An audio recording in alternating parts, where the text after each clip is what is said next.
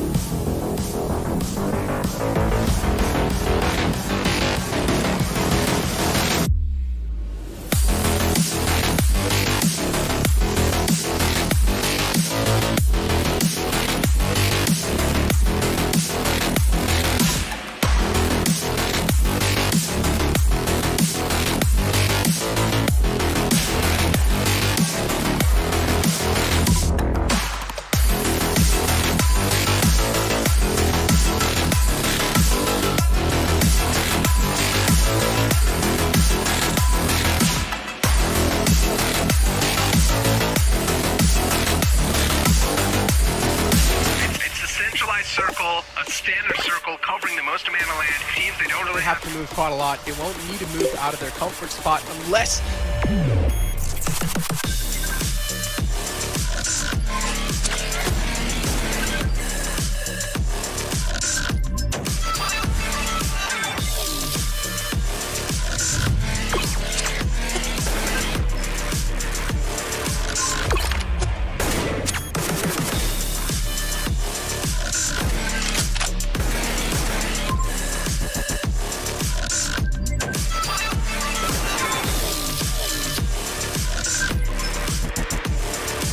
Get ready, South Asia.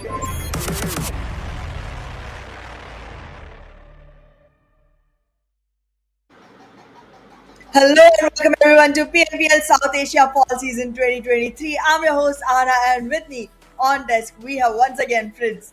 Fritz, it has been a long run, and today finally is the day we get to see the bonus match as well. Now that wasn't a surprise, so I just spelled it out already. But how excited are you about it? I'm super excited. We'll have a look. We'll also tell you the map that this bonus map is going to be played, and trust me, you'll be surprised. You'll be completely surprised when you see the map that this final game will be played upon. But yes, now the journey of 4 days has been amazing, has been awesome. All these teams have been playing their hearts out. We sort of have some comeback stories as well. Stalwart Esports making a comeback, King of Spades making a comeback. I'm all up for it. I mean, as for me, still they somewhere or the other are able to get those little points and still are on the top of the leaderboard. I'd say an untouchable lead for now. One game is where they need to be eliminated on 0 points, and then their opponents also need to play very well. And now it would be SKYLIGHTZ Gaming.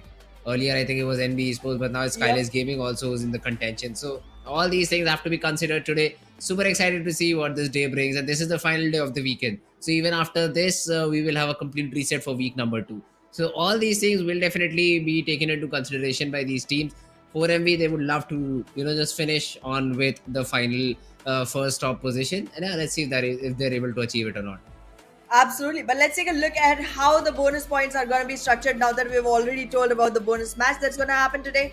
So this is what the rank positions are going to look like in the bonus of weekly standings for every single team, and then there are going to be bonus points for the bonus match as well, which only the top 12 teams are going to be qualifying for. And combining both of these points, there will be initial points set up for the finals, for the grand finals. So that's a huge risk that you're taking if you're still like fluttering around in the bottom squares of it, because even if you don't make it into the bonus match, you still do get points for staying on like 16th, 15th positions, like all of those. So you got to make sure you can squeeze in as many points as possible.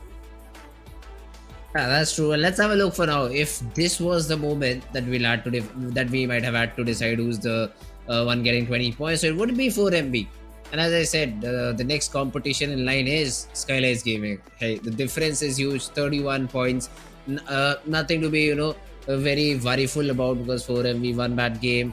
31 points, you'll be needing 21 frags. SKYLIGHTZ, this is a very good team, but not that frag oriented, right? So they won't be able to get that big of a chicken, so it'll take essentially 2 games for SKYLIGHTZ Gaming, whereas 4MV have to be eliminated very early on in those two games. So the possibility of that is very less. King of Spades, Mabetex, DEADEYES, guys, these are the 3 teams that I talked about in terms of getting that comeback. One of these days I saw Mabetex on 15th or 16th. One of these days I saw DEADEYES guys over here. But now, after the entire days go on, after the entire week is almost ended, we see them on the first charts where I think they belong. That is true. We had a hard time believing how much of a downfall Mabetex Esports was getting here. DEADEYES guys were getting here, but they were able to climb back onto the first page. However, I'm still trying to look for when Raw Esports will be changing things around, because they've been on the 11th position consistently for a really long time. They've been trying to outperform teams, but at the same time, their competitors have been able to perform just a little bit better and get themselves up there without making Raw Esports move at all from their own position. DRS Gaming still has quite a lot of run to actually go forward with. However, the one crucial thing here, Fritz, is going to be the fact that the difference between NBeSports and SKYLIGHTZ Gaming is literally just 4 points. That's not a very huge difference. It can actually be covered up for, because again, when we talk about consistency, SKYLIGHTZ hasn't been as good at being consistent. They had a couple of great games, but then the rest of them haven't been even close to average. So I definitely worry if SKYLIGHTZ is going to be able to maintain that second spot by the end of today, or if NBeSports is going to be able to topple them again. Because for NB, I do realize that yesterday wasn't the best day, but other than that, 3 days they have been consistently performing really amazing, and today could be another good day for them. So I'm not completely bought on who's really going to be holding the second position, and also even Mabetex, DEADEYES guys, all of these teams that were all the way down on the second page, making their way back into the top five, even King of Spades. These teams definitely show promise of actually toppling a couple of teams down, and I think they might be able to make a lot of switcheroos in the overall leaderboard. Yeah, well, that's correct. I mean, for them to perform is going to be a very important thing. But for now, what at least I'm concerned about are the top Yeah, 12. And for true. you to be there, for now, all these teams have a chance. Even the team on the bottom of the chart has a chance over here. 4 games, let's say on an average, you're able to get what, 40 points overall. You should be easily able to get in that top 12 spot. But getting those 40 points has not been easy for you till now. I mean, 3 days and you're able to get what, 60 points, somewhere around that. So getting those 40 points is not going to be easy at all for either of these teams. And yeah, well, let's see if any of these teams is able to put a comeback. ISC, one of those teams which are still on the bottom table. Raw Esports and T2K, we do have a head-to-head between these two teams. And if you look at the stats, are really similar except for when we come to eliminations. Exactly. Roy Esports has definitely toppled T2K quite a bit, and overall T2K, even after having one game where they literally got the chicken for themselves, haven't been able to maintain their consistency overall, and it has put Roy Esports in a much better position. But I do hope T2K to actually go ahead and pick their pieces back up, because we need more representation from other regions as well. We are seeing way too much from the side of Mongolia, but there isn't much coming in from the side of Nepal and Bangladesh, as we keep reminding the teams every single time. That's something we're keeping our eyes out for and really hoping to see more of, because it's fine when teams are competing against each other, but when Mhm. regions starts clashing, that's when things start getting more and more interesting, because they are completely different playstyle teams that come together and become like competitive towards each other. Now, if you talk about this team, SKYLIGHTZ Gaming, for now they're sitting on the second spot, and the majority of the heavy lifting, if you say, it's done by No Fear. Even yesterday, when we saw the top fraggers chart, this guy was there among the players of Team 4MB. 30 frags for his team. I mean, yes, Mafia Ninja, Nima, and Boro, they support him a little bit, but then they're very far away. So it seems like No Fear is doing the majority of the job for his team. And yeah, SKYLIGHTZ, that is one of the reasons that No Fear is in their team, because of which they are on such a good position. They're on the second position overall. So that has definitely been the case. I think King of Spades is a team from Bangladesh. I do not exactly know, so please don't quote me on that. But they've also shown good strength, good game, True that. overall good gameplay, especially on that map of Miramar is where I'm impressed the most. So would love to see how do they perform today. The remaining teams, especially, I mean, audience has high hopes from DRS. I personally, before the tournament started, saw DRS as a team which has a lot of fans and need to perform. But the level of game that they've played has been very subpar. I see no strats while getting into the game. I see no intent of winning that particular game for their favor, which hurts me the most. So yeah, I mean, DRS, they really need to just get back up, get back running. And this is again one of those days where we will have that sixth map, and guess what? It's the map of Livik. Now I Yep. thought it might be Vikendi, but as soon as I came in for the dry run, I knew it was Livik. I was like, bro, I never played this map. Why is it here? But the teams have to be prepared for it now. Absolutely, I do often see Livik being the bonus match map for most of these tournaments. But well, Livik is going to be one fun ride. Let's see how teams will be able to perform there, because Uh-huh. again, it has been a consistent grind over Sanhok, Erangel, and Miramar. Even if you are considering going into the bonus match, I don't think any team has dedicated specific time to go ahead and practice on Livik the way they are already Mhm. doing on the rest of the three maps. And that's going to be one big chunk of, heavy lifting that they will have to do on Livik, considering it will have to be a lot on the fly, because one, for today at least, nobody has seen each other on the map just yet around the same exact composition of teams, and that Yes. puts little pressure on you to literally decide on the fly when and where to drop, what to Uh-huh. load, who to go ahead and take the fight with first.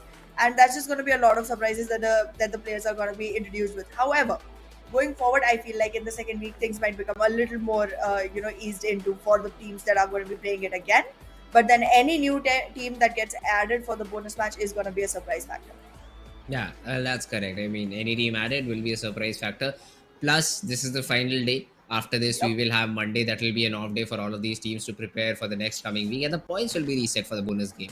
So Yes. that's something that these teams can utilize in their favor to maybe get out with some new strat. Maybe if you say 4MV is too strong, they play Erangel. Let's just jump into military base, fight them off right on the bat of it, because we know that we are facing early confidence issues where if we do not get that early fight, we're not able to play the whole game properly, or maybe we're not getting enough loot on the map of Erangel on a usual drop spot, because of which we need a new place. Let's just jump on to 4MV. Now, wild stats like that is what I'd want to see in week number 2. But for now, this final day, 4 more regular games before then we see the final game of Livik being played. Now, all these games for these teams are going to be very interesting. 5 for us, 5 games overall for us, 4 for these teams, because every other game, one particular group will sit out. It usually has been from A to E. So yeah, let's see this first map of Miramar. If I remember correctly, I have a short-term memory loss problem, but I think it's Miramar that is going to be the first map for today. And yeah, I'm excited. Let's see how does that particular map go. King of Spades probably will be playing this one out, so my eyes will be on that particular team. Let's find out how it turns out for them, because to be very honest, I'm with you on this one, Fritz. I was so focused on Livik, I forgot to Yes, realize yes, which maps are exactly. positioned exactly where. Like, okay, I know. it's not my fault. The graphic for Livik was so pretty. It was like Yeah, that's tiny also little true. light. It's pretty. I Uh-huh. can't help it. And I have a eye for pretty things. I just stick to pretty things. That's why even when we are on desk, I look only at myself and not at you at all. Okay, no problem. I really do not care. But yeah, what I care about is this particular map. So I've already got a different feed, a map feed that we usually get, and I know it's map of Miramar. So I've got that confirmation. Alrighty, cool. It is the map of Miramar. Yeah, a big map, 11 by 11 if I remember it correctly, and map of DMRs and snipers. Not so much now, but I still have to say, so I'll still say. But yeah, been seeing some DMR action. I did see a few mini 14 tap shots being thrown in yesterday. Even some Khan 98 shots day before that. Yeah, the Yes. number is limited. Usually now the players just prefer one M4, one SMG, or for most of the parts shotguns. Oh Never thought yes, I'll see DBS shotguns has in this meta, but here it is. Not just the exactly. DBS, and the S12K too. I don't know why, Yep. but players, if they don't find DBS, they just go for the auto shotgun. I cannot comprehend the reason for it, but yeah, I think if it works for the team, who are we to say anything about it? So here we go, guys. Game number 1. Let's jump right into action. Well, there we go. All the way from under Torre Muda, we will be seeing this plane path going from northern region from across water treatment, if I'm reading this right. And yeah, this is gonna be pretty centralized for calling it a Miramar plane path, because Miramar plane paths are generally not at all players, but today it seems like it's gonna be quite a lot of areas that are covered. Like if you want to go all the way down into Puerto Parisio or into Impala, that's gonna be slightly difficult. But everything else, I guess, can be glided to, and that's good enough. Like this is almost the best you can expect on a map of Miramar. Hmm. Now let's see. The, for now, though, yeah, as you said, Impala Puerto Pariso, these spots won't be able to be dropped upon. But hey, Valdemar is open. Chumasera's there. Do we see 4MB in the very first game? Yeah, we do see them. So they will be dropping into Chumasera where they usually do. Stalwart Esports somewhere around Hacienda del Petron is where I see them for now. They might pivot uh, around that particular area here and there. So do not exactly know where they go. Yeah, but all these teams slowly are steadily dropping in. DEADEYES CMF, a new team that is taking that city of Cruisedale Val, I'd say. I still remember one of these days where was it IHC who were looting 4 different areas. One player in Torre Hamuda, one player in Tierra Bronca, one player in Campo Militar, and one in Cruz del Val. It was a weird game, but all those 4 players did get good loot for themselves, because these 4 cities are very rich in terms of loot, specifically if you only set one single player there. Now, King of Spades also hoping to just glide towards ruins, although the plane path is not with them this time around, so they'll be probably taking vehicles south of El Pozo. Let's see how it goes. The circle this time is gonna stay northern, not like extreme north. It is like it's still reachable for most of the teams. It's gonna be slightly difficult for the side of DE Venom, but everyone else is still gonna have their way into the circle pretty easily. And I feel like some teams literally decided to rotate about already. I can see ASL trying to make their way back in, and a couple of players still trying to find out whatever they can on their pathways.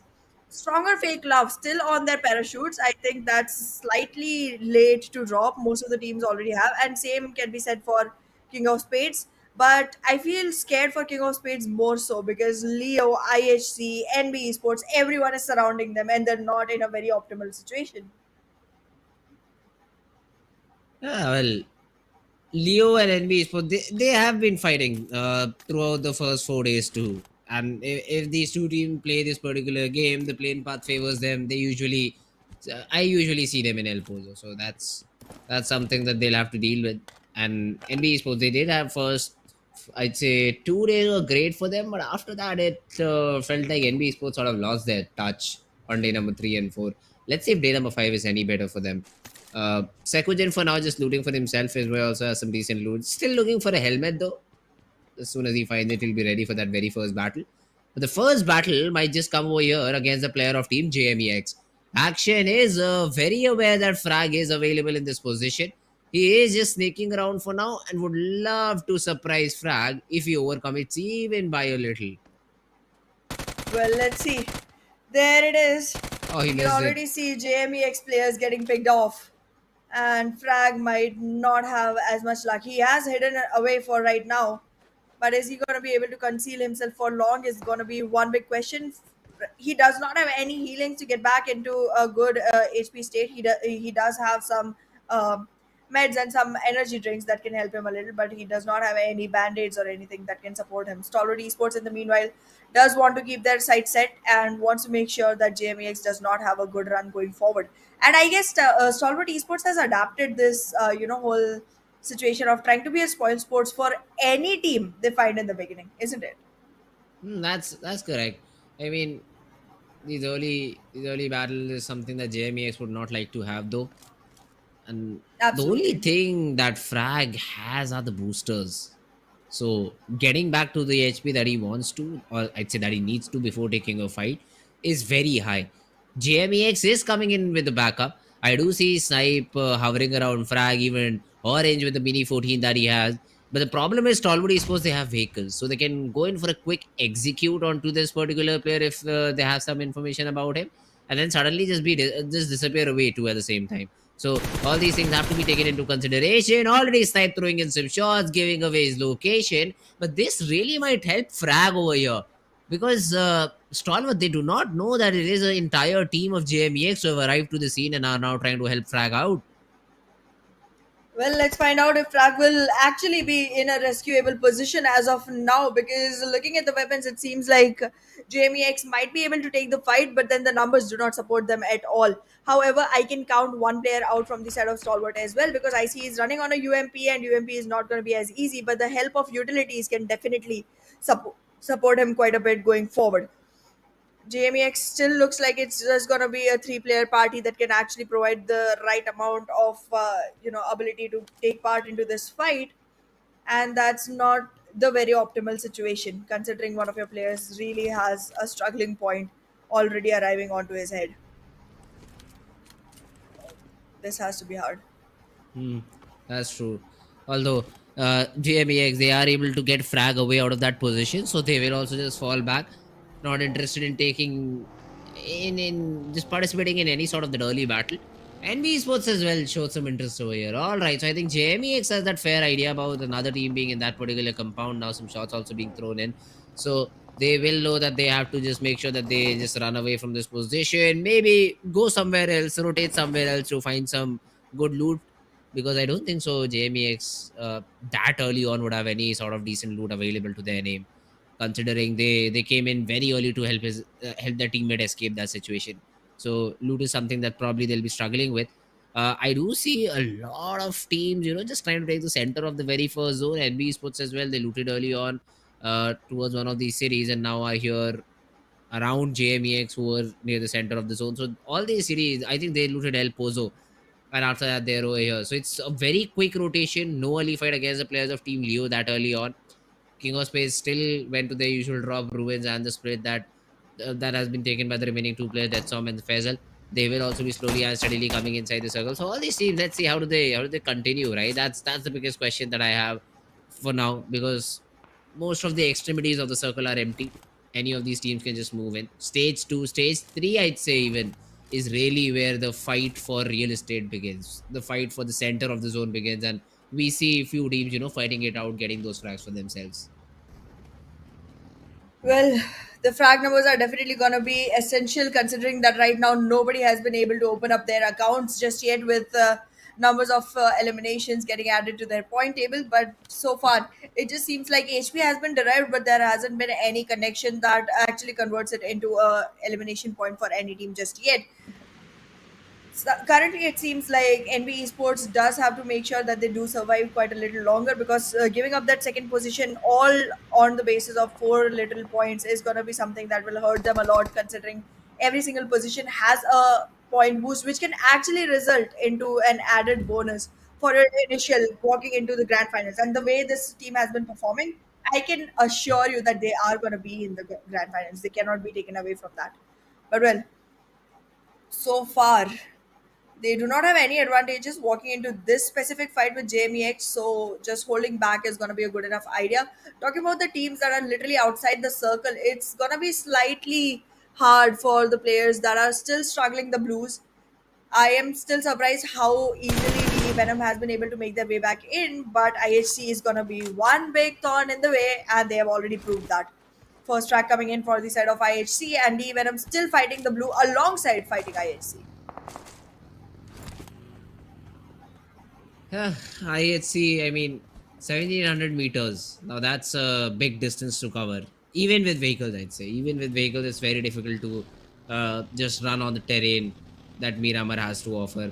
Plus, if you're in a pickup truck, may the force be with you is what I can say right now, because that vehicle is even harder to maneuver around this particular map. Buggies are the best possible thing, I'd say. Yeah, they might skid, they might rotate, but if you know how to control them properly, you should easily be able to reach your destination without any trouble. Plus, hitting a player in buggy is super hard when you compare it against a pickup truck. And exactly, we already saw an example. Nima could have gotten two if that was a pickup truck, but none of the players of JMEX fall for now. Only if No Fear can land a few hits. No, he does not. So JMEX will escape, and SKYLIGHTZ Gaming, even though they give away their location, I think because they're already inside the zone, it does not matter a lot for them. Well, we'll definitely figure out what exactly turns out to be the situation for these particular teams. But as of now, if you take a look at the circle, Fritz, it seems like the northeastern region is completely empty, and any team that acquires that region is going to be finding themselves in a very optimal situation. And I feel like currently King of Spades is going to be in a very good position to actually go ahead and make that acquisition possible. In the meanwhile, Venom still struggling, IHC still struggling. Both these teams have decided to, revert back from their own fights and walk back into the circle and prioritize that factor for now. But as the predictions go, Fritz, it's about time, and I guess I'm gonna stick with 4MB for now, even though Oh, they don't okay. look like they're in the best position. You say 4MV, I say HVDC. Okay. Because I think near the center of the zone, yeah, well, they will have to fight it out a lot. But I'd still say HVDC because they did show one good game for the player for themselves after what I think day number two. On day number three, they were able to get one good game on the map of Miramar, which I hope that they will be able to do it again. But this time around, 4MV on the other hand, they've already lost Biren, but now are in a fight with the players of Stalwart Esports. Apex, a very ambitious fight, but at least is able to win it out against Tops, and both the players fall.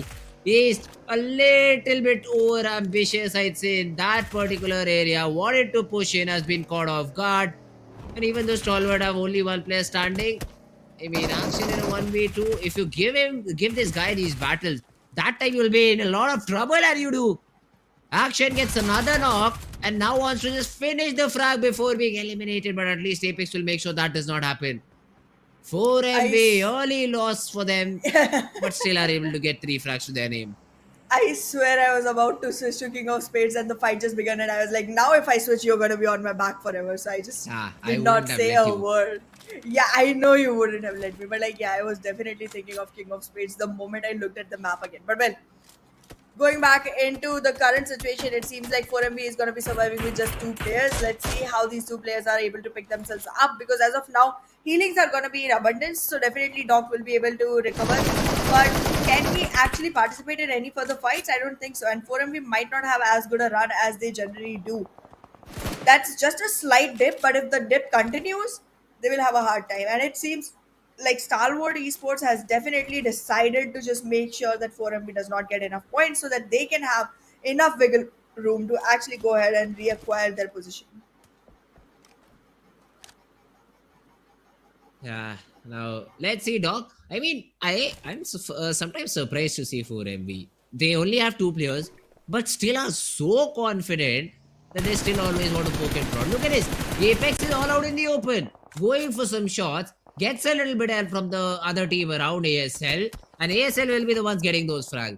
Now, I think 4MB, they really read the kill feed, so they would love to push it onto this particular compound. And even I think Doc is also coming in to maybe help Apex out to move inside the zone. But yeah, 4MB, you cannot stop this team. I mean, even if they're standing on just 2 players, they will fight. The only way to shut them down is either to completely eliminate them or leave only 1 player. That's the only time when I've seen these teams, this particular team play a little bit passive. The only time, and it has happened, I think, only once. That only a single player survived yesterday on that map, in that map of Erangel.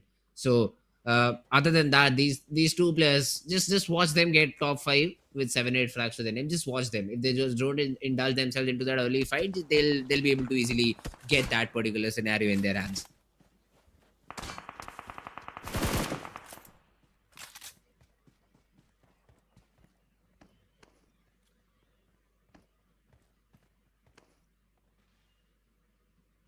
Mm-hmm. Let's see though, 4MB right now. Apex still just wants to be around here. He is just hoping that someone peeks over here. Maybe if he's able to get that frag onto Bekujin. But for now, STFL are not peeking out, and Domo creates a different angle, and Apex will be punished for sticking a little bit too longer.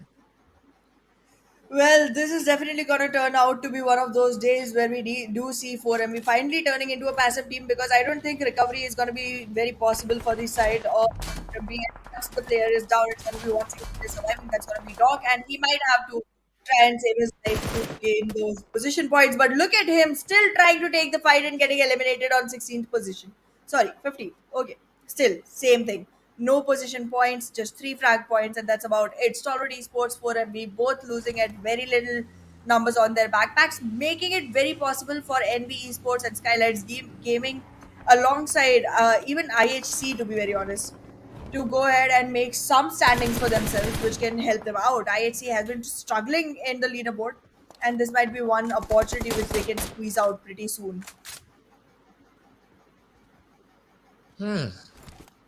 Yeah, ASL.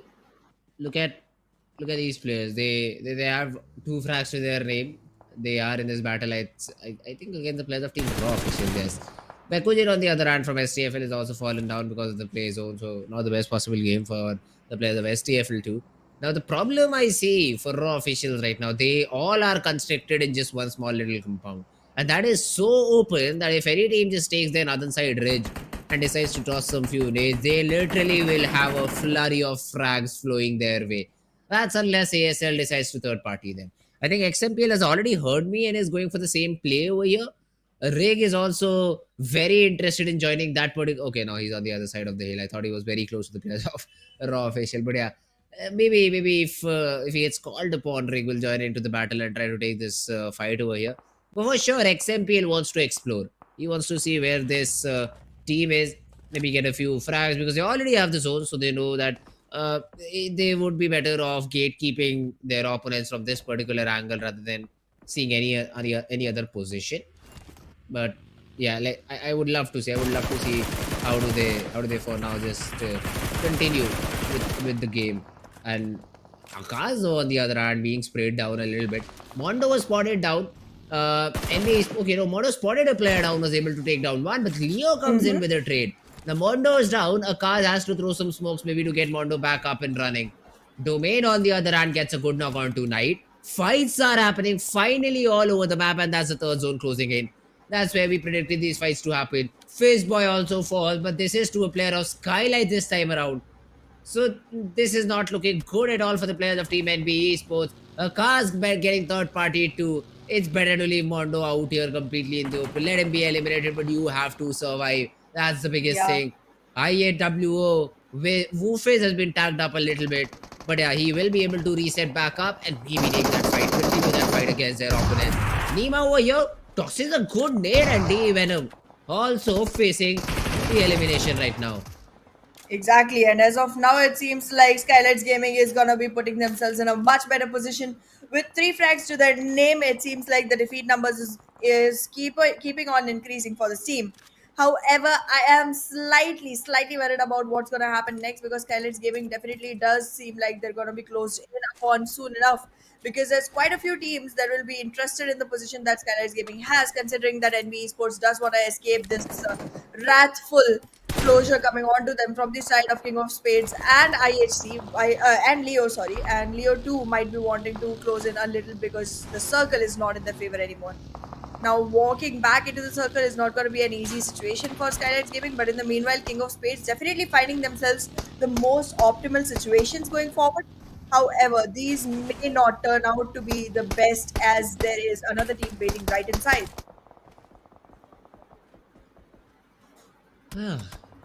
Let's see, Zol. Wait a second, it's HVDC who get that knock. Although from a very far away range, so probably confirmation wouldn't be a thing that they'll be able to get. But yeah, just applying some extra pressure.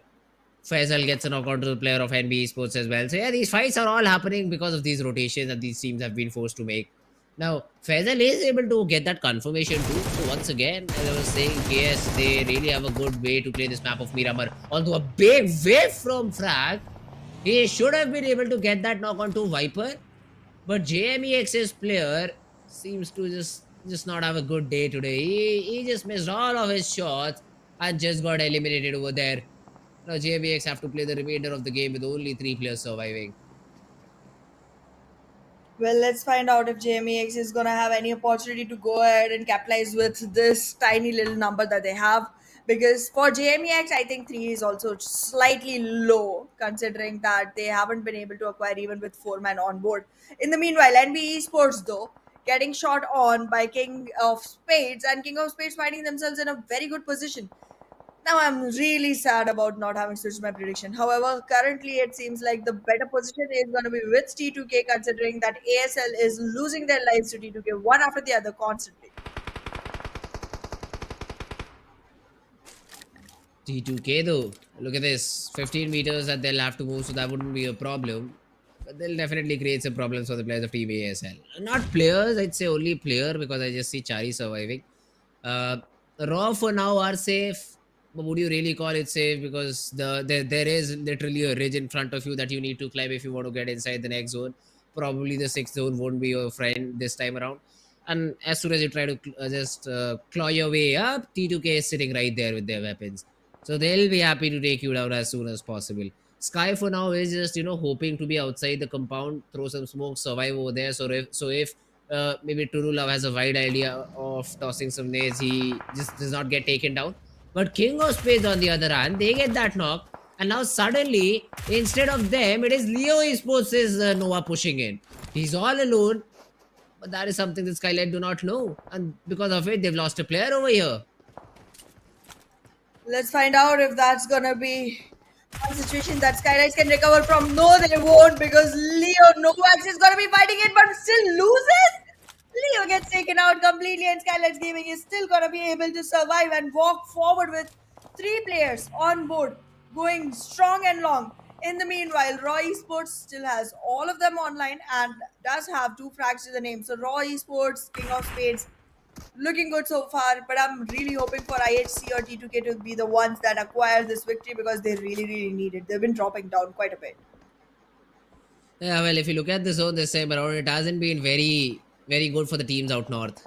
They'll have to rotate. Has gone just a little bit towards the center, so it's not completely a hard shift. But these teams will definitely face a little bit of a difficulty moving in. Now look at this, SKYLIGHTZ Gaming are out of the zone. To get in, they will first of all have to fight against the players of Team KS. Then there'll be a third party from the players of Team JMEX2. T2K, again, that fight has already started, I think. STR, they wanted to go for a Interesting move over there, but they just find T2K. They fight in their face. They're only able to get a nade knock, but that's about it. T2K will be able to reset. Although now, Raw official, they have that opportunity to sneak back in. And also the players of Team HVDC seem to be very interested over here in this battle. Well, we'll find out if HVDC will get any option to go ahead and third party this particular fight. But in the meanwhile, Raw officials already surmounting right on to T2K. King of Spades on the other side, though, definitely using the fruit that they've been served onto a shiny platter with that particular fight between SKYLIGHTZ Gaming and IHC, which they can third party on pretty well. Already got one knock for themselves, got to confirm it into a frag point. In the meanwhile, there's definitely players from the side of IHC as well losing their HP bar to XOXOX. King of Spades, look at this. They are getting a few frags, but the problem is they're not inside the zone. Now, that is something that you need to address first. You need to get inside the zone as soon as possible so that you do not get taken down one by one. IHC, yeah, that's an unfortunate end for their run. Now, Dead Storm over here, still surviving. Okay, no, it's IHC still have two players surviving over in this game. Now, Raw official, Jiggle, does he know? I don't think so, he knows. And that's an easy knock for Rogue. We will be able to get that confirmation too.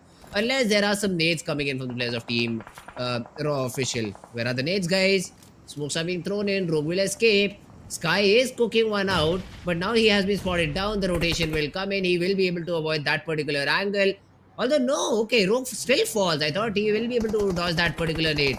Sky will be punctured, and Sanchir's nade will make sure he's not able to function even a little bit more. He also goes in for that battle against Praveen and wins it out. Now, yes, two of the players have fallen down, but Raw official, they have been eliminated, although they made space for the players of Team T2K. Rig wants to come in, wants to challenge, and then there's a third party too. It's not a third party, it's a different angle from XMPL, and Arrow also falls. A flurry of frags happen, but it is the team third party who wins it all out, and it's T2K. Oh, there it is. T2K surmounting like anything right on top of the leaderboard as of now in this particular game, and also on top of the buildings. All the way from top of this particular roof, there's going to be quite a lot of angles that can be covered, and the amount of intel that T2K is going to be having is going to be pretty useful for them. In the meanwhile, King of Spades, though, still invested into taking IHC down, and with Godless being the last person surviving, it won't be a long fight for King of Spades. However, any third party shots are going to be something that they got to be very careful of. In the meanwhile, however, Bad Intentions gets taken down completely. It's 5 last teams breathing and surviving, out of which there is literally no chance for IHC to make it because they're already in the crosshairs and with one single player surviving. JMEX, even if they do make it, they have 0 frags to their name, so it's not going to be the very best choice. But yeah, it seems like King of Spades and T2K definitely look pretty close to each other in this situation. However, T2K does have the upper edge. In the meanwhile, I8 Woof is taking care of JMEX, and now it seems like with equalized numbers, it's going to be a good enough fight that I8 Woof is will be able to convert into own favor. With the Grenadier title coming onto him, he's looking good. Oh, IHC though. That is a team that has been eliminated now. Down to the last 4 teams over here. Viper, he is tossing a molly, but that wouldn't connect onto Snipe. Now Galzin as well, in the close corner, just wants to survive over here. We not just get eliminated this early on. Viper though, a good nade could really take Galzin down. And that's a decent one, but wouldn't take all of his HP. Galzin, reposition, tries to get a different angle, tries to get a different different player into the battle, but the jump spot will be good enough for Viper to get that knock. Now JMEX, for some reason they did not go in for the crossfires, although it still seems to work, but not for long because Jane comes in with the third party and eliminates him down. Oh, there we have it. The top 3 teams surviving and breathing right now on this battlefield. T2K with 11 frags and 3 players surviving. King of Spades with 7 frags and 3 players surviving. On the other hand, IW still on man count disadvantage. King of Spades trying to balance the numbers by picking players from the side of T2K.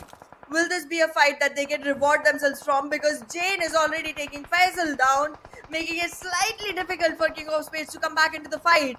The vehicles are coming in with these wheels rolling all over. Will they be able to trample King of Spades down?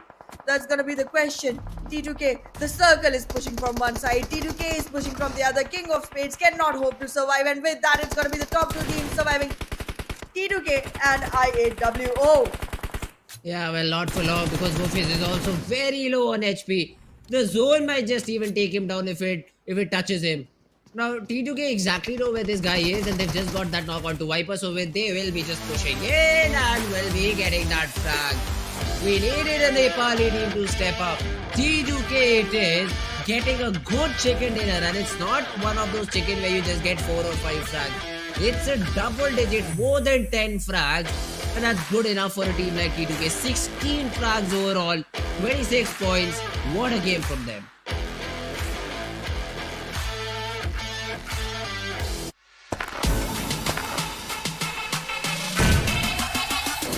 Make it clap.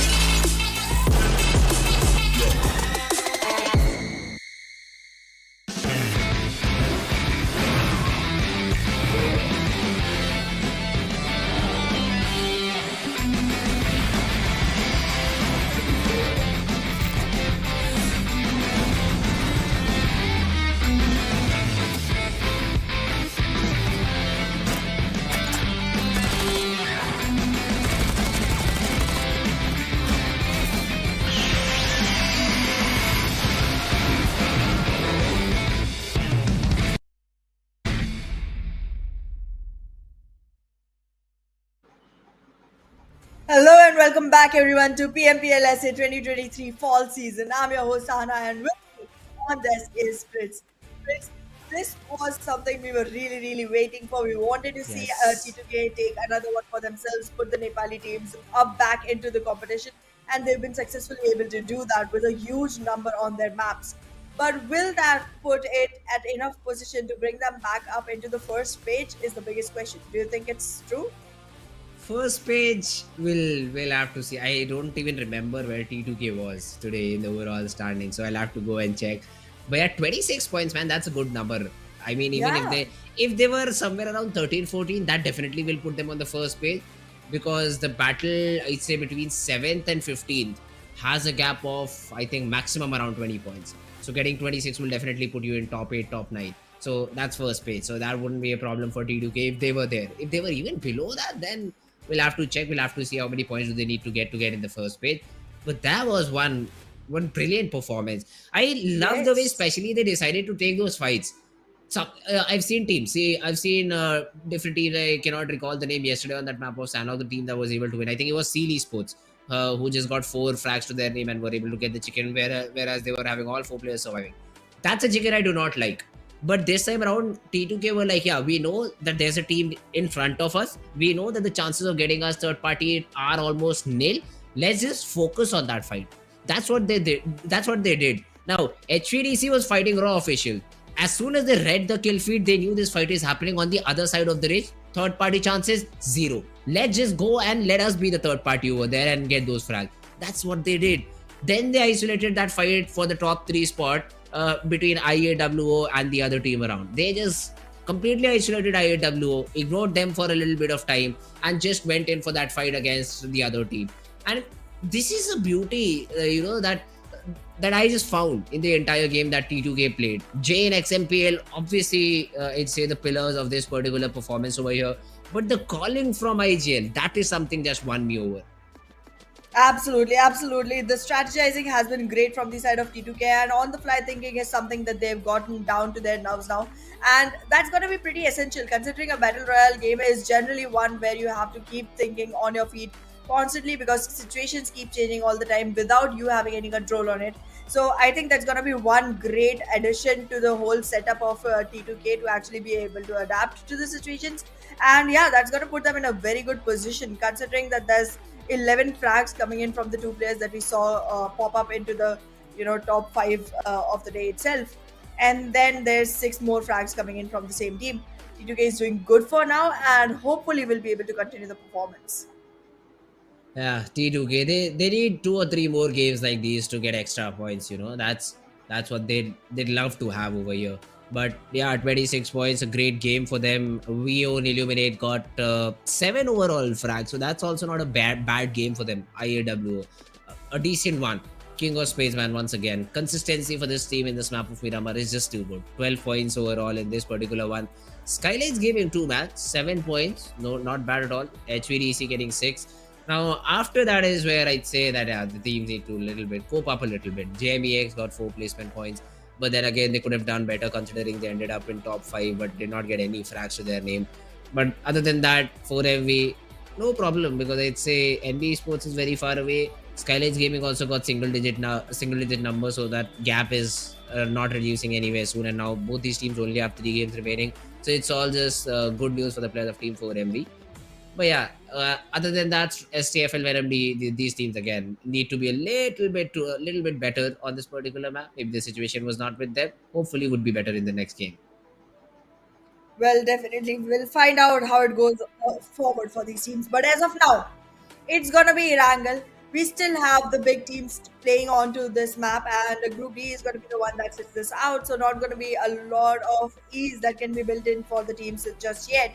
But yeah, with 2 Erangels, 2 Miramars, and 1 Sanhok, going back to the stationary, thing that we generally do. There's hardly one day in the week when we have 3 Miramars and one day when we have 3 Erangels. This is going to be one day that takes teams to their nerves, because not only will we have the exact mix of maps that we generally do, but also throw in Livik in there. I mean, one big thing is going to be teams cannot exhaust themselves, specifically the ones that know they are going to be in the top 12 cannot, because they have to play one extra match for the day, and that's going to be a very important one because it's going to give you the bonus points that put you in a very good position. Now, for a team like 4MV, considering that they have a great leap of advantage here, being able to take out games, even the ones that give them like 6 to 7 points every game, is going to be great. It's going to be great. And for good enough performance, they can still stick to 3-4 points. That's good enough. They just need to make sure that they have enough, stamina to go ahead and make sure that they endure the Livik map, because for now, their first position is not in danger at all. For the side of SKYLIGHTZ Gaming and NBeSports, all they have to make sure is keep their eyes peeled on to the kill feeds and make sure that once the other team is taken down, just make sure that you're getting a slightly more than that, and that's good enough for you. The teams that are still on 14th, 15th position and everything below 12, they are the ones who need to really gas out, because they have to still try and switch their positions along with the players who are already in the top 12 and make sure that they get to play the bonus match. So this is a much easy flowing game for the top teams, but the ones at the bottom are still going to be struggling a lot, and their endurance is going to need a lot of working on for this particular day. That's what I feel. Yeah, now moving on to the second game, which I still do not remember. I suppose it's Erangel. I just suppose it's Erangel, or maybe it could be Sanhok. Not Miramar, because we'll have a little bit of a break in terms of maps that we usually see. So probably one of those maps, and Group B sitting this one out, I think. Or is it? Yeah, okay, so yeah, Group B is sitting this one out, and we'll see the other team. We'll see how do they perform. Still, my eyes will be on the players of, first of all, the T2K. Was this a one-off, or are they able to convert this one game and use the momentum to maybe play a little bit better in the next coming map of Erangel if they're not in Group B, and the players of King of Spades. So these are the two teams that I'll be looking for. King of Spades, because they did make a good jump. The only thing that separates them is a good chicken from top 5, from maybe even top 3, to say the least, because NBeSports is not having that good of a day over here too. The starting is not good. SKYLIGHTZ, 7-8 points. That's not bad at all. You've reduced the lead in terms of 4 points, because 3 is what 4MV got, 7 is what you've got. But still, that 27-point lead is going to be there. Or I don't exactly remember the number, but the lead is still there. You get the point. That is going to be, these are going to be the two teams that I'd like to look out for in this map of probably Erangel / Sanhok. If it's Sanhok, 70% luck, 30% skill. Do what you can do. It's always a different team who comes in with the chicken altogether. The only thing that you need to keep in mind is just make sure all your 4 players survive. But if you're 4MV, that also does not matter, because you anyways are able to get 5-6 points around. So other teams need to be careful about them. To be very honest, I do agree that this is going to be one of the matches where we are going to be watching out for King of Spades and T2K. I'm going to add the name of Raw Officials alongside as well, because that's one team that I do want to see switch up their position from 11th, because they've been consistently performing well, but for some reason haven't been able to alter their position at all, even though the difference is not as huge between them and the teams at 10th position. It just keeps swapping positions constantly making them still stuck to the 11th position. But yeah, these three teams are definitely going to be ones to watch out for, and it is going to be Erangel with Group D sitting Oh, out. okay. We will have these teams coming back into play, and we will definitely be able to see if T2K, King of Spades, and Raw officials are all three part of this, Hmm. because I think one of these teams definitely sits this one out. And whichever does, that Oh, makes okay. things slightly easier for us, because then we can go ahead and predict on the basis of which to actually do play it.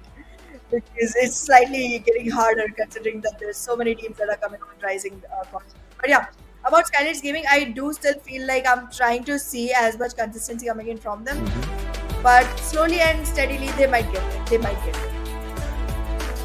Okay. All right. Let's first of all though jump into the action. It's the map of Erangel. So we'd love to see where the plane path goes from, because that's one thing that really decides where do these teams drop. I already see Milta power towards the left hand side. That means it's going all the way starting from Lipovka and just dissecting the map into two equal parts. That's a great plane path for all the teams that usually dropped in main island. Not so much for 4MV and Stalwart though, because they usually drop one team around military base, the other one around Novorapnoy. Novorapnoy is complete no go. Military base you still can drop around, maybe around the bridge of Ferry Pier, take a vehicle and rotate off. But I say Stalwart Esports then will go back to their query split that they usually do. That's their secondary drop on this map, and usually that's where they head to. So yeah, easy draws for all these teams. Let's see if we do see a drop fight though. That's what I'm interested to see. I would definitely like to see that happen. But well, as of now, the teams are still trying to choose on to where exactly they're going to be heading themselves. We are not seeing, actually, we are not seeing T2K or King of Spades, either of those two teams.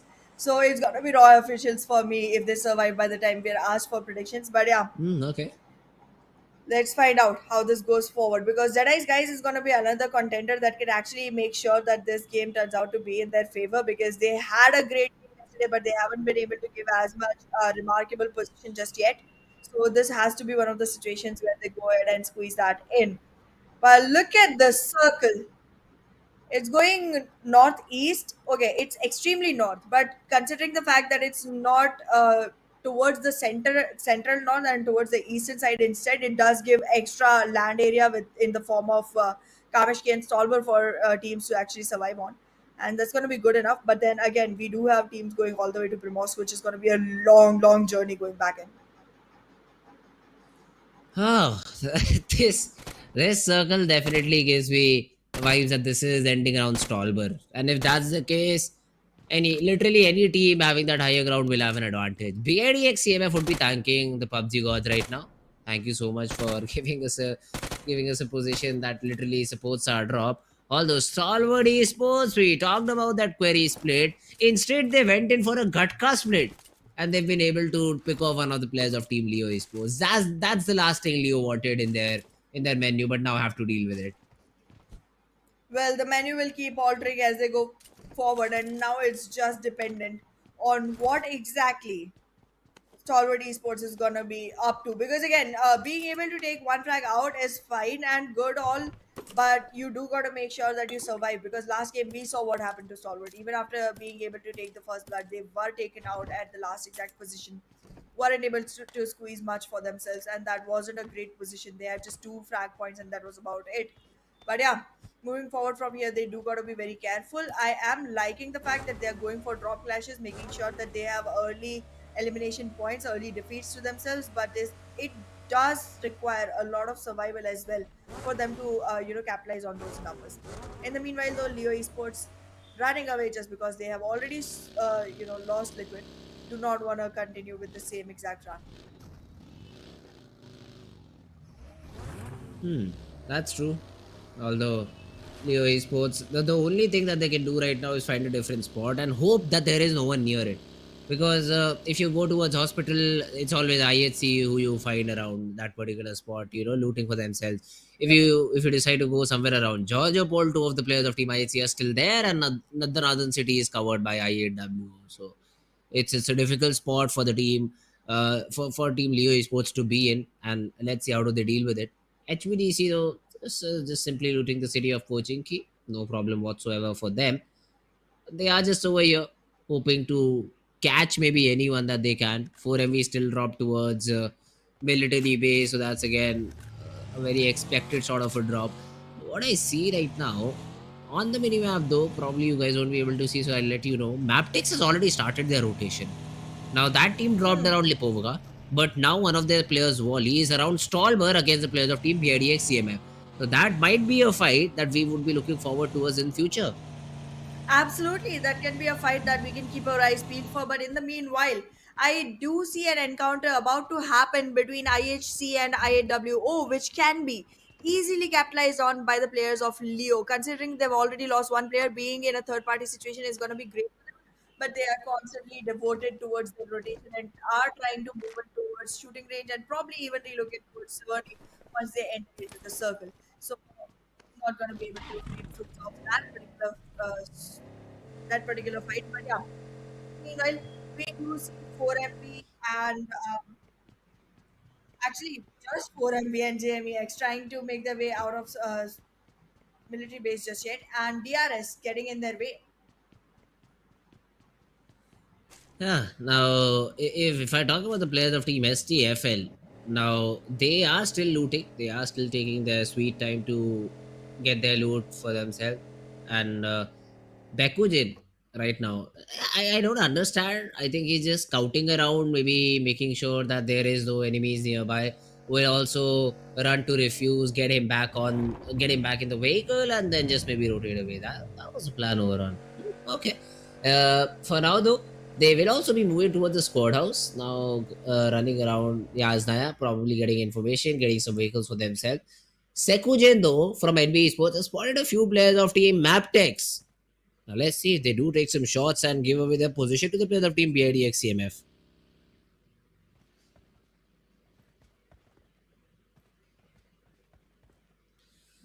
Sekujen though, let's see if he's able to get any sort of knocks over here. Just around making sure his presence is known to their opponents. And as soon as Wally, okay, I think now he has been spotted down. So for sure, NB Esports has that information that at least one team is nearby. They do not want to explore Stolber because I think they know because of the analysis that BREX CMF is a team that usually likes to drop there. So it's better to not go in that particular direction for now. And they will just be descending down the hill, occupying a squad house that was earlier being scouted out by one of their teammates and was called out clear. So they'll be able to just take that squad house under control. The only problem I see with that squad house is how you'll save your vehicles. If some other team comes around that particular area nearby, that is something you'll need to take care of. How do you save your vehicles? But other than that, it's all completely fine.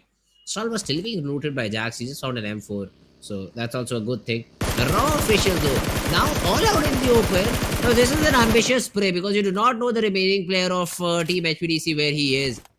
That was only, I'd say, 3 vehicles that you've spotted down. So the fourth one could be anywhere. This is something you'll need to avoid. Discipline is what I want in these teams. And raw officials, for now, they will survive, but that is something that will harm you in the longer run.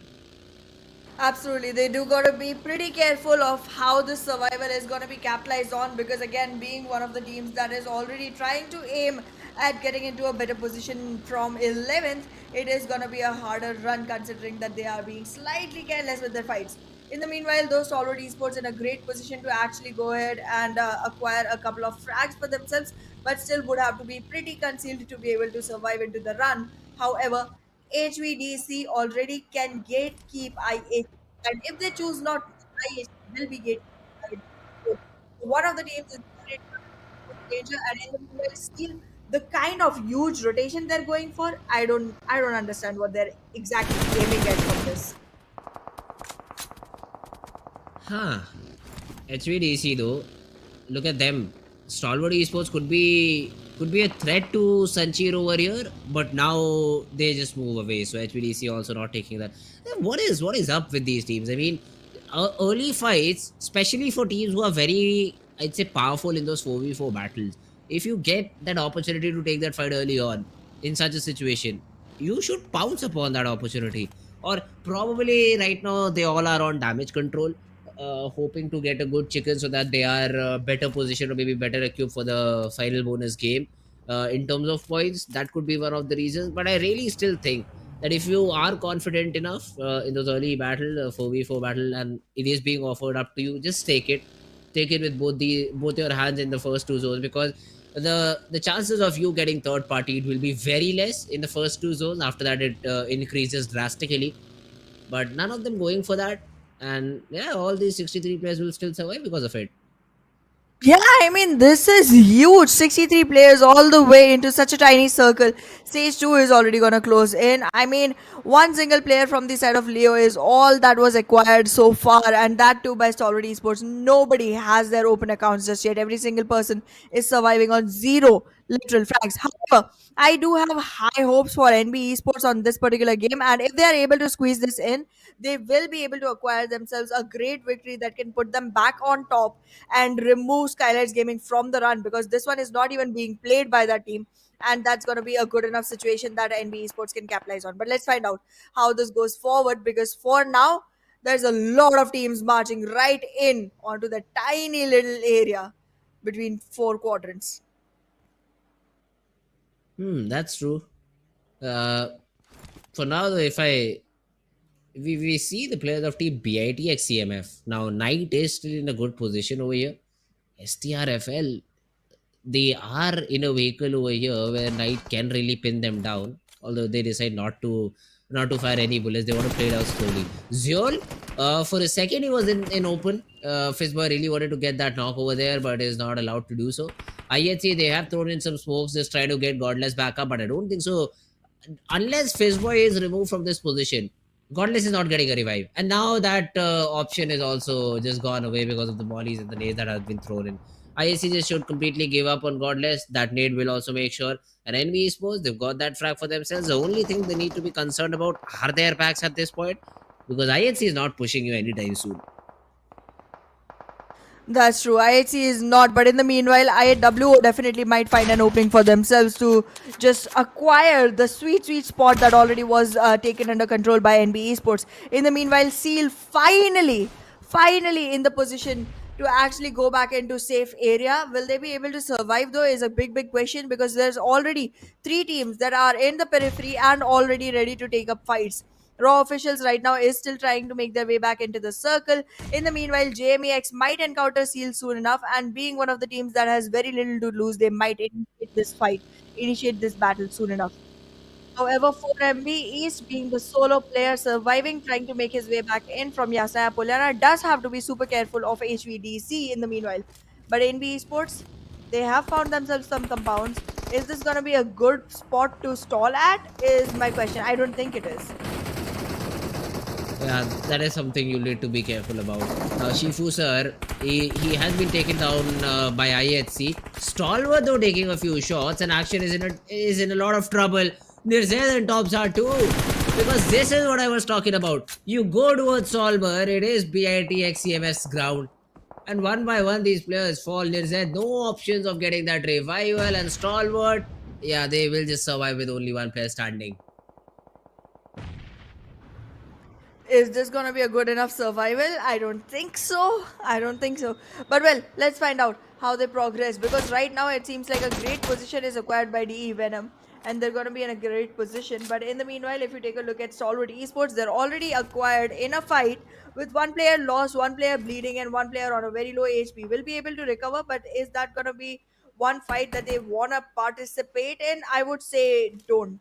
I would say just back up and move out of here as quickly as possible. In the meanwhile, the Raw officials still stuck onto that particular fight, unaware of the fact that JMEX and IHC are closing in soon enough alongside Leo. That's a lot of teams to tolerate. That indeed is a lot of teams to tolerate. But this zone is made in such a way that all these teams who have compounds over here, they will be benefited a lot because of it. Around Stalwart, these zones are very harsh on the teams that do not have a compound. Unless you have like unlimited smokes to cover yourself off from all these different angles, you are just not in a good position. Now, JMEX, they decide to push in. A little bit too over eagerness shown in from Frag, which gets him punished, and same can be said for this player of Raw official Sky. Now, Galzane has been able to close the distance. He wants to take this battle, and there's a nade being cooked in. And Malik shows himself, but is essentially able to trade his teammate out with the nade. And Snipe, Well, he is very far away, so with no revival opportunity over there. The frag will be stolen by a Stalwart Esports player, but at least one good thing has happened for the players of Team Raw that they will be able to survive for now. Well, definitely, survival is going to be one good thing that raw officials can prey upon. But in the meanwhile, there is going to be more attack that comes in. Stalwart Esports, JMEX, both being stuck onto this fight with raw officials, will be able to squeeze some value out of here.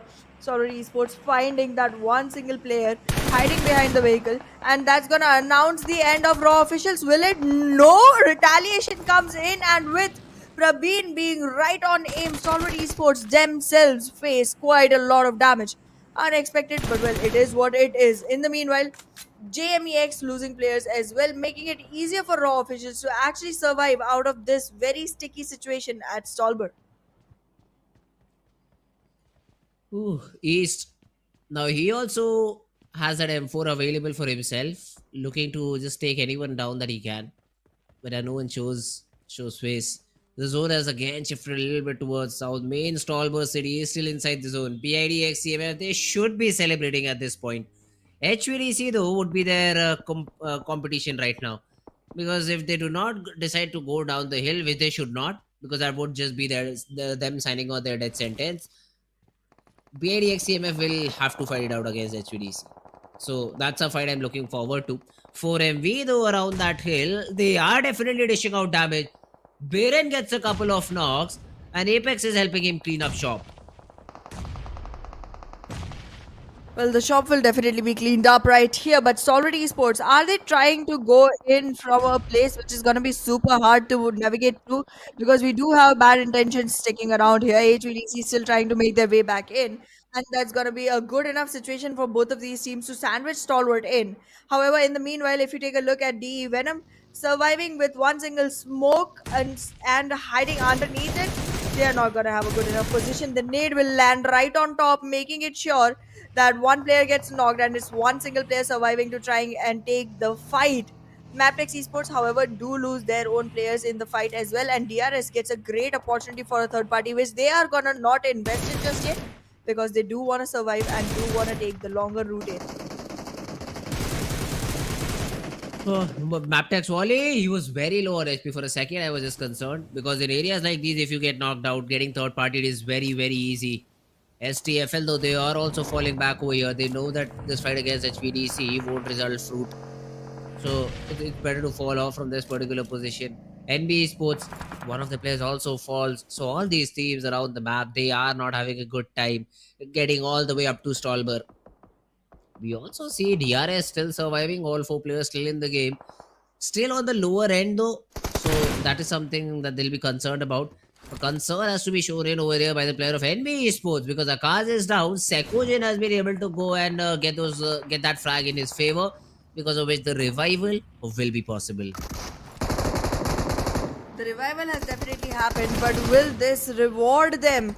Is the big question. Let's see if the rewarding is going to happen as soon. Stronger FAKELOVE finally taking a lot of damage from the side of DRS and finally dealing some as well. HVDC will be using the fruit of third party right here. However, there is a lot of ruckus that's happening towards the southwestern side, and there's gonna be a lot of teams that mount onto this particular position. And talking about me, I think I'm gonna hook on to Leo this time. Oh, I go with BIDX CMF. The position that they have is supreme. That high ground advantage really can give high value to them. HVDC also seems like to be a good option, but yeah, this third party from Mabetex will make sure that it does not happen. So yeah, Anna, if you ask me, I'll still stick with Team BIDX CMF. Well, a good choice nonetheless. But in the meanwhile, there is gonna be a team that takes a lot of damage, which is gonna be DRS. As you suggested, HVDC was a good contender, and they have been proving that by taking DRS completely by the coffin. Right now, Mabetex Esports trying to walk back into the circle, but still has one crawler on board. He cannot put his feet back on the ground because the revival is gonna be pretty late to arrive on spot. In the meantime, DRS gets eliminated completely, and now we have 12 teams all trying to walk into tiny little circle of stage 5. That's gonna be highly densely populated. Ooh. Leo though, has a good angle onto the player of DEADEYES, guys. Sussex and Slayer. Both these players will be in trouble. Now, Spam coming in through the smoke. Slayer, though, he just got shot down because the target was not him. It was Sus in the smoke, but Leo, he finally will be taken down. Sussex sir will be able to retaliate back in kind, but Mabetex will run and get that revival, or maybe not because the zone is also closing in. Now, if you can maybe carry Leo to the zone, that's entirely a different thing. But other than that, you'll be in a tough situation. Degree, though, has spotted down one of the players and has been able to take down him entirely. I was about to say that, but then I see the kill feed and his frag gets stolen. I feel for you, bro, but you cannot do much about it because that's the beauty of Battle Royale. HVDC, they will be put into a little bit of a tough situation. Meanwhile, DEADEYES guys also get eliminated. Desert over here stuck in a corner, smoking himself out of this position. Wants to rotate 80 meters inside the zone. Well, right now, Desert has been left deserted completely. In the meanwhile, though, we are seeing these 10 teams fight it out to enter into the circle. Stalwart Esports right now has one player inside and one player out. Still trying to hold Raw Officials off, constantly making sure that their aim is on the right spot. But Raw Officials is going to be able to evade that by walking right onto I8WO and picking up the last surviving player. However, in the meanwhile, Jiggle has been taken down and there is quick capitalization coming in from the side of Action. He is literally slamming right onto Jiggle, and that will be one more player taken away from the side of Raw Officials. This is one fight that you do not want to be involved in, Malik. Malik would definitely have to retrieve and not go ahead and try to, revive his fallen comrade. In the meanwhile, stronger FAKELOVE taken out as well. There is so much happening on the map at constant, intervals simultaneously that it's hard to figure out which fight to pick at a time. Ooh, frags are flowing left and right. Yes. 4M, we also have a good position inside the zone. So that is again another team that I'd like to keep my eyes on. But in the next 10 seconds, it will be even clearer which team has an advantage overall in this game now. That's what I'd like to see. Advantage being given to one of these teams. Now, Stallbar has again a lot of these small little areas where pockets, I'd say, where players could hide in. So that's one of the places that you wouldn't want to be. You wouldn't want to clear all alone because you could be surprised because of a rat maybe playing there. But this time around, 4MV in the kill feed, they show up. They've taken down one of the players of Team Mabetex. Dante also falls this time around to HVDC Zero. Now that's a frag. I think Dante was very far away from his own teams. Yes, exactly. And he will be completely taken away from the game. Problems arise. Let's see if there's some solution for that particular team or not. Well, we'll soon find out if the solution comes in. But in the meanwhile, Leo Esports still not involving into any much ruckus, trying to find themselves in one single battle at a time. They have taken care of Raw Officials already, and now they're gonna be marching back in with Stalwart Esports soon enough. With that, they are gonna have another third-party opportunity built up for the side of IHC. Unaware of the position of this team, Leo might fall prey to a very unsuspected situation. Let's see if it works out, because so far it seems like the best position on the map is gonna go with 4MV and Seal. Okay, Seal gets taken down, so never mind. Mabetex, though, they do have a good spot. I mean, it is needable from up top, but I don't think so Team DEADEYES have that information, because of it they're not using any of their utility till now. Also, they also have to get inside the zone, and in front of them is a complete steep down ridge. And it's a downhill fall, so you'll need to be careful about all these angles on the left and right too. So it's not a good situation for Team DEADEYES right now. Let's see how do they first of all get in the zone and then maybe fight out against the players of Team Mabetex. 4MV though really have a good spot, so that is one of the things that I like about this team. The position that they have is very secure. All three players having three different areas. Baron is a little bit alone, so if Mabetex they decide to just push in, there will obviously be some cover fire being thrown in from behind. But Baron has to do surviving all by himself. Well, this survival definitely is slightly scary for the side of Baron, but well, we'll find out, because he does have his comrades coming in right behind him, trying to make sure that he has all the cover that's required for him. However, 4MV, having lost one player, does lose their chances against Mabetex Esports, but every other team is still going to be running short of 4. So So that's gonna be an easy fight. All they have to wait for is to get Mabetex taken down. In the meanwhile, however, my prediction falls short and Leo gets taken down instead. They have quite a few downed players, and in front of them survive IHC. They are going to be able to finish IHC off completely, but will they be able to revive all four? No, because two have completely surrendered to the deathbed. Yeah, that's. Now, this is a difficult situation. Stalwart, I see all alone, gets that knock onto Nova, and Jetauta is still healing himself back up. And the random spam through the smoke, IC gets him through it. The first hit did not pop in time, and that will be game over for their opponents. 4 MV and Mabetex though in this close range battle. Zero is still over here, but I think the damage has already been dealt. Volley is completely out of the game. Desert and Leo are down, and the push comes in from BIT. They will spot Zero out. They will take him down without any damage, and Mabetex will say goodbye to the game.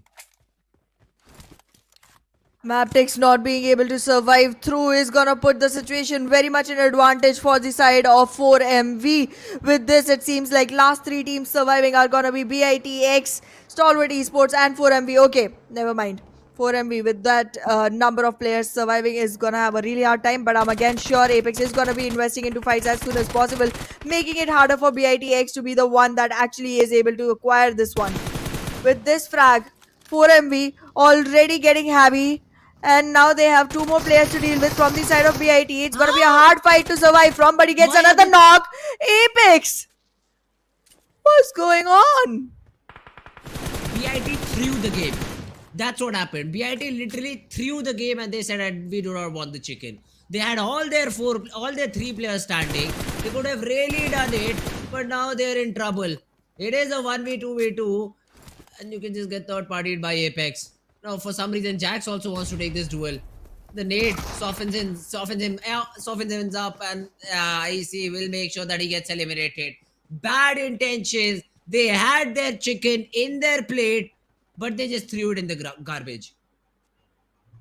Well, all I can say is that it has been decided by bad intentions that they just want to go vegan for today, because they've literally, as you said, tossed out the chicken from their plates. Now it's a 1v2 situation. Stalwart definitely looks like they're going to be on the higher edge. They're going to have all the benefits that they can in this particular fight. Is Apex going to be able to survive? Is going to be a big question, because I really feel like this is again going to be one of the situations where numbers advantage gets you the victory and you're able to shout out chicken dinner at the end of this one. And if Stalwart wins this, it's going to be a long awaited victory for them. Apex, however, trying to be slightly sneaky, going all the way towards the western side, trying to make sure that from his own west, he is able to get himself onto action and take one fight at a time. He wants to isolate this battle so that he has a better chance at winning this.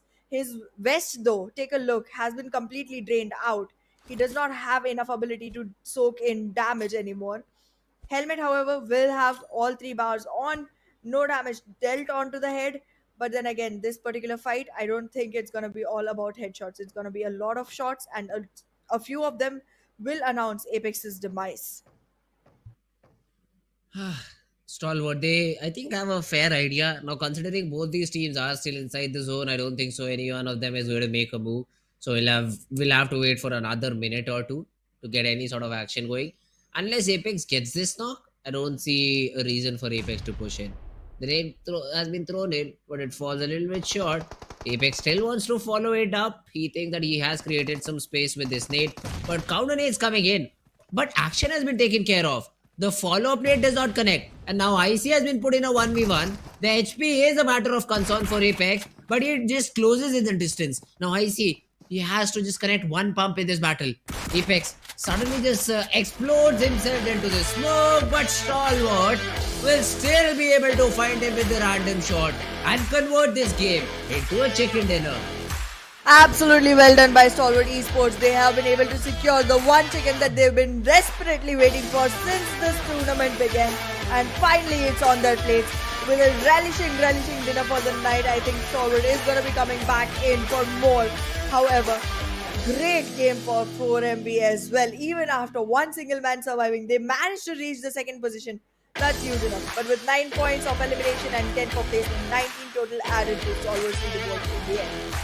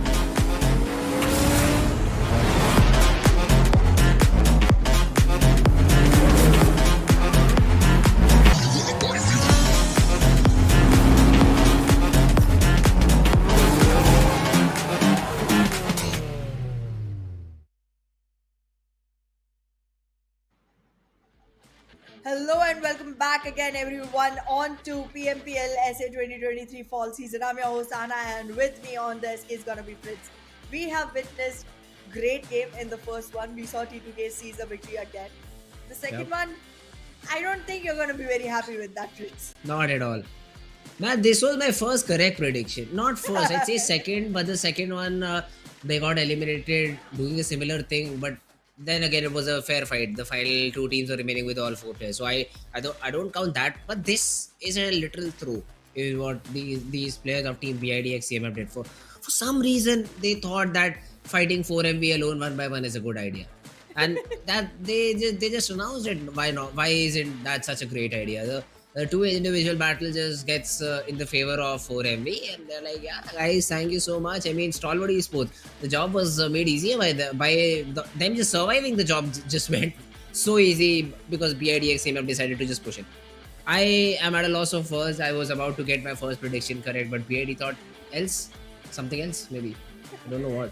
Exactly. They had different plans and they did not want you to win this one because they want to see me being the one having the first correct prediction. But well, in any case, let's take a look at MVP, and I wouldn't be surprised if it actually comes from the side of 4MV. It is gonna be 4MV.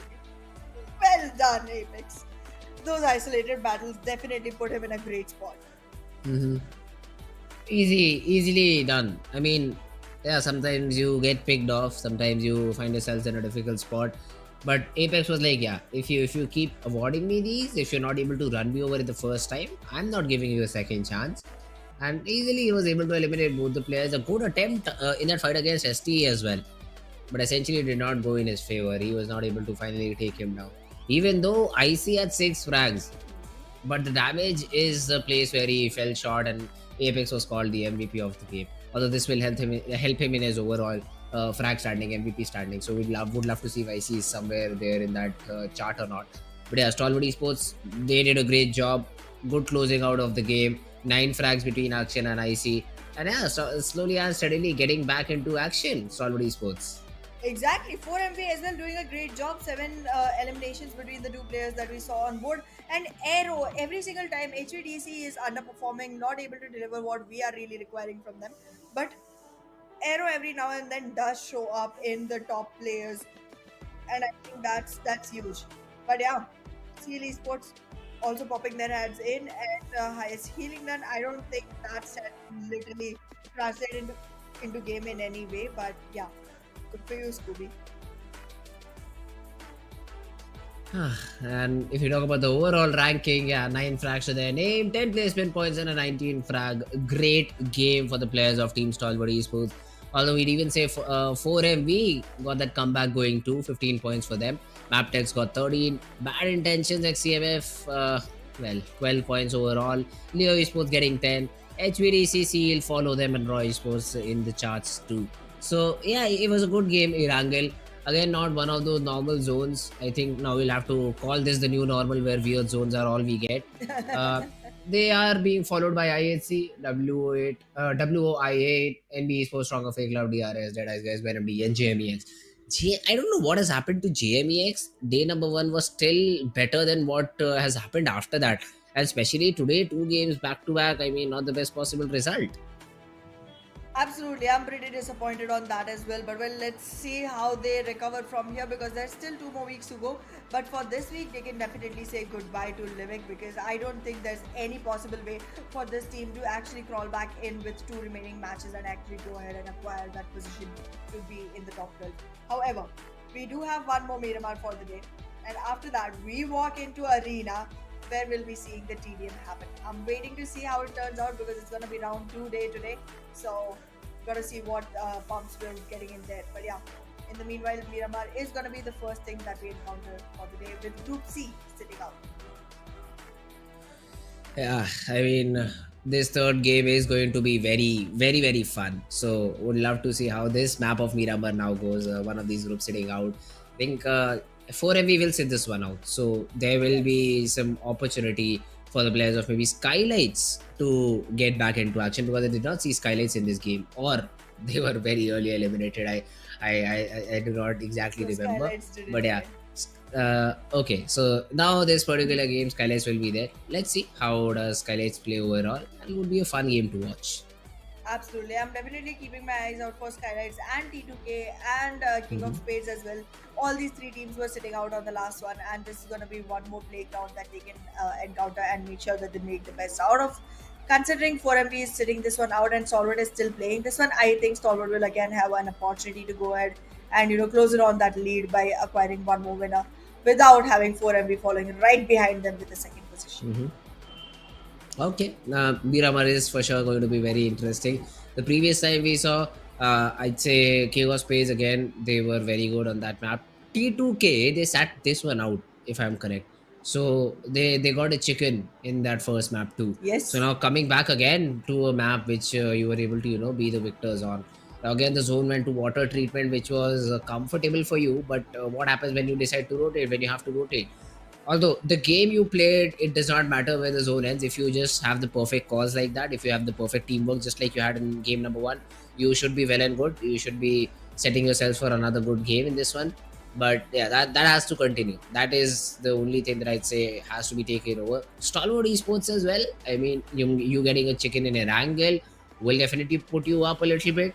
But then again, you've lost that second spot that you usually saw yourselves on. So now gaining it back, it is one step in the right direction, but then again, SKYLIGHTZ will not give it out so easily. NBeSports wouldn't fall so easily. So you'll have to be consistent with these sort of games. Maybe get another chicken on this map of Miramar and surprise us, and probably take us to the final map to show that yes, you can still be very much in contention.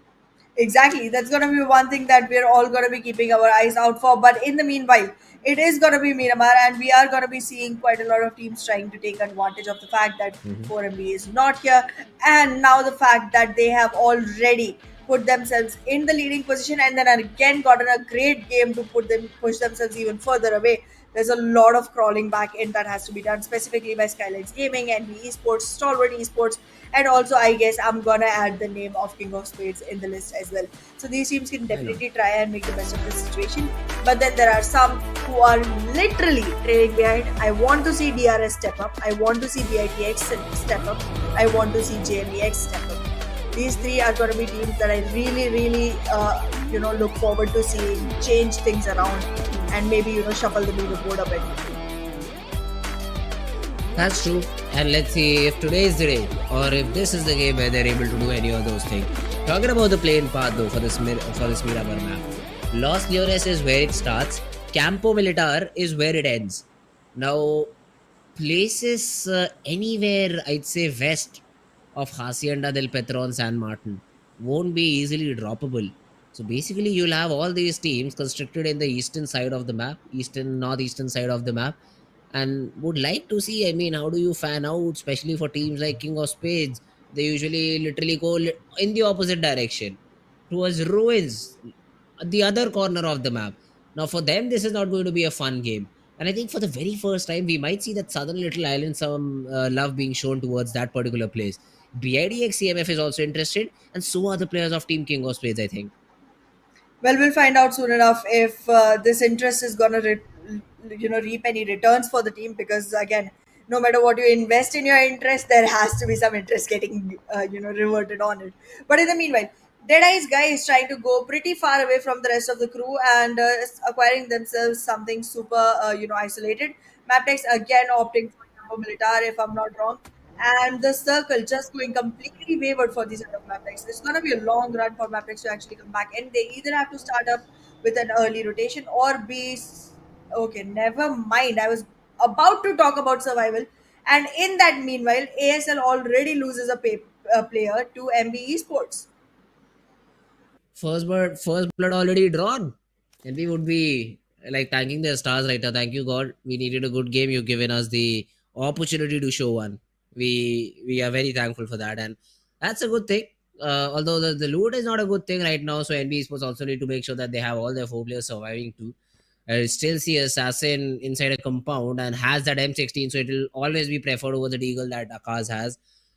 They'll have to provide maybe some support or maybe push Assassin too and get these flags in their name. But other than that, yeah, for now, if the situation is stagnant enough, and if Assassin does not land a few shots, it should be well and good.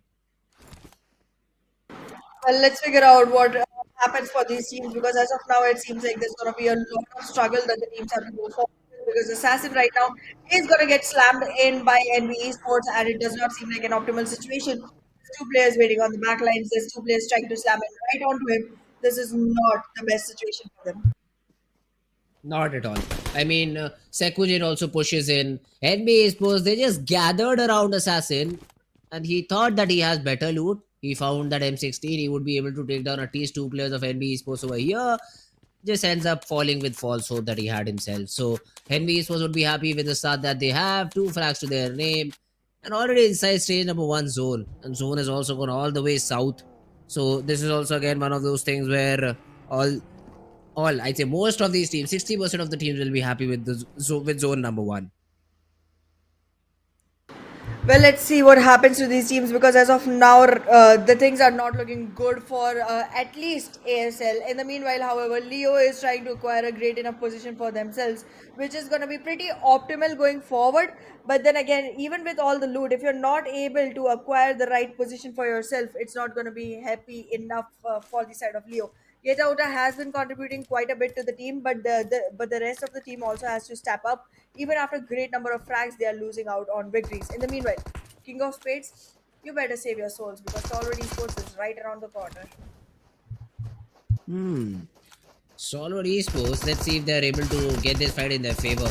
Mamba, he's just hiding over here and suddenly pounces onto action.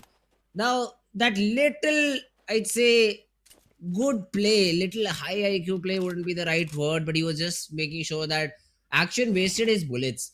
And even though he was not super accurate himself, but action did essentially run out of bullets in that particular angle and was not able to take Mamba down. That's the reason Mamba is able to survive and get that very first frag for himself.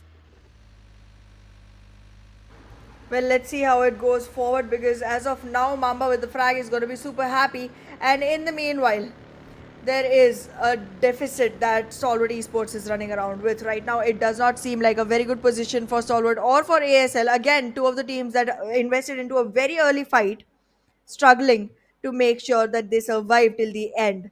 Raw officials, however, are going to be acquiring quite a lot of area to themselves, but the moment they get invaded, it's going to be difficult. However, I feel like the invasion is not going to happen just yet. Hmm. Uh, if you talk about the other teams too, I mean, on the mini map I see SKYLIGHTZ Gaming, a team which we were talking about. Yeah, here we have it. SKYLIGHTZ Gaming. They have to move inside the zone. They probably will have to battle it out maybe with the players of JMEX or DRS, unless they decide to go from all the way Mountaineer. That's the only way they will avoid these fights. Or maybe then, if they just don't want to take the fight, they just keep running inside their vehicle. That is again one of these options that they can maybe choose. But yeah, other than that, Mabetex, if we talk about them, they went all the way north towards Campo Militar Torea Humoda. So the loot that they'll have will also be very supreme. Deadeye's guys will also have to rotate probably through La Bandita is what they'll do, because there's a road that connects. A Kacha Pakka road is what we call it in the a Kacha Pakka road through Junkyard to Minas de Generalis that they'll use to rotate inside the zone. So I don't think so that'll be a big problem for Deadeye's guys. Even HVDC will easily rotate towards Los Leones. So all these teams slowly and steadily moving towards the first zone, getting inside it, hopefully get a better result overall in the game too. Let's hope the same. But in the meanwhile, let's take a look at how Steel is surviving because so far they seem like they are in a position where they can easily navigate into the circle. But the way they have been playing so far, Fritz, I feel like they are not prepared for the coming games. They are not prepared to survive. They're not prepared to take the fights either. In the meanwhile, talking about JMEX, one of the teams that is constantly losing players, is running around with players from such a huge distance that no revival can happen. I don't understand why. And I don't see a point to it. And I would definitely want to see how they are able to capitalize on this because so far it does not seem like it's possible. Hmm. Seal, where do they go? I mean, this has sort of become a pattern for all these teams. They just get so constricted towards the center of the zone that if the zone is not in your favor, you really feel a lot of pressure while trying to get in it. And because of it, the teams who like to play it from the far outskirts now, they always have that I'd say advantage overall. They know that all these teams will be constricted around here, so they just decide to rotate around them, and the fights usually do not happen in the first two circles because of that region, because of that reason. So would like to see some teams, just fanning out, maybe taking around the area. I still used to remember that there was a meta that earlier used to happen. Nobody took the center of the zone. Everyone would be very happy with the peripheries. The only time that they would go in for the control of center was when they were absolutely sure that this zone or this place will be inside the zone for the next 3 or 4 zones. That's when they went for this particular sort of play, and otherwise they would be just on the extremities. But this time around, a lot of teams towards the center of the zone, which essentially means that the fights will only happen after the fourth and the fifth zone. So let's see. Seems to be working for a lot of teams, even for NBeSports as well, because they've just secured their third frag for themselves. Well, we'll figure out if that's going to be a possibility. As of now, ASL still trying to find themselves into a better opening. In the meanwhile, NBeSports with these 3 frags is going to be celebrating quite a bit because they haven't lost a single player in attempting these, and there is a presence of T2K in the periphery as well. So I think this fight with ASL definitely should come to a halt because T2K, with the kind of momentum they're holding right now, might be able to actually enjoy the third party relics for themselves. In the meanwhile, Chumbasera is still populated by Leo Esports, and I think it's about time they start to move around. Yeah, NBeSports though, how do they know that this last guy is here? I just do not understand, but NBeSports for some reason have an idea that Gangsta is present in this exact location, and he won't survive for long because now the push has already started. Mondo, he has spotted Gangsta down. Even Akaz is running him over, and the frag will be secured by Mondo. But man, NBeSports, what a great read by this team. Fourth frag overall, and they have made sure that ASL is the very first team to fall in the game entirely. Let's see. ASL not gonna be happy at all. Every single time this team is coming in the bottom few, slots for themselves, not being able to acquire anything, not even a frag point this time. So that's gonna be a sad start, and I feel like ASL should already be losing hope for survival into the top 12. But in the meanwhile, STE alongside T2K surviving in a very very close periphery, and look at how they have attracted the attention from the side of Seal.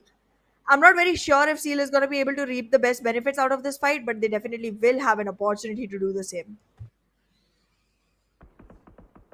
Yeah, Stalwart Esports, they're in a very difficult spot. Their vehicle about to burst out. Taking shots from 2 different teams, DEADEYES CMF. Not 2, 3, make it 3 because I also see Seal. I think they were the first ones to take this battle. So, not in a good spot at all, for sure. I mean, the vehicle I think is already blasted. Now, Rig, he took a few shots, they did not connect. Now has to reset, gets back into the compound, and will now hold a passive little spot. NBeSports though, they find themselves in yet another battle. But this time it's against the players of Team Leo Esports, and I only see Mondo and Fizzboy over here.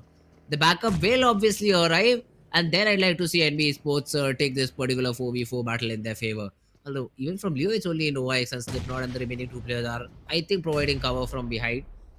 But let's see which team gets that first opening knock with the initial wave of utility that is being thrown in by both these teams. Well, we'll soon find out what these teams are up to because as of now, Leo and NB Esports are both constantly trading out nades, and in this whole fight, it seems like NB is gonna have more area to move around in, which makes it finally slightly constrained for the side of Leo. They wouldn't be able to reap the best benefits of the fight. However, Raw officials in the meanwhile taking a fight with King of Spades and making sure that they do not have enough chances of making it to the top slots. NBeSports Mondo still just behind the truck has a vehicle to escape if he wants to. But since Fistboy is making a different angle onto this battle, I think NBeSports are happy to take this fight. Now the zone will also force them to get away from the spot, get inside the zone as soon as possible. And if this zone ends in Los Leones, this would be very, very difficult for all these teams to play around. SKYLIGHTZ Gaming on the other hand facing trouble. It's Raw who gets the knock, but King of Spades who secure that frag. So that's a little bit unfortunate. It's entirely unfortunate for SKYLIGHTZ Gaming. But yeah, Raw official, they'll not be happy with the stealing of frag that was done by the players of King of Spades. Well, soon enough, we'll find out what exactly happens to King of Spades because as of now, very few players survive, and that's not looking like the best situation for the team. But in the meanwhile, NBeSports getting enwrapped between Leo Esports. Liquid is spotted, he's gonna be fisted on, but wait a second. There is support coming in. Fistboy definitely takes the trade down, but it's still looking like it could go anywhere. This fight can swing any direction. Mondo versus Yeta Uta is gonna be the last fight that happens, and Slipknot alongside Novax will have cover for the side of Yetauta, and Mondo will be surviving solo in this particular fight. Can he take this down? Is going to be a question because Akaz is nowhere to be seen on the map right now. And with that fight coming in his favor, he is able to take one more down and completely eliminate that one. Is he going to be able to take Novax? No, he won't. He gets shot right there. And with Akaz's help, it seems like now it's going to be a 2v1 that can be actually rooted for. A little bit unfortunate, I'd say, over there, that particular engagement, because he was quick. He was just trying to quickly switch the scope over there, but it did not happen in time. And after that, he waved a few of his shots, I'd say, and that is the reason he gets taken down. Leo will get that revival onto Liquid, and he needs to reset as soon as possible. NB is supposed to do the same on one of their players, but they've lost Fistboy in the process because Yetauta with this angle will just be able to shut him down. Akaz also, yeah, I think, yeah, that's done. This game is done for the players of NBeSports. Leo, as soon as Slipknot fell, I thought Leo would be in a lot of trouble. But seems to be they've got control of it, and they will be able to move forward in the game with 3 players surviving. Well, with 3, it's gonna be a survival. It's definitely not looking like a victory, but then again, you never know because 4MB just did it with one single player, almost reached the second position, and numbers definitely did not matter at that particular point. You just have to find the right team to fight against in that situation. But well, as of now, Leo definitely will survive, but will the blue be any merciful? Because it seems like there's a lot of punishment coming in from the side of blue, and then there is King of Spades as well, just waiting there to have anyone walk right in and shoot on them.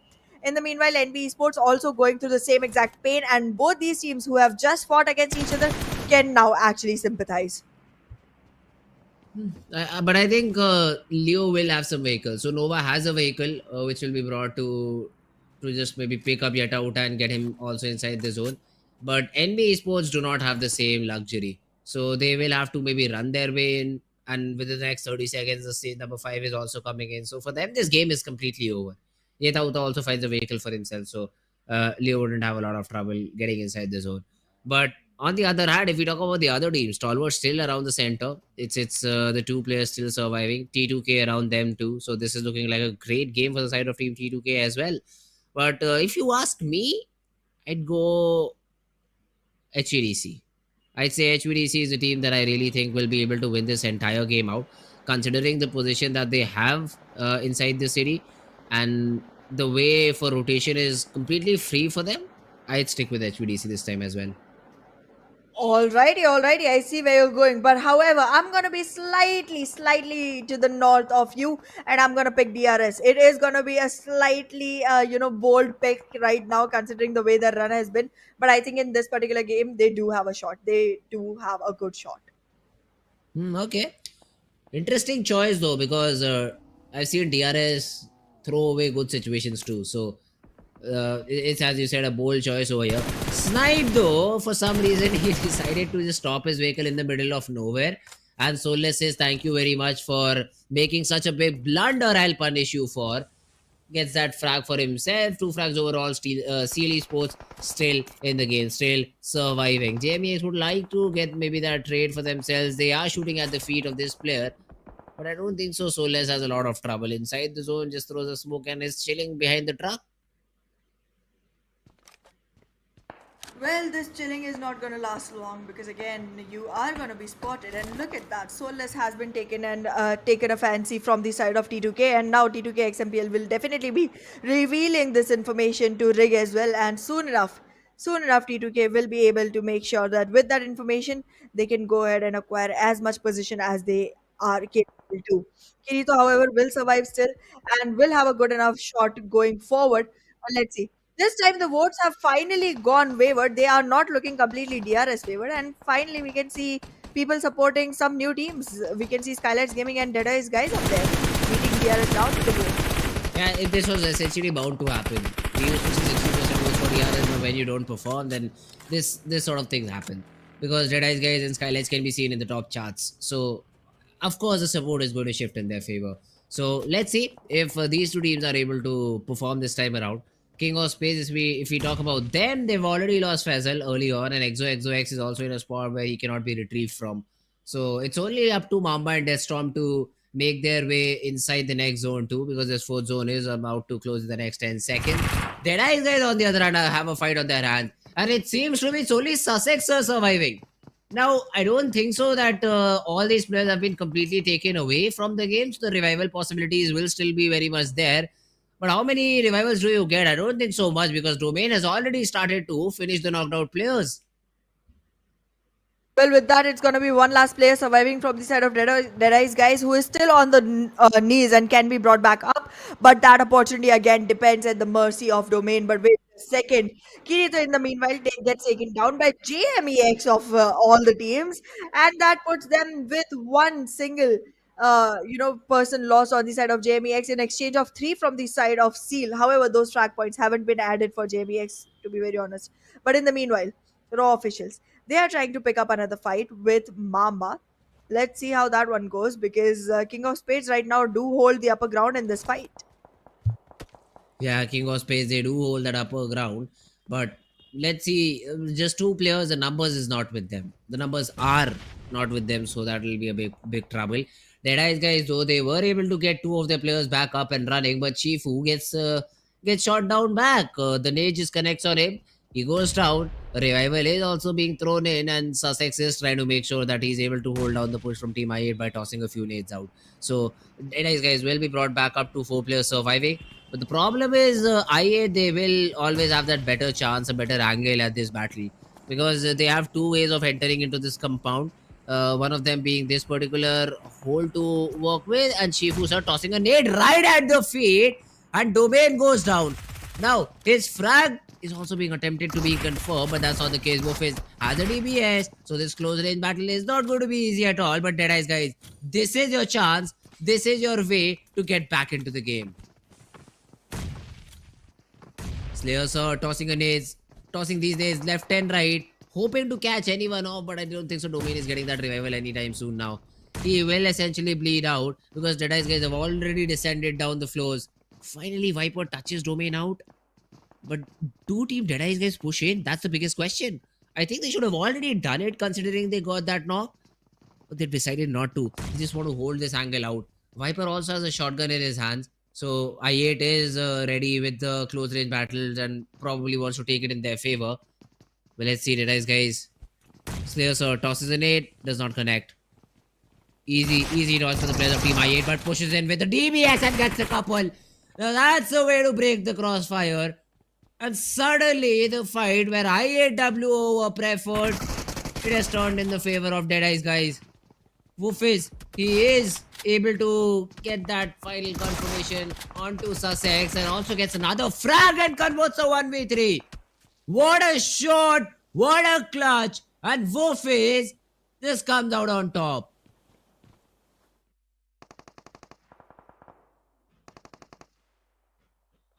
But it's going to be one single player surviving, that is going to be Woofus. How long can he carry this forward is going to be one big question for the team. In the meanwhile, however, JMEX currently making better for themselves, finally has a frag on hands, and 3 players still surviving. Stalwart Esports, however, lost a couple of players, but then that has been the story for Stalwart Esports since day one, hasn't it? We can still count them in, we can still count them capable of going forward. In the meanwhile, BITXCM, however, this is one team that is able to manage going all the way to the top, does have all 4 players with them. Will they be able to take this forward is one big question, because this team has a lot of hopes attached to them, which they are not rewarding. And look at that. And that's the useless fight just initiated by the team, trying to third party on a situation where they weren't even able to be prepared for it, and even in a third party situation getting 2 of the players knocked. I have no idea what Bad Intentions is doing right now. No idea at all whatsoever. They just wanted a good spot in the zone, and they thought that this third party fight, this fight is already going on, so let's third party. Little did they know it was a cold war, because Stalwarts did not have enough players to stand in this battle. So that's the reason I think they decided to. It was not the worst possible call as it was in the previous game. But yeah, they could have done better. I mean, when they were trying to take this fight, they definitely could have done better. It does not happen. They did not take into the account that many different teams are just have their eye on this particular battle and they just get completely eliminated because of it. But yeah, good closure of the game by the player of Team JMEX too. Although Rake will be able to get that knock with a vehicle blast and one confirmation, one knock onto the player of Team JMEX.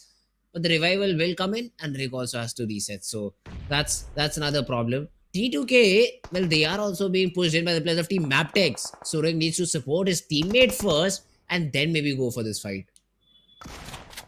Well, definitely is gonna be a choice for Mabetex Esports whether they decide to go ahead and take Leo up or if they invest into the fight. But in the meanwhile, they are gonna be able to pick one from the side of T2K as well, and Mabetex puts themselves in a better position into the fight. However, while this was going on, we did lose WOI8 completely, and that's gonna be the 10th position. Not any placement points, but 6 frag points, good enough for the team to carry forward with. However, the situation does not look brighter for the other teams. Either Raw officials still surviving with all fours but has literally only 3 frag points. Mabetex Esports, one player is completely knocked. However, they do have 1 frag point which they just acquired onto T2K. But is that just all that they are going to be surviving with? This time it seems like it's going to be a low frag game overall. And that does not suit the situation of these players, because right now this was the time to seize the opportunity and make sure that you are able to close in the gap to topple some positions and find yourself in Livik. But it seems like they're just letting it slip away. So they surely are letting it slip away, but the thing is, majority of the teams which we thought will show a good performance in this game have been eliminated. NBeSports being one of them, Stalwart Esports being the other one around, King of Spades as well. I thought these teams will show a better performance, but now this opens up shop for the other team. Let's see how do they pan out in the entire game. Now, Mafia Ninja, he thinks that the players have already crossed in. They are just on the opposite compound, so he is probably cooking a nade, just tosses it out as soon as he hears someone out. But Raw official, the fight for them is to get inside the circle. And as soon as the circle shrinks in, they will now have to fight with SKYLIGHTZ Gaming. Now let's see if that fight goes in their favor or not. Well, it definitely does not look like a very favorable situation just yet. But well, in the meanwhile, Skylights Gaming losing players make it easier for Raw officials to actually participate into the fight. However, Raw officials also soaking in quite a lot of damage. In the meanwhile, DRS trying to capitalize on the situation, still has all fours standing, still is trying to keep their position concealed, may have a great opportunity of third partying in multiple fights and acquiring frag points from their own. Well, in the meanwhile, are you going to be seeing Raw officials win this one? I don't think so. Every single exit point has been conceded, and Skylights Gaming is trying to walk in onto them, but the numbers are going to be a big no for the side of Skylights Gaming. With only one man surviving with half HP, this does not look possible. He has to run away. That's what he's trying, but where will he go? That's the biggest question. So yeah, he essentially will be taken down. And with that, SKYLIGHTZ Gaming will be eliminated on the 9th rank. Not the end that they were hoping for. T2K though, they have a good angle onto the players of Team HPDC and are trying to take them down. Although HPDC are also struggling with the zone. So that's another thing that HPDC need to consider and get themselves into the zone as soon as possible. Ryuk, unfortunately, will fall to the zone. The one player log has been completely eliminated. T2K, they really have a good compound to hold. If you talk about the players of JMEX, they have to come up and maybe cross the road, which will definitely be a big nightmare to do. Dreams and nightmares are being traded constantly between these teams, and with every single bullet there is someone who's losing hope and someone who's building more. In the meanwhile though, HVDC is going to be able to capitalize on that situation. T2K, even after being in a great situation, were in a fight which made them lose a couple of players down to the ground, but they're still going to be able to go ahead with the revival of their fallen comrade and also win the fight. In the meanwhile, also send Jane out to take care of Mabetex Esports. Beautiful. I am liking the aggression on this team right now. 9 already on board and will soon be able to convert it into a 2 digit. There it goes. Done. Mabetex now constricted to one small wall, I'd say. Jane does not have any nades, otherwise they could have been just tossed over here to take down the entirety of Mabetex. But the next zone has forced a lot of teams to get into. One of them being JMEX. So that's not going to be a fun time for the JMEX. DRS also have to move in, but then the dip that there is, I'd call it the swimming pool, but it seems like to be a bunker underground that has that has an opening up top too. They can just use it, maybe get inside the zone inside of it, and then try to take cover and fight it out against the remaining players. I think the only concern that they have will be the players of T2K. Seal won't show themselves, Soulless wouldn't show himself over there. And unless raw officials they just push and get that frag, grab that frag to their name, and then maybe pester the players of Team DRS down, they should have an easy time rotating inside the zone. Well, definitely gonna be an easy time rotating, but then again, once you rotate into the zone, how are you gonna be folding your positions is gonna be one big question. In the meanwhile, Mabetex Esports does get taken down by T2K. It's gonna be the end of Mabetex, and with that, 4 frag points, actually 2 elimination points and 2 placement points is all they are able to acquire, and 4 in total. With that, we have top 5 teams surviving, out of which it seems like Raw officials and DRS are the ones with maximum numbers on board. Seal surviving with only 1, so that's going to be called off soon enough. The moment Raw officials realizes where Soulless is, he's going to be left soulless to begin with.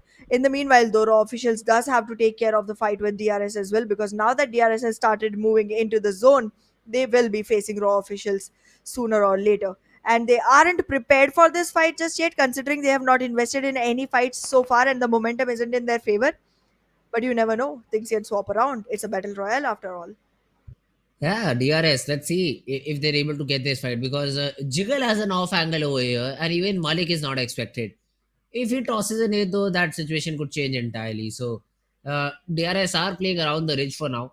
They just want to poke and prod, get information, and are also falling back at the same time. I think they themselves are not sure about what to do.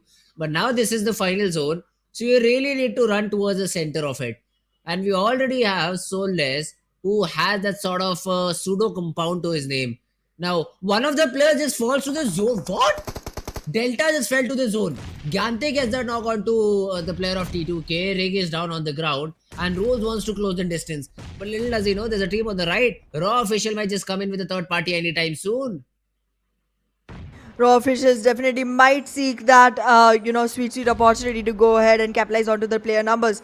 But in the meanwhile, so far, DRS still finds themselves in a safe enough position. They have lost a player, but are they going to be able to take many down to be able to actually survive with just 3?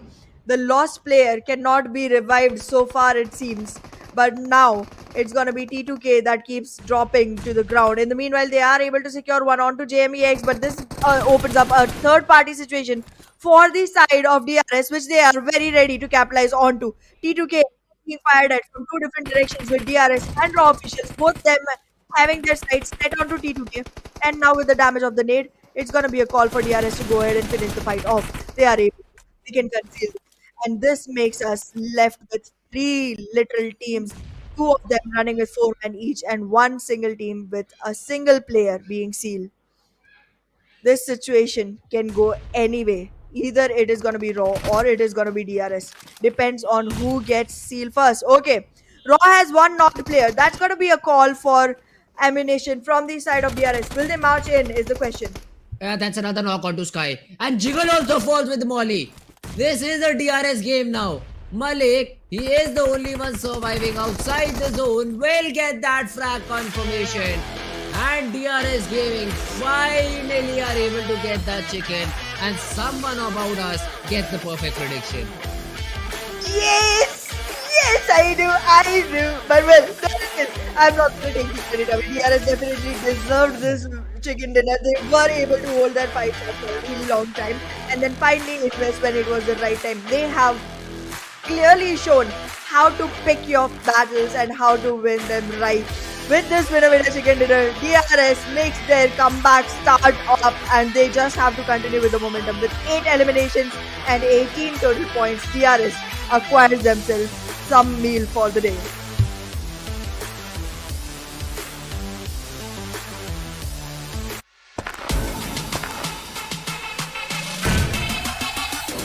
Make it clap.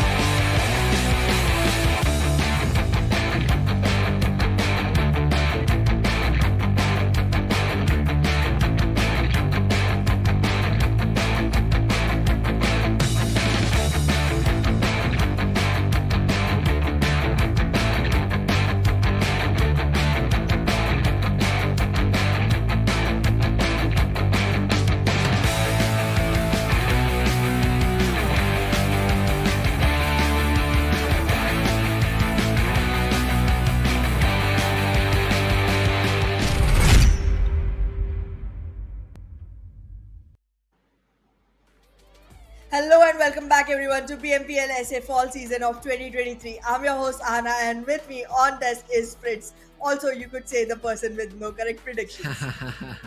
It's okay.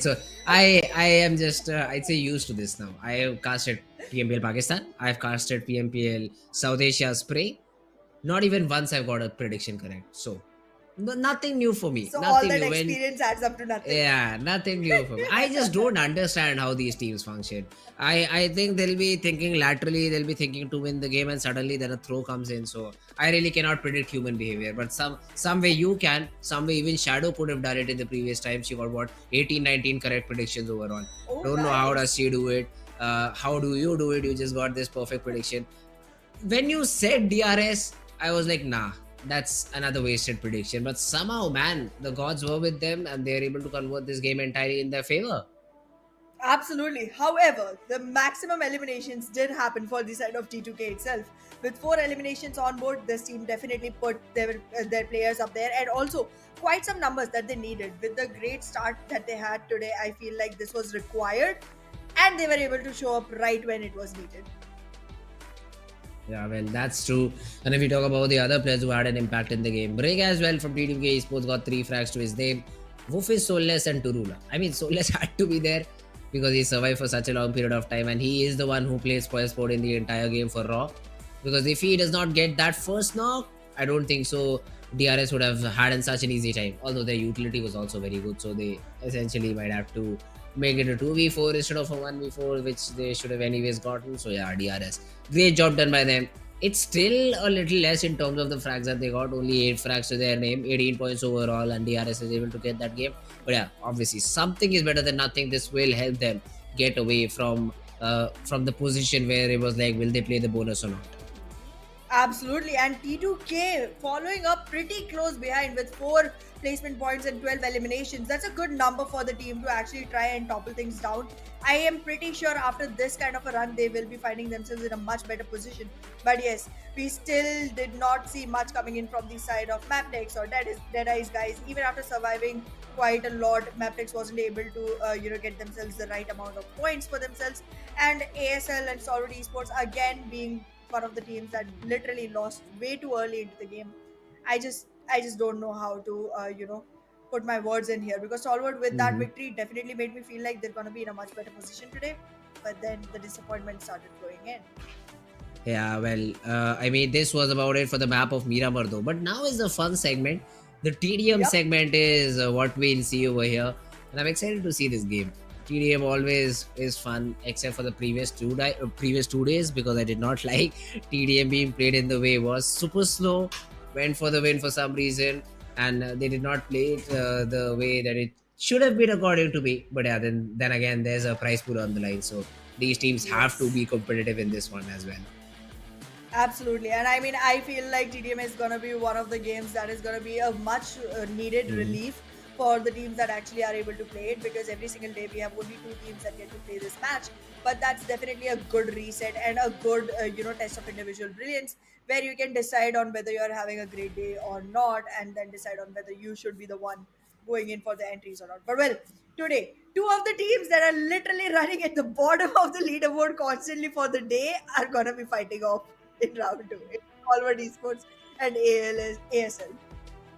Hey, not at the bottom. ASL They might are be, at the but bottom in Stalwarts today's is there games. up. I think Stalwarts is No. there on 9-10th.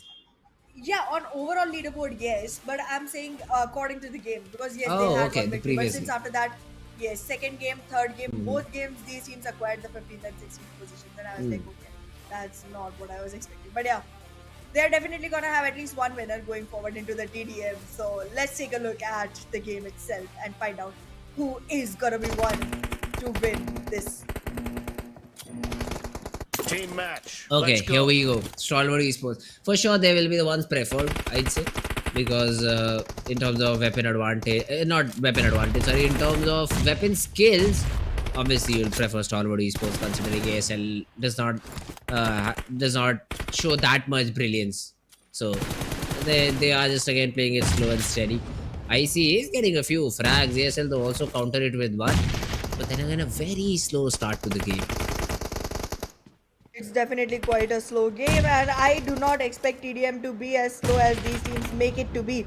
This prize pool is definitely asking them to actually go out of their way and choose the kind of playstyle that is not really, aligning with the way they're used to of playing TDMs. But well, what do you complain about? Because after all, they are acquiring equalizers and then the lead. I mean, even after Stalwart, the preferred one, I see ASL climbing up. Yeah, ASL they had that 3. Now make it 5-point lead over here because I see action both fall once again. Sleepy moving in from the right hand side. They've already sent the players of team Stalwart once back to the base. Will it be the second time around is the question. Sleepy again throws in a few shots, gets that frag, 6-point lead. They're just increasing it one by one. Absolutely, one after the other. There is a lot of chances coming in for the side of ASL domination too, and they are dominating every single time. I am literally seeing players teaming up to try and find that frag, but in the meanwhile, Stalwart will be able to single-handedly deal with quite a few situations themselves. It is low HP, but trying to get this kill is gonna be risky, and it was. Gets a shutdown onto ASL itself. However, the lead still stays in their pockets. They have 4-point lead, and that's good enough. Cheeky angles is what Gangsta is trying to make over here. He just has that information, relays it out, and that's what the players of ASL are using to their advantage. Look at this. IC gets another frag. They brought down the lead back to just 2 points, Stalwart. Now that's a great attempt over here. Action, whiffing a few shots, but then finally taking down Sleepy. And lead down to just 1 point over here. Yup, the lead has been squeezed in quite a bit from the side of Stalwarts, and now they have literally equalized the points with another knock coming onto ASL. Stalwart Esports finally being sneaky and picky with the fights they are going to be investing into, but then again, the numbers keep rolling left and right. Both the teams constantly chasing each other one after the other and trying to establish a domination, but then again getting shattered down constantly. This is getting very, very critical, considering that there is a prize pool on the line. Teams are definitely not taking this as a fun game at all. ASL was 6 points ahead at 1 point, and after that the scorelines have been equalized. Great recovery from the side of Team Stalwart Esports. Action, a little bit of a overcommitment onto that angle has made him completely gone out of the game. The trades again do happen, but ASL find themselves in a lead. The lead is going to be good enough and celebratory enough for the side of ASL because with 3 points on the back, they have already acquired 50% of the goal. 40 is the number that you chase for, and you've already acquired 21. That's good enough. There's still quite a lot of time on the clock. It's 6.5 minutes, so even if they try to play it slow, they are going to have enough time to continue with the lead. And I think that is what ASL was planning, but then Stalwarts comes in and ruins the whole plan for ASL. Now, with the lead getting shrunk constantly, ASL cannot really bid on the fact that they can just stay in the lead and win that way. So they are going to be participating into the fights constantly, trying to make sure that the numbers, even though get added to the side of Stalwart, get traded as well from the side of ASL. Look at this, cooking a nade. I think he knows where Chari is. But then Gangsta pushes in onto action and gets that frag. Even Tops goes down. I see not aware that Gangsta is wrapping all around him. So Gangsta just makes an opening over here for ASL. And another 4-point lead over here that has been secured by this team. Well, this lead is definitely capitalizing on. Now it's a 5-point lead, and ASL is constantly trying to surmount onto Stalwart Esports, even after being one of the teams that is completely challenged when it comes to going into the generic games that we have. ASL definitely is trying to dominate into the TDM segment that we have included. But yeah, with the 3-point lead, they are still looking good enough. But are they going to be able to capitalize is a big question because the lead is closing down constantly. Stalwart Esports trying to invade the private space of ASL and literally walking right into their homes to go ahead and completely take away the frags. Yeah, Stalwart Esports, they are down 3 points, and look at the passive approach that they've taken. They just want the players of Team ASL to commit over here. Tops gets a really cheeky angle, and Assassin as well is able to manage a frag from that position.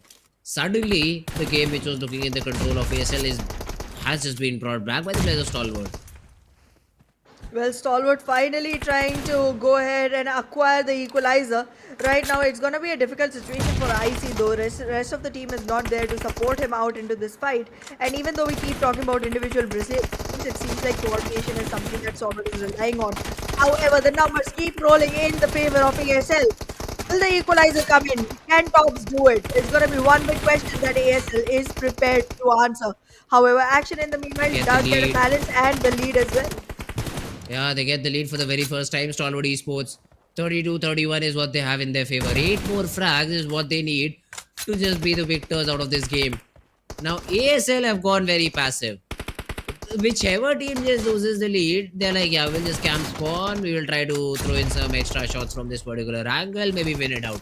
That's what they're trying to do. Now Gangsta has a nade in his hand. It won't give any value because Tops is present nowhere near that particular area.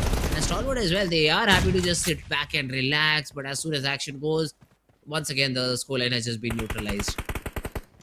Yeah, on an equalizer, it definitely becomes important for both the teams to actually go ahead and start initiating fights because the lead is definitely required for going forward with, even if you want to play it on time. But yeah, considering the numbers are so close to the end, it seems like we are going to be closing with 40 frags onto one team. Which one it is going to be? That's still unanswered. That's still a mystery that we're going to have to seek out of here. However, Stalwart Esports right now taking constant damage and still surmounting on numbers because ASL, even after damage, isn't able to convert it into frag points just yet. The nade did soften up one of the players of Team ASL, but there's no follow-up. So still Stalwart, they have that lead, 36 points to their name, whereas ASL only have 35. But that lead is not huge.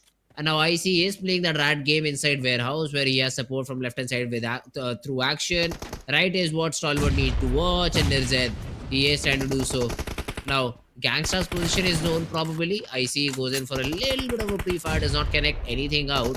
Look at Sleepy's position. Spotted, and IC is able to land those shots. 37th one.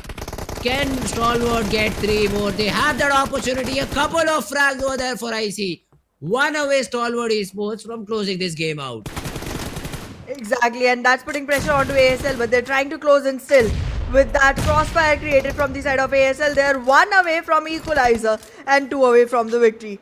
Let's see who is able to take this one out because yesterday we did see a comeback happen. Will ASL be able to make it happen today? Will the comeback be repeated? Will the history be repeated? It was just as close yesterday as well. But is today a similar day? Is going to be one thing we are looking forward to see. Stalwart Esports actually already in a great position to make sure that he is able to make out any player that tries to aggress towards him. But will that nade a complete elimination of the last result in top? That's just damage. No value with the damage. Now Action has that 3x in such a close range battle. Switches to the red dot and lands the final blow. Gangsta overpeaking a little bit. Stalwart getting the final frag, and that is the team we expected to win. And even after being down 6 points, this team is able to come back in the game overall. Yup, and that's quite some victory for the side of Stalwart Esports. Start was great for the side of ASL, but then Stalwart was able to convert the game into their favor and they marched themselves right into round 3. However, there's quite a few teams that still have to, qualify for round 3, and once that happens, we will be seeing how teams are able to navigate into that particular area because there's still going to be 4 matches in round 3 and still at least, I guess, 7 remaining for round 2 itself. It's going to be long. Maybe watch. Yeah, But yeah, it for sure is going to be a long run, but yeah, that's about it for Arena. Now we will be moving to that next map of Sanhok, and this is an interesting one because the teams from Group B will be sitting this one out. ACDE will be playing this game over here. And let's see, man, Sanhok. Who is lucky is what I'll say. Not skilled, but who is lucky? That's what we'll have to see. And essentially, if you're able to use the luck properly, you will be able to get that chicken in your favor. exactly. So it's about time that every team starts to go ahead and rub their genie jars because there's definitely going to be some requirement for make-a-wish situations in Sanhok. But yeah, you just got to see if the plane path comes in your favor and pray that the circle comes in your favor because that's the 2 things that are going to decide a lot in Sanhok. And then going forward from there, it's all about who is able to grow better because that's how Sanhok is played. Yeah, well, Sanhok is going to be an interesting map overall. Usually the plane part does not matter at all. It's like you can just drop anywhere that you like. It does not matter if the plane path is all the way south, you can go all the way north. If it's all the way north, you can go all the way south. It's a very small map, fight oriented map. Rarely you'll see vehicles being utilized too for rotation, so that's again another one of those things which you really need to keep in mind. Although the new meta, in some regions I've seen buggy as a vehicle that is being used by the players. Although it's not as commonly spawned as the other maps, it's very difficult to find 4 different buggies in this particular map of Sanhok. You'll have to run around all these roads in straight manner to get that vehicle. So that's something I'd like to see, if we again see some team picking up those vehicles, trying to rotate with them, and then moving inside the circles. Absolutely, I'm definitely gonna keep my eye out for that because it's definitely gonna be interesting considering that the teams do get the sound cues quite Mhm. a lot of distance across because the map is completely small and there's a lot of teams that drop in into particular spots onto the map and there's a lot of open area as well. So we'll see how the vehicle use turns out. But I'm Mhm. definitely looking for any teams that are gonna be going in for ghillie suits because they Oh offer a yes. lot. That's literally extra weapon for you. You can conceal yourself and then suddenly be like, surprise, I've revealed myself. That's a lot of struggle. So Yeah, well, ghillie yeah, suits is something we haven't seen till now. So would love to see if that is a thing that gets used anytime soon or not. But yeah, let's jump into the action. Let's jump into the game and let's see if any of these teams is able to first of all get the ghillie suit, which won't be the first thing on mind. But a drop fights will be the first thing on the mind, and let's see if we will see any fights happening around Paradise without boot camp. so let's see. Bootcamp is going to be again in reach. Like, okay, in Sanhok, definitely everything is in reach, but when specifically if you talk about, players trying to navigate from flight path, bootcamp definitely becomes the first spot to drop on. It's so close by every single time. No matter what plane path you're choosing for, bootcamp just becomes very easy to drop onto. Stalwart generally makes use of that fact, but let's see if this time they're gonna have any challenging position coming into them because I do see one more team fluttering around. However, they're just gonna pass this by. Why no drop clashes on boot camp is my question. Like it's been 4 days. I want to see drop clashes on boot camp. Leave drop clashes. We're seeing no fights on boot camp because Torwood gets there, acquires their loot, and then starts moving forward. They don't stay there for long. So that's again, boot camp getting wasted. To be very honest, it's a huge area and it's a very comfortable area to peek in into fights from. But still, nobody tries to participate into boot camp. Well, let's see how it Mhm. turns out. But Fritz, this time I feel like Deadeye's guys have huge area to themselves to actually navigate across. Like the northwestern island is completely theirs. DRS guys are for sure in a strong spot, but the same cannot be said for these teams over here. ASL and Leo, these teams are on the bottom chart and now are fighting amongst each other. So the team coming out on top will definitely be in a good spot. Gangsta is being run over by 4 different players of Team Leo from 2 different angles. So it's not going to be easy at all for Gangsta to survive. Now he is still proning down behind his bed. And for how long can he survive? Answer, not long. Because he'll be instantly taken care of and the frag will be secured. Well, there's definitely a lot that has happened with that first track getting taken down from the side of ASL. Again, it seems like ASL does not have a good day today at all. None of the matches could they acquire anything, not even in the TDM, and this just does. It's just salt to the wound. It's just salt to the wound, fuel to the fire. It's not looking good for ASL. But well, in the meanwhile, Leo definitely is going to be happy with that first track. But last time the Leo had the first track, they could not carry it forward into the game and they were literally taken down soon enough. Let's see if this time is going to be different because again, being Sanhok, it's completely dependent on how your luck goes around. Hmm. Let's see. Again, IHC is also in a fight against the players of Team Seal this time around. So Seal, they do get a few frags here and there. I'm sorry, IHC get a few frags here and there, and Seal left just complaining and whining about another player falling down. So there's not much they can do about it. But yeah, Zero for now from Mabetex. Still just sneaking around, trying to spot the players of Team BID 90 degree. Still up top that particular hill, and let's see BIT how do they want to play it out, because Mabetex has good information, and it's the only reason he's not firing right now because Zero is all alone. So he just does not want to give away his position and maybe risk the play of getting eliminated. So he's just surviving, making sure that all the 4 players of Team Mabetex just play this particular game properly. Let's see if Mabetex is going to be able to find that for themselves. In the meanwhile, BITX CMF definitely trying to look for the lucky shots that they can here, because when it comes to actual skills, they are definitely not able to make the best just yet, at least not today. They have had a good day for themselves, but they have to continue having more and more better opportunities for themselves, at least stay above average, because right now it's seeming like their points do not replicate their, reputation. But well, just as I say that, PITX CMFF starts losing players. A little unfortunate, I'd say. BIDX CMF. They were hoping for a good game, but till now they haven't been able to do much. Let's see. On the other hand, stronger fake love right now. If we talk about this team, for now they probably want to just push in, get that frag onto their opponents, play that third party role. Although that's not the case. They just hear these fights happening outside their area of interest, and I like, yeah, let that thing just happen on its own. Teams are just fighting amongst each other. They will eliminate, and then we'll probably try to take them down at the later stages of the game. So yeah, Seal on the other hand, there's fight with IHC is not going the way as Seal wanted. They just got one frag to their name, and T2K tried to third party. Now XMPL is down on the ground, but the good thing is at least Jane was present to get that trade.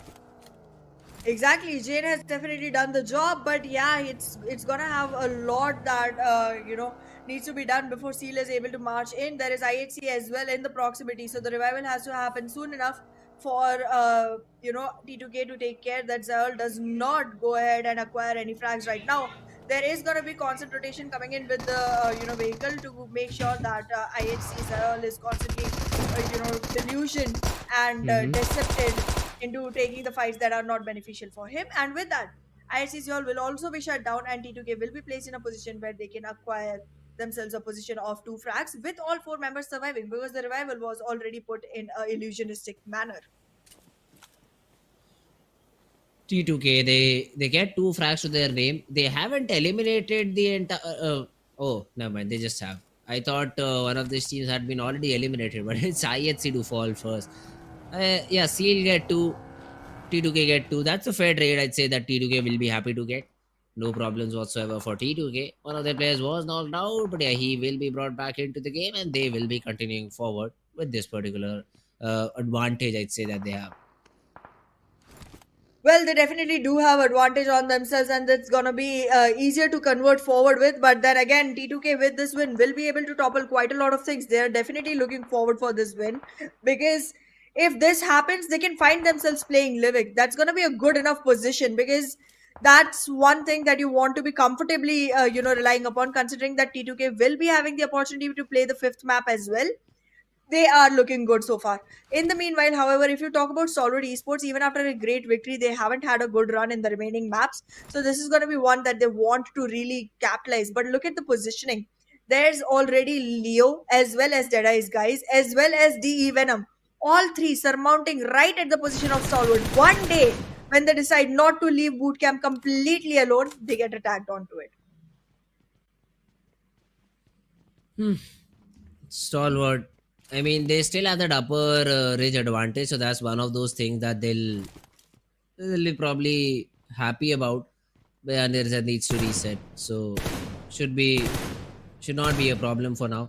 Domi just throwing a few shots here and there, hoping to get any sort of connection that he can, maybe just dish out damage. Because I'd say even if Deadies guys Venom DE though get even 2 knocks from this position, there's no way that they can push up and get those frags for themselves because it's just too far away without a vehicle.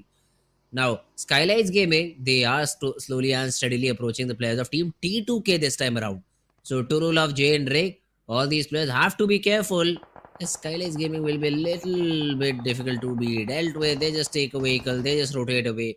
And even SKYLIGHTZ get third partied. So, yeah, Seal, for some reason with 3 players, they are still taking some shots. Mabetex is the team of choice for now. But yeah, Soulless will make sure he does not expose himself too much to the players of Team SKYLIGHTZ, as that is also another team that you'll need to be considered about. Exactly. You do gotta make sure that you're not falling prey to any of the teams that are trying to contend onto their own spots. In the meanwhile, the circle does take a centralized shift. It's slightly northern, but that's almost centralized. And it's gonna be an easy run for most of the teams, except for the very awaited BITX CMF. Finally, I'm able to use the letters in the right order as they are on the name. And when I do that, they finally make it back into the circle as well. But it's a long rotation. I'm not very sure of how long this can take the team, because they've already lost players and they are also not looking in the best situation when it comes to the particular fight that they eventually participate in. However, currently, Mabetex Esports, even after having the height advantage, is taking damage from the side of Seal. Yeah, Seal. I mean, they have that lower ground, so they should respect Maptex over here. What they're doing is they're just taking damage on their helmets and vest, which will essentially weaken them for the late fights that they'll have to that they'll have to take. So it is better to not peek that particular angle back and forth and just survive, just stay over here unless the zone forces you to move out. That's when you start to poke and prod and maybe take fights on some different direction. Skylights on the other hand, all sticking together, just making sure that the nearby angles are completely clear and they're not caught off guard by any of these teams. And still 15 teams surviving, 57 players. The map will shrink in the next 10 seconds. Oh, in the next 1 minute and 10 seconds. And then these teams will be put in a little bit of a troublesome situation. But for now, all of them just chilling around. Well, the chilling around moment is definitely gonna pass soon enough, and in that much time, you definitely gotta find out what exactly you're gonna do. Make sure that you have your eyes onto the kill field just to, have an idea of what areas are gonna be open to invasion for you, because that's gonna be one key factor on deciding which fights you can actually participate in and which you cannot. However, in the meanwhile, we can definitely see teams trying to run around with the vehicles. We were already discussing that, and with the vehicles already, with the information, T2K is gonna barge right onto King of Spade, but then fall back right in time because there isn't much support just yet. Gotta wait for the rest of the players to come in. Yeah, T2K. They are also on foot, so this rotation will never be easy because they'll have to consider a lot of different angles. But that's a free frag that you'd like to get, and Rig will confirm it. So that's a good thing. Oh, never mind. I thought it was a free frag, but it was, I think, Jane who got that knock. So Mabetex, yes, in a difficult situation. Let's see how do they deal with this. It's definitely a difficult situation to deal with, but Mabetex is gonna find themselves a way, considering they do have players spread around. Even if they are not able to win the fight, they will definitely have a survivor who is gonna be able to take care of position points. Victory is still something that I'm not expecting for Mabetex just yet, considering their positioning as of now. Stalwart still holding on right below bootcamp, and on to bootcamp, the current kings are gonna be Leo. However, I feel like there is gonna be a new fight coming in between ASL and Leo, which can be taken their way, but stronger fake love. In the meanwhile, the mollies and the nades. This is a lot of utility being dumped, and that is a lot of players getting taken away. STFL in a difficult situation, in a difficult spot, but let's see how do they deal with it. They will lose one of the players. The nade connects onto Ryuk, and that's a knock that I think STFL were looking for. They will essentially evade the entire compound and bring their player back up with the revival. But yes, HVDC, a good job done by them in terms of executing into this particular compound. Refa has already spotted that flank coming in from Aero, but HVDC will reset and get, I think, some more frags to their name overall. Well, HVDC, with the number of attacks that they have, will be able to find themselves in a better position, but being able to give Sanchit the time to actually heal up is going to be essential, and he does. Now they can actually march right onto the faces of Stronger Fake Love. If they are pretty awful about the position of Dobu, they will be in a much better situation. Oh, However, the getting this zone. frag itself does make it better, but the zone and the damage, both of the things going against STR, and as well for the side of HVDC as well.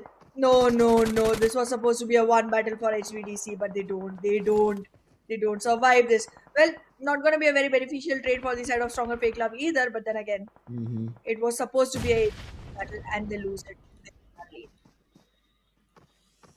Yeah, I mean, just attempting it was very confusing for me for HVDC because they knew that they'll have to essentially move inside the zone, and you still decided to just engage into this battle. A little bit confusing, but I do hope that HVDC they make sure that they do not repeat these sort of mistakes in the future. For now, though, Seal, they will be the ones who will be taking the advantage of the weekend STFL who are trying to get inside the zone. Shots fired, Soulless and Kirito will get one frag each. Overall, 4 frags for that particular team. Looking happy for now. Absolutely, and no fear from the side of SKYLIGHTZ Gaming will also be able to take some damage. However, that is going to be rewarding one because in exchange he does get a frag, and now the second one, putting SG in a much better position. T2K losing players is definitely looking good for SKYLIGHTZ Gaming, but they themselves are not in a very good position because right now damage onto SKYLIGHTZ Gaming itself is coming in from this recently rotated team, and now they are looking like it's gonna be just no fear alone doing the heavy lifting for the team one more time. Repeated history. Like how many times? I don't know. Mabetex, Giro, Desert, Volley, all three players still surviving inside the fourth circle, but the next 20 seconds are going to be crucial because there'll be a lot of teams trying to get inside the zone. And if you try to come out boot camp, King of Spades is waiting with both their arms open. They grab 2 frags, maybe 1 frag and 1 knock, but I think they'll just be pushing in very, very soon to get the final frag too. DRS on the other hand are fighting against the players of Team 4MB. Now that's a fight I'd like to see. Please, if you can just run towards that particular battle. DRS definitely must be in slight trouble going against 4MB, but as of now, the stats do make it look like 4MB is taking a lot of damage. In the meanwhile, DRS still manages to survive. SKYLIGHTZ Gaming though gets taken down completely, and now King of Spades hold boot camp alongside Leo. Two teams in same area and one of the best areas to take fights in. Let's see which one comes out as the winner. Third approaching. Is that okay? Bad Intentions also approaching the same exact spot. Yeah, well, why not? Because it seems to be a boot camp zone. You cannot be certainly sure about that because 4 more zones are yet to come. But then boot camp being such a big area, especially for the teams outside of it, on the extremities rotating around boot camp is super easy. You just need a few smokes and some good coordination to get inside the zone. So that's something you can use to your advantage. Now, just a second ago, we saw 4MV, one of their players being taken down by DRS, but now 4MV just answered right back. They've taken down one of the players of DRS. Probably the reset will come in, the revival will come in, and DRS will also be back with 4 players standing. But yeah, all these teams fighting a cold war for now. This Cold War definitely looks like a frozen icicle because it has fallen right onto the heads of the Venom. As of now, raising the heat bars, raising the temperature, they're walking into a fight with ASL and making ASL lose even after ASL being in the advantageous situation into the fight. Numbers will keep D Venom rising, and with 2 frags, 1 man loss, it's not a very profitable trade. But then again, making sure that you are able to survive into some position points will put them in a good enough situation. In the meanwhile, 4MB though, making sure that T2K is taken down and then trying to invest into a fight with Stalwart as well. DRS, however, in the fight hasn't lost a single player, and that's good for DRS. 4MV though, look at this. East has a good angle onto the players of Team Stalwart Esports. Wanted to take some shots, wanted to get that knock, although that's not going to be the case. But now moving inside the zone is a big thing that the players of Team 4MV have to do. 70 meters, it's not a big distance, but then there are a lot of teams fighting around this area. On the other hand, Venom, as soon as they left their compound, they're completely eliminated. East is down on the ground, so the revival has to be attempted over here, and that's exactly I think what 4MV is going for. But this is stage 5 zone. Do you think this revival is possible, Ahana? I do not. I do not at all. But in the meanwhile, Nate's coming, making 4MV and Stalwart Esports both worried because DRS is the one who's going to survive with all 4 alive, putting 4MV and STE both in a man disadvantage. Finally, one of their own knocked as well. Gyante has to be revived as soon as possible. However, it's not going to be easy considering that Mirzed alongside Akaz and IC is up for the fight, and the zone is going to push And with one man destroyed, they are gonna have to run away as quickly as possible in the circle, and that's gonna make it even harder for DRS to walk out of here scotch-free.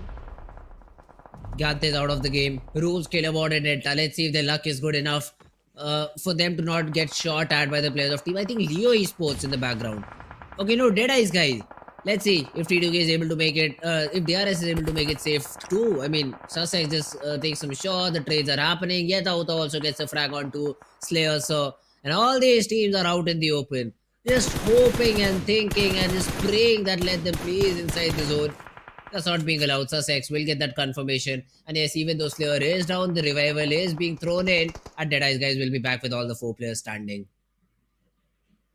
DEADEYES guys currently looking good enough with all 4 players standing. They are definitely in a very advantageous situation. But King of Spades definitely look like the team to count for in this particular match. Stalwart Esports right now still struggling to find all the players and the healing that needs to be done onto them. However, DEADEYES guys, very sure of the trajectory of their motion, are looking good enough to go forward with. In the meanwhile, PlayZone takes HVDC completely out of the game. A team that required the victory loses out on the chance again. Ooh, 4 MB. Oh, that's an ambitious attempt. Apex and Dog, the only 2 players, they just slam into one of these compounds out of boot camp and are able to acquire it for now. Now, they shouldn't be as comfortable as they'd like to be because nades can come in at any time, at any point of time, and they might essentially be eliminated out of this game. But at least there's an attempt.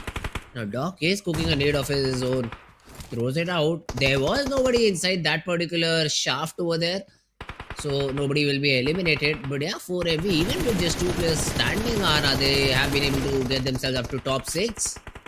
Absolutely, that's what 4MB does. Now, third frag point added to them as well. They are looking good and are going to be able to acquire the minimum number of points that they are looking for in no time at all.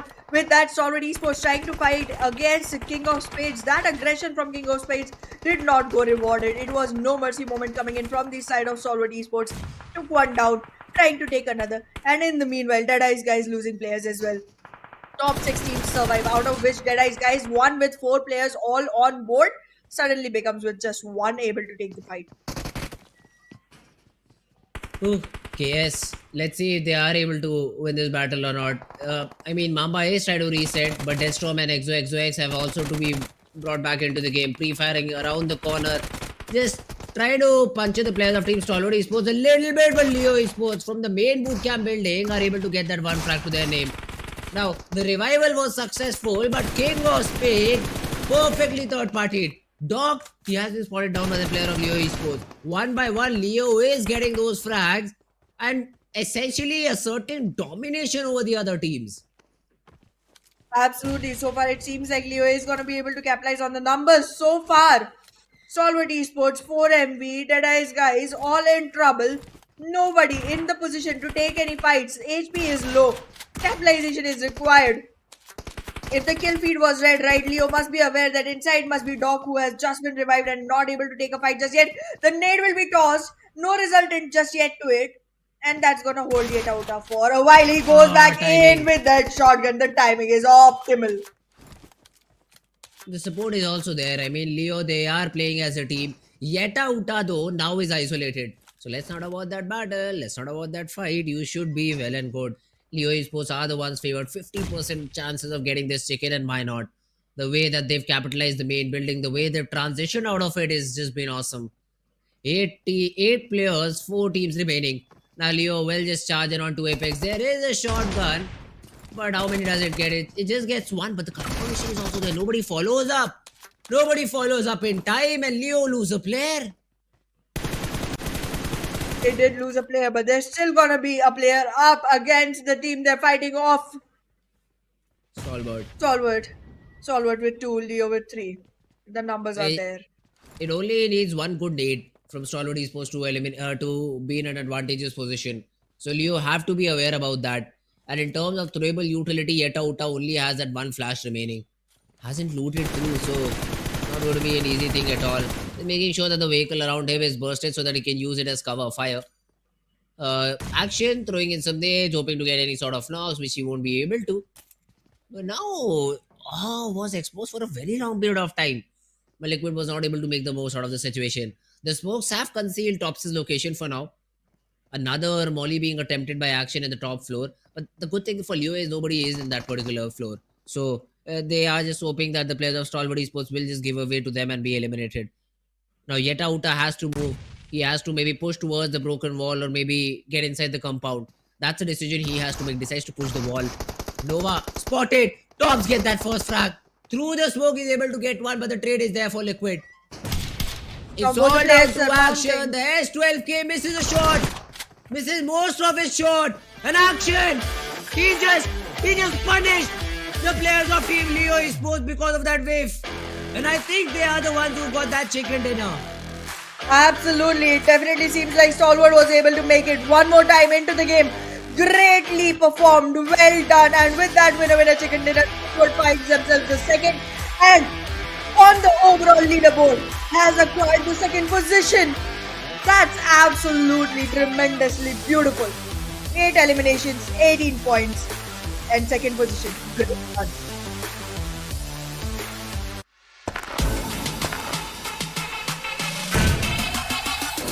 Make it clap.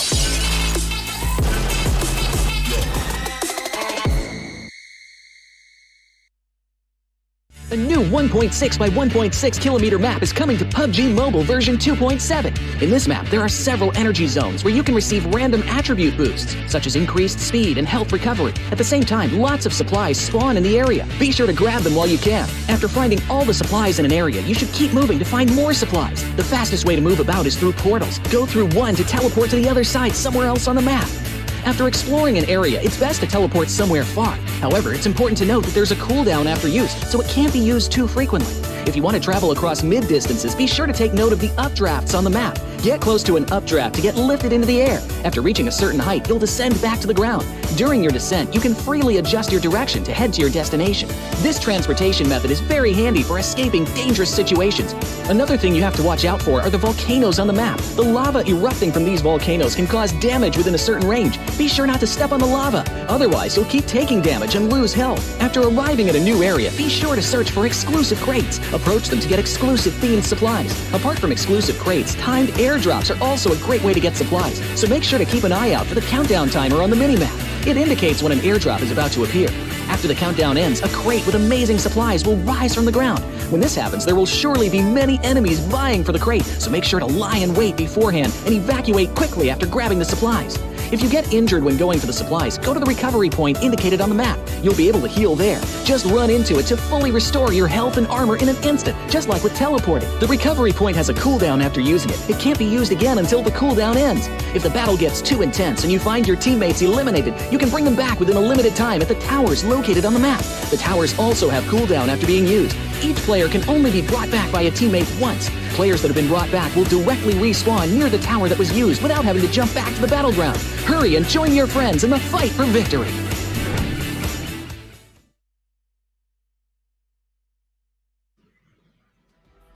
Hello and welcome back everyone to PMPL SA 2023 Fall Season. I'm your host Ahana and with me on desk is Spades.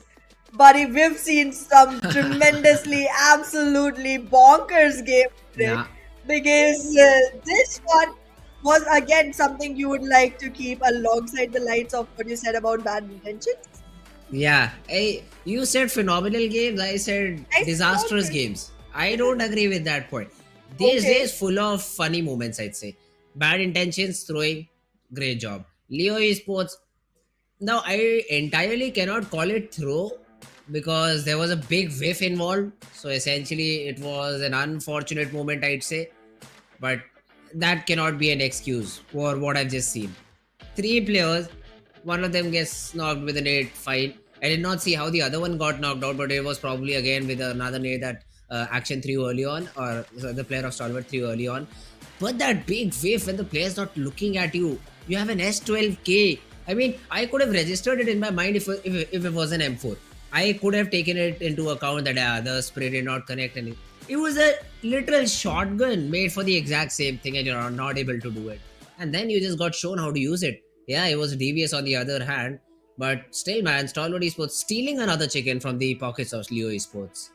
Exactly, and 4MB stealing another elimination point from all the other teams. 6 eliminations onto Doc. Again, the guy with the MVP stats for himself. 646 damage. Not exactly what you expect for a person with 6 eliminations, but okay. Works out for him. Works out for us. Greatly done. Well done by Doc. Yeah, and if you talk about the top players of the entire game, Doc, yes, 6 frags. He has definitely brought 4MB some good number of points. But the other players, Yadauta from Leo, Action from Stalwart, Tops from Stalwart, Jane from T2K, these also are some of the players that had an overall impact in the entire game. Jane, even after 5 frags, had only 449 damage. That's a lot of steel that I can whiff around there. But well, according to the match rankings, it's going to be 18 points on Stalwart Esports with 8 eliminations and 10 placement points, putting them on second position. But you know who's at first. It's going to be 4 Miracle Vibes with 12 more points added to their total. That's a lot of leap that they are constantly Wow. marching on to. 15 in the last one, 12 in this. That's 27 in itself. Oh goodness, what is this team even doing? It's scary. Yeah, I mean, always in top 5. In every map they play, they somehow get in top 5. So that's a great thing for them. Leo Esports as well, 13 points will definitely help them get out of the deep depths of the points table. Now, SKYLIGHTZ saw the best possible game, STFL. All the other teams on this particular chart did not have a good game.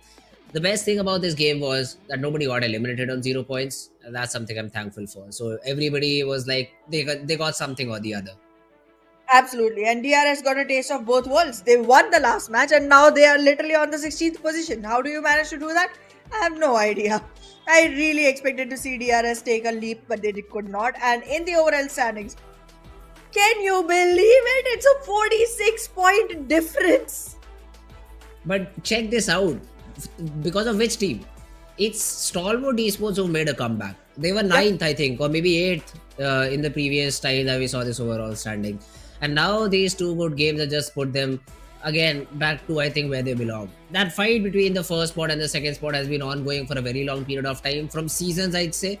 But it's usually Stalwarts on the second spot. They see it just seems to be that they cannot get ahead of 4MB overall. So that has been one of the situations over here.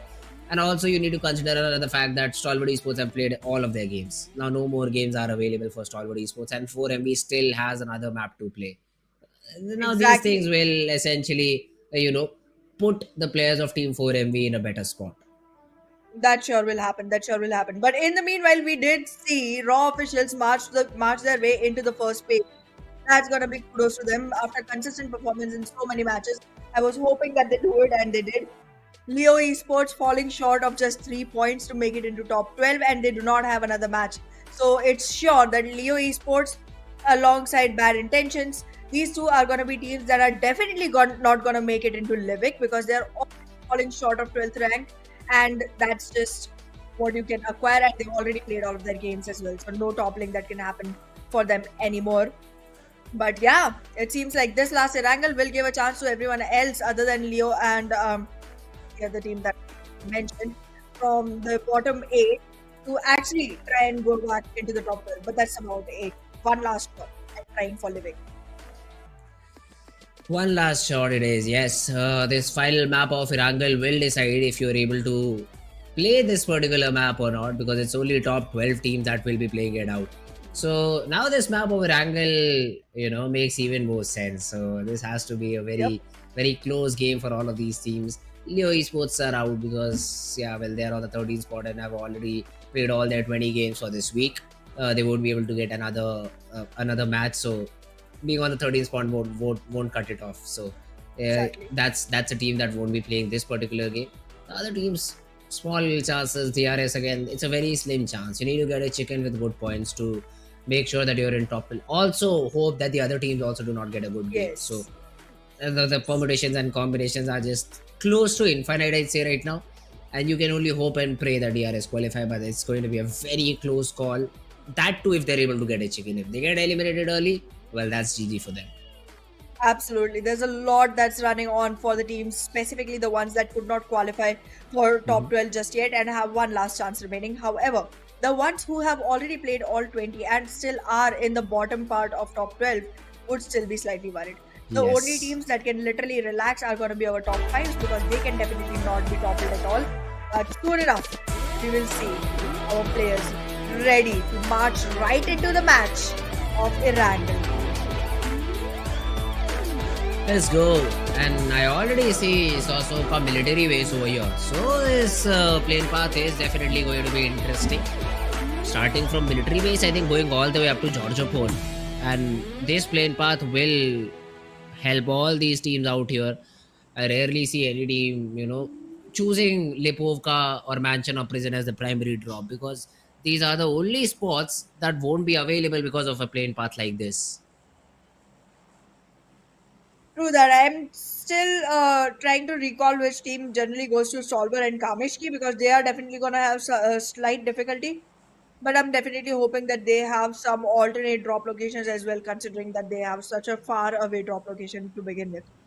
But in the meanwhile, 4MV having their fun time again, getting their drop location right under the map. First team to drop, first team to capitalize. Let's see if this is going to be an easy run because this time Stalwart isn't playing, so they do not have to worry about early elimination that has happened to them once before. But yeah, DRS is going to stay in the periphery. Whew. uh, Novo Repnoy, huh? That's an interesting drop. Stalwart not playing this game is what let the players of DRS have that freedom to go in that spot. Now that's a good thing. That's a good read by the players of Team DRS. They will enjoy that early loot. But the zone is not with them. The zone just goes all the way north and says, "Yeah, guys, you do one good thing, but we'll punish you for it. You need to be very quick with your rotation." Absolutely. With slight south of Siverny being the center of the circle, the zone has gone all the way north, making it slightly easy for teams going to Zarki. That is going to be Mabetex Esports and I8WO, which is going to be in close proximity around there. King of Spades already almost inside the circle. T2K again in a very good situation. They have once before acquired a victory on such a situation. Will they be able to replicate? Is going to be the question because this is important. That surely is a big question. Now, wow, it's a very, I say, weird draw that has been taken by the players of ASL. This, I mean, I now remember the old Fnatic when they used to be in India. That's the drop that they used to take, and well, let's see if ASL is able to replicate the performance that they were able to do. So it's a very interesting drop to say the least, but it usually helps you to rotate very quickly towards military base or Novo Repnoy if that's where the zone ends. And this is, I'm noticing this for the very first time because usually we do see a lot of teams around here, so I'm not able to see what ASL does. But HVDC not being in Pochinki, no player around the south side of Pochinki as well. Now I see what ASL is trying to do with the drop position, and it's a very interesting strat over here. Absolutely. We'll see how much they are able to capitalize because today hasn't been a great day for ASL overall, and being able to make it into Livik is going to be one big thing in their hands. But in the meanwhile, wait a second. Stronger Fake Love gets taken out completely by SKYLIGHTZ Gaming because right now these three players are in a very, very tight situation considering that SKYLIGHTZ Gaming is definitely on to the way to mounting up, but T2K becomes an unknown savior by taking a player down from the side of SKYLIGHTZ Gaming. They unknowingly help Stronger Fake Love. Now T2K, they have all these shots, I think, and would love to maybe capitalize on it. They've already got one frag through Rig, so that's a good thing. But Jane, now I don't exactly know the number, but it's a revolver. It's R189, something like that. But that revolver has got that one knock onto the player of SKYLIGHTZ Gaming. Nima has been brought back up, and SKYLIGHTZ, they will have to, well, play the remainder of the game with only three players surviving. Early loss of numbers is definitely not going to help climb back up across Stalwart Esports. But well, they can definitely make sure that they have enough position to go forward with even on the third rank.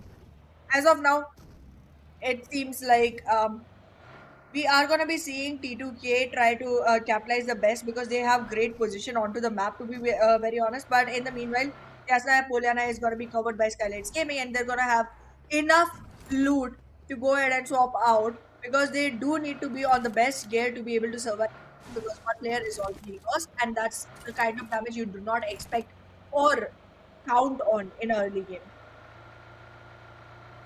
game. SKYLIGHTZ though, they ran from their spot and now are all the way up to Yasnaya Polyana, but still they're not decided to loot for themselves. Deadeyes guys, so they also get a piece of that pie. That early fight that happened between STFL and SKYLIGHTZ Gaming, it made STFL rotate in a very awkward spot, and Deadeyes guys were able to catch one of those players out of guard. Another That's another unfortunate thing for the players of Team STFL, whereas you could say the same thing for uh, Deadeyes guys, that it was very fortunate for them. Hmm. Two different sides of the story, but Deadeyes guys would be happy with the point that they have. Happiness definitely seems to be one of the emotions that gets swapped out very quickly in this game, considering that no matter how good you're doing, suddenly something will happen that will put you out of your misery by literally taking your life away. Let's see if Deadies guys is going to be able to hold on to this emotion for long, because right now they still have to concrete their position into the top 12 to be able to play forward. Let's say stronger fake love still holding on to the shack, might be able to go ahead and put a surprise attack onto Deadies guys, but that's just a might. With the numbers they have, I don't think they will. Deadeyes guys, yeah. Let's see. Slayer, sir. I mean, he is in close proximity to the players of Team STFL, but I think he does not know about that, so cannot do much about it. Now, I do see Shifu sir in this position. It's a height advantageous spot, but then again, loot is something that I guys also need to focus on. M16 UMP without helmet, yeah, you need better loot. Only one first aid overall, or maybe you can just find the remaining two players of STFL and take the loot off of them. But then you'll have to make sure you do not headshot them because then the helmet will be damaged out. But yeah, there is guys a 2-2 split for some reason. Probably the remainder of the two players will also join them very very soon. Let's see. As of now, it seems like IHC split is not working pretty well because KS has already figured them out. But wait a second, the fight does not go in the favor of King of Spades at all. IHC finally loses a player. Four of the men march right onto them, but now it's revival call from the side of King of Spades, which can be destroyed by Zeol. Will he be able to do it? He scopes out the area, knows the positions, but still is not investing in the fight just yet. With the nade thrown right on spot, King of Spades will lose a couple of players. IHC, however, lost one of their own as well. The Molly will come in. XOXOX will not have much to do about it. Will the revival happen in time for Godless? Because this fight has to be rewarded before the revival can come in action. Debo. He is still spraying. XOXOX has been spotted. The DBS. It lands. For a second, I thought it wouldn't, but yeah, it lands onto the player of KS, and now they're in a troublesome situation. Now Deathstorm tosses a molly. It connects onto Demo, but the nade tags out that player. But Demo does not go in, does not push, and that's the reason Deathstorm is able to manage that knock. Even JMEX want a piece of the pie. Deathstorm, that's a great nade. That's a real good nade. And that will eliminate the entire squad of IHC. King of Spades done well, but still, it's going to be one single player surviving who will get taken down by JMEX. This is not the great start that they were expecting, but this is all that they're going to have to satisfy with. Four on board for King of Spades and three for IHC. No positional points getting added there. JMEX though, with that one frag, are going to be happy and delighted because they lost nobody. And on the map of Erangel, you do want to make sure you lose nobody. That's true. NBeSports though, for now, you look at them, they've already started their rotation. They are somewhere around shooting range area and are moving north of it. ASL, a late rotation from Pochinki Hill. They probably wanted to catch anyone transitioning out from Pochinki. I mean, they were sort of correct, but 4MV is even late. So I don't think so ASL will get anything from this particular situation, and it's better for them to rotate away. Well, let's see if ASL is going to be able to find themselves the right spot even inside the circle. Currently, the run itself is going to be long enough, and 4MV is leading their way. So it's not going to be an easy entry. Once 4MV has acquired the spot they want, they will be able to gatekeep if they want. Right above Rosehawk is where the circle is right now. Again, a northern shift has happened, and Siverny is going to be highly populated soon enough. Oh, now SCRF Delta gets taken down. Meanwhile, Octopus as well, while trying to rotate, finds Kirito. That's another frag to their name. East spotted, but instantly moves away. So he knows that Chari is in this position, and it's better for ASL to not take these fights because 4MV is far too experienced to take these fights in their favor.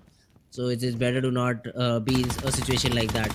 Now, Refus, he is trying to throw in some shots through the smoke, maybe trying to get a knock over there. Won't be able to get anything at all for now. But yeah, let's see STR. I mean, for how long do they survive? It all depends on DRS and their intention. Well, the intentions definitely are clear. They want to win. But are they going to be able to is really, really a big question because DRS definitely will be able to secure this fight. SCRFL won't have much to hang on to in this one. Oh, one Gets nade does taken it all. down and is eliminated as well, exactly, with one single nade, closing it off for STRFL. DRS, however, has lost a player of their own, which is again not a good trade. I keep repeating myself on this, but if you are not having about 4 frags, losing a player from your own side is not beneficial. It isn't, unless you're in the last circle. That's a whole different story. But yeah, in this particular position, getting eliminated as the first 3 teams, definitely not looking good. But then again, these teams are definitely going to have a reset next day because we are going to be coming back with a whole reset for second week where they can again try and be in top 12 to play Livik. For now, neither of them are going to make it, except for KS, I guess. Why did Gante stay alone over here? I cannot understand. And Venom are able to just take the advantage of this situation. Easy frag for them. But 4MV also joining the battle. Alright. Multiple teams having multiple outlook about this particular battle. And all of them want some frags. All of them want some points. This is unfortunate for multiple different teams too at the same time. Now Apex wants to close in maybe into this battle, the good thing is at least Venom do not repeat the same mistake that the players of DRS made.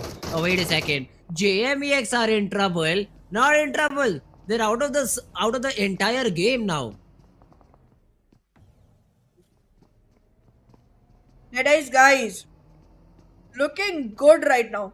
They were in a great position even the last time, if you remember, Fridge, but they weren't able to capitalize. This time, I hope they do.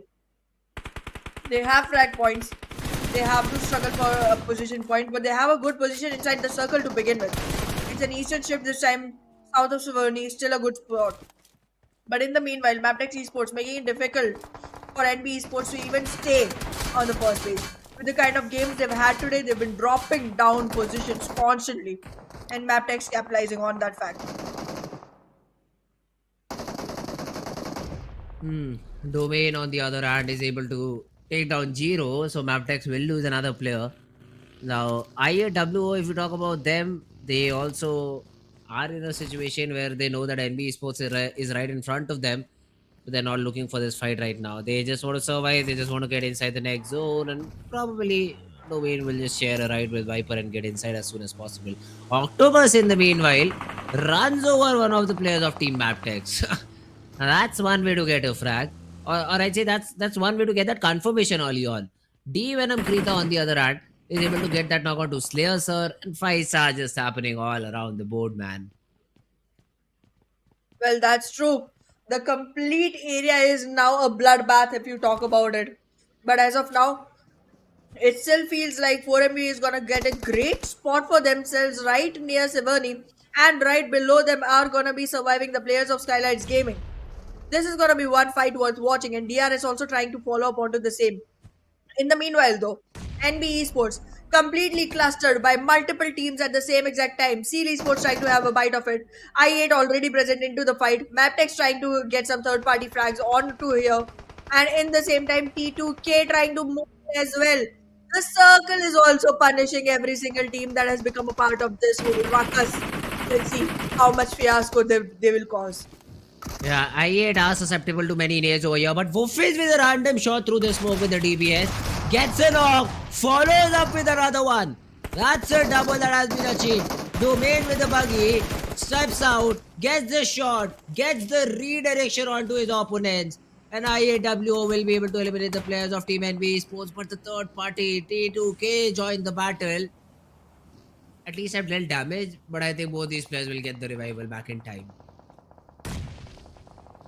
Well, the damage definitely does get okay. Okay. As of now, T2K missing onto that run over. XMPL trying to come back in but gets taken down right on time. And with that, I guess T2K and I8WO both will be in a bad situation moving forward. Once again, unnecessary fight for T2K. It's not inside the zone. It's not in a spot where you'd be favored to take. But you still go for the battle. And now suddenly Turulav is, forced to take this battle and domain. The guy who just got revived is able to get that frag. That's... I just feel bad for all these teams that decide to go in for such a play that does not make any sense. But yeah, they were hoping that they would be able to essentially clean up IAWO. It seemed to be backfiring for them as T2K only have one player surviving. Well, this time T2K definitely has to give up as quickly as the game runs out of their hands. But as of now, Mabetex will still survive with 2 players but has no frag points to their name, which is going to be pretty difficult. Because going forward, it is not going to make much sense because placement points still are not looking anywhere close for Mabetex. King of Spades, however, in the meanwhile, does get taken down alongside DRS. The positions are not good. IW, however, in the number of frags, doing great. Oh, they definitely are. They definitely are doing great right now. 4MV though is a team that I'd like to see shine. They do not have any frags till now, but trust me when I say this, the position that they have inside the zone and if the circle favors them, they will get a chicken with more than 10 frags to their name. So that's the power that this team has. Venom D, 3 frags only. IAWO has 9. Basically, it's IAWO. They've made sure that they end up top 5 at least in this game. I do not know about the overall standing, but I think that is also something that they're fighting for. Securing a top 12 spot. I think they've already secured that. Okay. They are in top 12, but they are still trying to get more points for the weekly league stage positions. However, as of now, things are gonna get difficult for them. I8WO Octopus, even with 8 hands, could not block that nade coming onto his face. The Molly also being in close periphery won't be able to move forward and get the revival either. Domain surviving on the lower floor. Once he's spotted, another nade might come in from the side of Jane. The sole survivor from the side of T2K already making things so difficult for I8. Yeah, I mean, Jane is tossing out a few utility of his own. But there's a particular space in squad houses like these that basically blocks the nade from coming in a particular spot. And I think that's where IAWO are giving the revival. So Octopus will be brought back into action. He will be brought back into the game. And Jane will again be all alone and gloomy of saying that even though I was able to get the knock, but the confirmation is not mine. Now, Viper sees a smoke, just sprays in it, hoping to be lucky, hoping to get that frag. Won't be able to get anything as of now. But yeah, talking about the circle, it has gone away from the players of Team Raw official. But SKYLIGHTZ, D, Venom, ASL, all these teams find themselves inside the zone. Absolutely, and the positioning on D Venom is definitely looking good. But they do have to survive this battle with IAWO to begin with. If they are able to do this, they'll find themselves in a jolly good position to go forward alongside. As of now, Raw officials still trying to make it back into the circle. The position they hold is going to be slightly punishing, but as long as they can stick to it, it won't be a hard day. Mabetex Esports still surviving with two solo players, both stacked right onto each other in a couplet. But are they going to be in good enough situation to battle this out? What is 4MB doing? Okay, they go all the way north with a huge rotation, probably falling into a fight with Raw officials before they make it back into the circle. But that's going to be a fight that's wasted for both. I mean, Jiggle, he will be unlucky if he gets taken down because he was just over there trying to figure out where the rotations are coming from. And 4MV, they stop and try to take this battle. Now, Dog has been tagged to very little HP. And yeah, he will be taken down. What are these teams doing, man? I did not expect a play like this from a team like 4MV. They just go outside the zone, stop and try to take some shots without any cover of sorts. They lost rock in the process. They do not have any frag to their name, and it seems like 4MV might just finally not have a good game over here. Well, they've had a lot of great games to begin with, so it's not necessary for them to squeeze in every single one. But it also seems like your curse, it's scary. It's scary. The moment you start appreciating a team, they start depreciating their performance. As of now, however, I'm not going to count 4MV out just yet. It's one man lost, and it's still recoverable if Baron is not back on his feet. Oh no. This does not very optimal. Apex is knocked as well. Now, how do you fight this off? 4MV has only one player East surviving to give revival to 2. This is not looking good or even possible to begin with. Baron, he also falls over here. Raw official, they are enjoying these frags now, I think. They have a good spot inside the zone, and they're like, yeah, we'll just third party anyone who tries to get inside the zone. And that's what they've been doing. 4MV down to 2 players back again. Apex and East are the only 2 players surviving. All out in the open, just running it down with a buggy. Unless they probably find a compound, which is for now being taken by the, not a compound, it's a shack. It has been occupied by the players of Team Mabetex, and they are the ones who will be able to eliminate the squad of 4MV now. A game with 0 points. This is something we've never seen happen for 4MV. But well, there is a first time for everything, and it is their first time of 0 points. But to be very honest, do they care? No, I don't think they do. 40-point lead is what they had against the second team. So 46. They can afford maybe 2 games like these. Although this would be the last one before they play their bonus game. Yep. But yeah, no problem whatsoever. I'd say even the bonus game does not matter for them because they'll essentially end up overall on top just by the position points that they have. So that's a completely different 4MV that we saw this time around. But I think they were just experimenting a little bit, trying some things new and just having fun in the game because they've already done the hard work that was necessary. True that. They've already done the hard work, and as we discussed early on itself, it is going to be one of the days where you want to save your energy, where you don't want to gas out because there's one more game coming your way. And 4MV definitely understands that. They did not try way too hard into this particular one. They're trying to make sure that they're able to fight the last one well because they already know there is not a single team that's going to be able to topple them. The one team that was only 46 away from them is not even playing this game, so they know it's an easy win. However, entering into the particular fight right now, we can see ASL and Raw officials who are going to be third-partied by Mabetex. ASL tossing nades left and right over here. Now Praveen, he just moves away. Yeah. Otherwise he could have been taken down over there. But this is just an exchange of utility that is happening right now. SKYLIGHTZ on the other hand are being pinned down. Venom's Domi is able to take down No Fear in the process. Revival is going to be difficult. But SKYLIGHTZ Nima was almost run over by Gangsta with his vehicle. Will he go for round number 2, Gangsta? No, he does not. Oh, maybe he does. He does want to go for round number 2. Venom pushes in onto Mafia Ninja. The shotgun is out here. And the damage has already been done. So the random fire is happening. And let's see Mafia Ninja is able to get that shot. The player is sitting inside the buggy. And finally, Mafia Ninja spots him down, takes him down.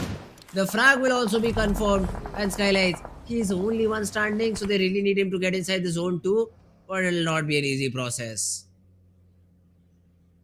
Not an easy process at all. Raw officials already taken out. Now leaving 7 teams onto the board. IAWO looking pretty strong with those 9 frags and 3 men still alive. Venom DE with the opportunity of getting chicken overall. ASL. Okay, let's just move on. Steel doing good as well, but they get one player taken down, and that's good enough. That's a great opportunity for IAWO to capitalize on, and I guess they did. They already did. Yeah, IAWO 10 frags to their name, all still inside the zone. I'd say and has spotted down Soulless, the players of Team SEAL Esports. Although Soulless is still able to get that knock with the UMP, and Domain is down on the ground. The push is also coming in. Now, Viper, does he stick the revival is the question. No, he does not. He goes in with a shot, but the DBS does not connect for the second time. And SEAL Esports, the push, the rush, it was a very good one. And definitely caught the players of Team IAWO off guard. They did. Seal might be looking forward to a great game for themselves. However, that's not going to change much things for this team. But in the meanwhile, SKYLIGHTZ Gaming getting eliminated with only 5 points makes 4 MV still stacked up right on top. I mean, that they were already going to be. But with this 5 points, that 46 lead, I think turns down to 45 because there was 4-point difference between SKYLIGHTZ Gaming and Stalwart, and now that is recovered from. So I think 4MV now has only 45 points lead, but now that's not going to be messed with at all whatsoever. IAWO, but with that, this is their elimination. They have been eliminated with overall 12 points, which is not bad at all. But let's see where does this put them in the overall standings. Jane tosses in it. Soulless has been taken care of, and this guy has been surviving for a very long period of time. He's all alone in a 1v1. The shotgun will reign supreme as he is able to land both of his shotgun shells. T2K, they're able to somehow eliminate SEAL Esports, and Jane still survives, hoping to get inside the zone the next time around. Well, it completely depends, but T2K is still gonna have a decent game because even if Jane gets eliminated right now, right here, he gets 8 points for T2K. That is a good enough situation. But as of now, Mabetex Esports, WWCD chances for them are looking good enough. It's gonna be a 2v3v2 situation with T2K getting taken out already. ASL, one of the teams we do not expect at all. I literally stopped conversing the moment their name came up. Is looking like the strongest contender right now. But will they be able to convert it? No, that is the biggest question, isn't it? Or most of these teams, they've thrown some fights at some point in the game, so you still cannot completely count them in for a chicken. Now DE Venom, they are trying to toss a few nades onto the players of Team ASL, who still might be struggling with the zone, considering DE Venom themselves have to move in. So it's not going to be an easy battle at all. And even with still Mabetex surviving, it's not an easy game. Mabetex, because they're already inside the zone. I'm surprised to see that nobody has already naded that particular shack. It should have been the very first thing that should come to your mind as soon as you see a shack in the final circle. You should just nade and make sure that there is no one inside. But that hasn't been the case, and both the players of Team Mabetex, they are still present in that particular location. But Chari is getting the ideas now. Already going in with a molly. Covers the outer area, but now is distracted by DE Venom. Will relocate. No damage from the molly. Yes, it did not matter at all whatsoever. And now Chari has been spotted by DE Venom. Krita is making some shots, and those shots are landing right. ASL though, 2 meters still this guy has to crawl inside the zone, so it should not be a problem to do so. And slowly but steadily ASL is moving forward towards a chicken. DE Venom, for some reason, they've also decided not to crawl in. They also want to be the last one inside the zone. But yes, I'd like to see Mabetex just get eliminated as soon as possible, because that's not a spot where you should be surviving for such a long period of time. I don't think so Mabetex has any more smokes left either, so they won't be able to toss it. Finally, Gangsta. Finally, he tosses that nade, gets the confirmation, and Mabetex has been taken care of. Now ASL has that clear idea that they only have to fight it out against the remaining 2 opponents.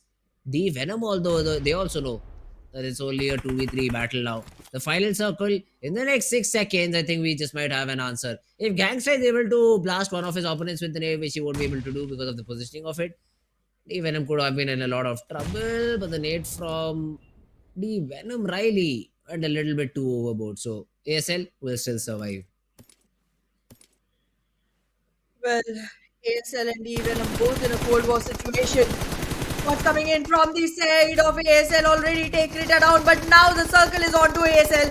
The shots are coming in. ASL loses to DE Venom, wins it out, and ASL in a situation that was supposed to be winning loses it to DE Venom. An unexpected victory, a second chicken, and DE Venom might find them in a much healthier situation going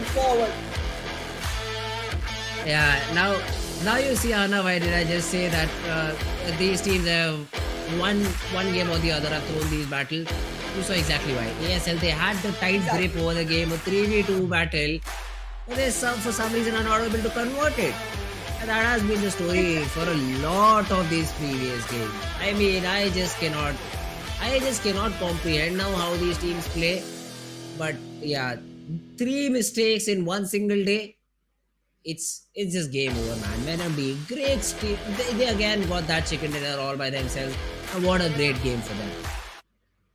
Absolutely. Venom D acquiring themselves the second chicken of the day. Putting, not the day, sorry, overall, putting themselves in a good enough position. But ASL, okay, when we were discussing about which all teams have a chance, I did drop my conversation while talking about ASL because I've seen this team being in a very struggling position all through. I did not think the momentum was going to be in their favor. But leave momentum, their own gameplay wasn't in their favor. I don't know, man. I don't know what was the play over there or who was calling the shots, but it does not matter because you're not able to get that chicken. And overall, it is Venom who will be taking the game. But let's see. Let's have a look at which of these players have the MVP title, and it is going to be a player of IAWO. Why not? Because Octopus got 4 frag. Overall, this team had a great performance in the game too. Absolutely, IWO with about 10 frags to the name and 12 in total points really did a great job and has been a great contribution from the side of Octopus himself. He has outshone himself in every single aspect. Like if you take a look at the graph, he has done better than the average in every single field around. But yeah, I'm definitely looking out for what other players have their own contributions because it's not just one ever. There's more. And there we have it. Venom, Krita and Riley with 2 and 4 eliminations of their own still maintain their position on to top players. This is a great game for Venom D. I mean, the way they got that chicken. Krita would be a little bit unhappy with the damage that he had as compared to the frags that he has. But yeah, I mean, let's see how does D Venom pan out on the overall leaderboard because ASL and D Venom, both these teams were on the bottom charts. Do either of them make it to top 12? That's the biggest question that I have. Absolutely, that's gonna be something that we gotta find out soon enough. We will be shown the complete leaderboards, but as of now, let's discuss a little more statistical section of the game. D Venom did great at eliminations and damage, but Mafia Ninja from the side of SKYLIGHTZ Gaming did have a great number of assists, which definitely contributed to the position of, I guess, No Fear himself. And Soulless D, well, from the side of Seal, had highest healing. Again, I do feel like healing is a good, stat to have up there, but it's definitely not one that contributes to the overall healing. Yeah, that's true. Although match standings, and that's something we'll have a look on right now. So let's have a look at the match standings overall. I think it's a D Venom still on top. Second, maybe IAWO. Let's see. Oh, it's ASL. Okay, they got 7 frags, or at least that they were able to get 13 points from this game. But IAWO get 12 and Mabetex 11. So it's a good game for all these 4 teams, but it should have been a switch, man. ASL should have been out on top, but somehow they were not able to convert the game. T2K Esports also getting 8 points from this one. DEADEYES guys get 5 points from overall this game. I think DEADEYES guys and SKYLIGHTZ Gaming, both these teams, we will be seeing a little bit more of them in the next game in the map of Livik. But yeah, these are, I'd say, the good performing teams from this game. But here are the ones which were not able to perform in that fashion. IHC, King of Spades, 3-4 points. That's not a good number to have. Absolutely. 4 I can still give a pass to because King of Spades has had a good run overall today. But then IHC, this team is literally struggling at the bottom of the charts and they still managed to get only 3 points. That's not good. Raw Officials, again, one team that we had great expectations from, ending up at 3. DRS, one great game, and after that, again, down in the ditch with only 2 points on their names. JMEX, well, they haven't been able to do much either. NBeSports and 4 Miracle Vibes, 2 teams that have been on the top for a really long time. Now, NBeSports has been swapped around, but these 2 teams rocked the top table for a really long time, and now we find them both at the bottom of today's match. But then they both know they're going to be playing Livik, so no complaints. Yeah, but overall standings is what I'd love to see right now. To just check maybe who are the teams or who are the players in top 12, so we can get a little bit of an idea about Livik. But Livik as a map, I've not even seen it, so we'll have to definitely see how that particular map looks overall. But yeah, now moving to the final standings, we already have the top 10 on our screens. 4MV on top, Stalwarts following them, and SKYLIGHTZ settling for the third spot. Seal, Mabetex, King of Spades, T2K, NBeSports, DEADEYES guys, and HVDC. So these 10 teams will be playing with two more teams on the second chart. That's what I'm excited to see. Exactly. That's great. I mean, we are seeing a lot of ties. We're seeing ties between Stalwart and SKYLIGHTZ. We're seeing a tie between Deadeye's guys and High Voltage DC. Pretty happy to see T2K made it in. Pretty happy to see King of Spades is still up here. But yeah, I mean, the difference still stays the same because SKYLIGHTZ, even after the last game, was only able to cover up enough points to stick right next to Stalwart Esports. But they do have one less chicken. So I guess one great game and SKYLIGHTZ will be able to topple Stalwart. But then that's going to be in overall rankings. We are going to have this whole thing set up to a reset for the next week. So we'll find out how things go from there. But yeah. Please. Oh no. This is not looking good. Even after 2 chickens, Venom D does not make it. How does that happen? Even after 3 chickens, Stronger FAKELOVE does not make it. How does that happen? That this is when when you're not consistent enough. And we on Illuminate, that's a jump because they got 12 points from the previous game. I'd say they are the lucky ones, but hey, it's all good. It's all good for this particular team because they're able to qualify. Now, ASL, I mean, even if they would have gotten the chicken dinner 4 extra points, overall, I'd say they would be somewhere around 100. So qualifying wouldn't have been possible at all. Venom D, yeah, I mean, you get that chicken, but at the end of the day, you are also not able to qualify for the bonus game. So Stronger FAKELOVE and the teams below, well, you'll have to sit this one out, and we will be seeing you in week number 2. It's definitely heartbreaking. I mean, I get it. 1 chicken and you're not making it. I get it. But Stronger FAKELOVE, 3 chickens. Okay. I do not know how to put this in words. Nobody has 3 chickens. They're the only team with 3 chickens and they don't make it. They do not. Venom D again, 2 chickens. It's still not good. But then again, because Stronger FAKELOVE has 3 chickens and they've still not made it, I'm more focused onto them. But yeah, it's not a great call for Venom D either. Like, how inconsistent do you have to be to have that many chickens and still not make it? Like, it's disappointing. Yeah, I mean, that's STFL couldn't have thought about that because one of these days they were in the top charts, and now them not even qualifying is something we did not expect but has happened.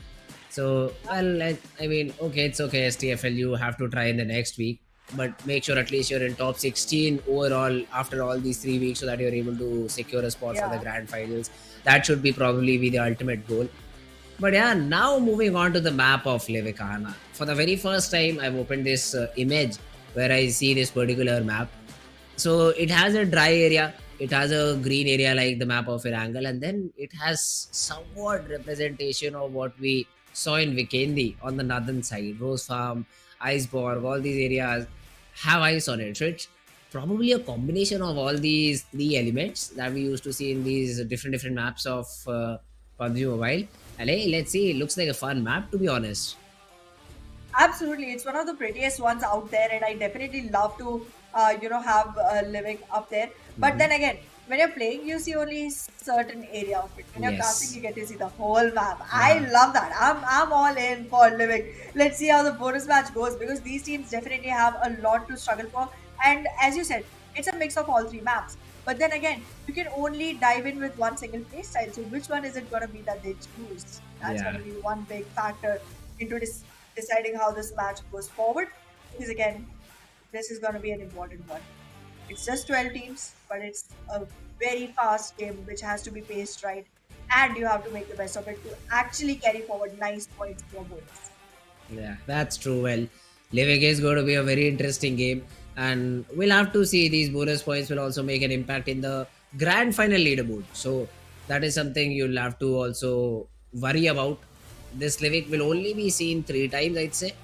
all the Sundays, upcoming Sundays. So the next time you'll see Livik will be on the 7th of August and then on 14th of August. So mark these 3 dates if you want to see the new map. Not new because it launched way back.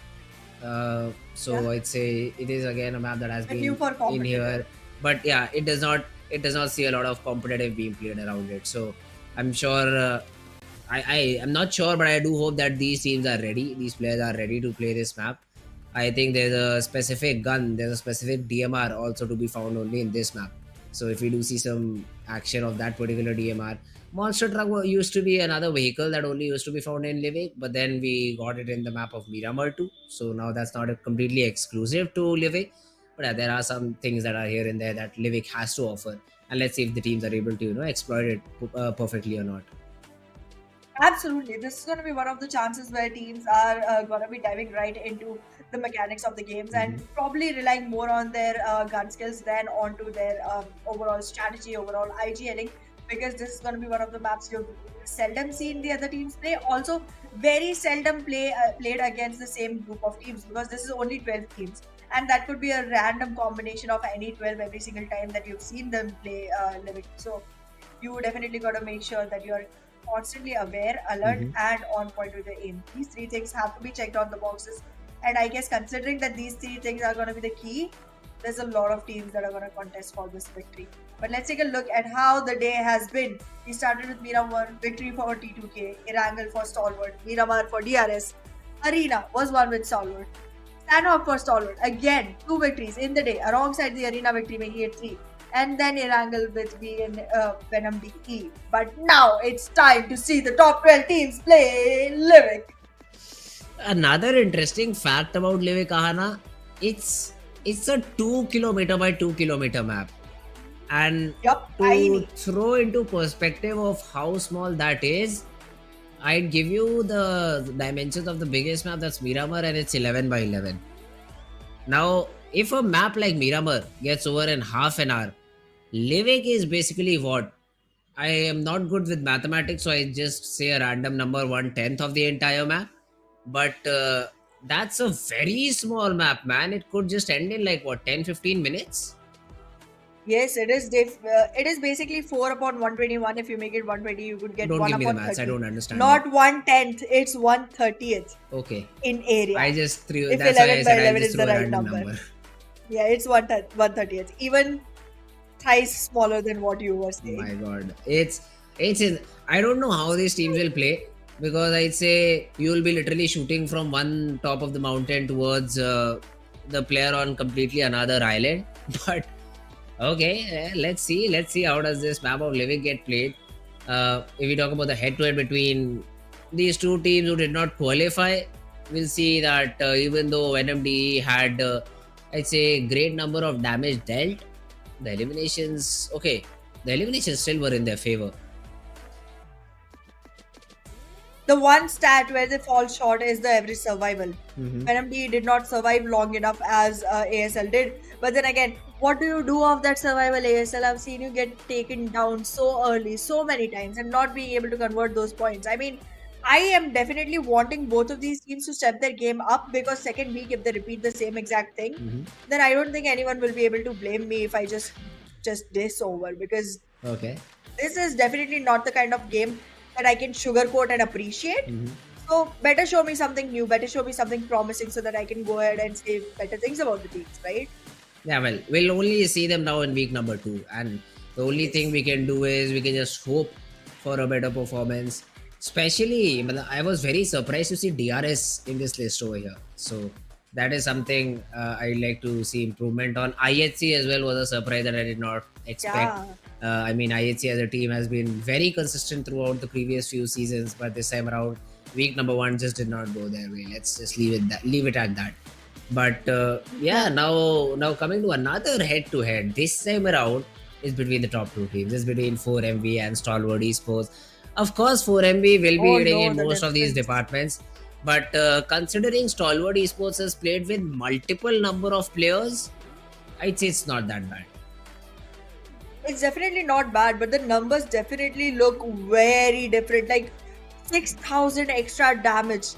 Actually, 5,807. But yeah. That's the damage that For Miracle Vibes is capitalizing on. Eliminations, it's a difference of what, 39.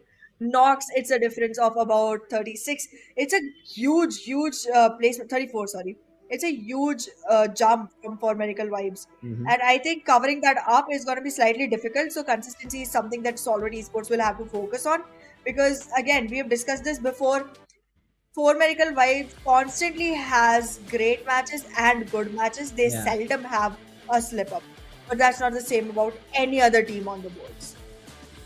Yeah, well, that's completely true. And now, I just want to see the map of Livik though. That's what I want to see because I still cannot get over the fact it's a very small map, and Yeah. it usually only It's smaller supports. than Sanhok. But it One only eighth. supports it in itself supports only 52 players.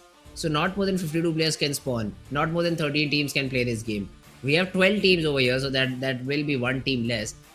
But how much of an impact will that make?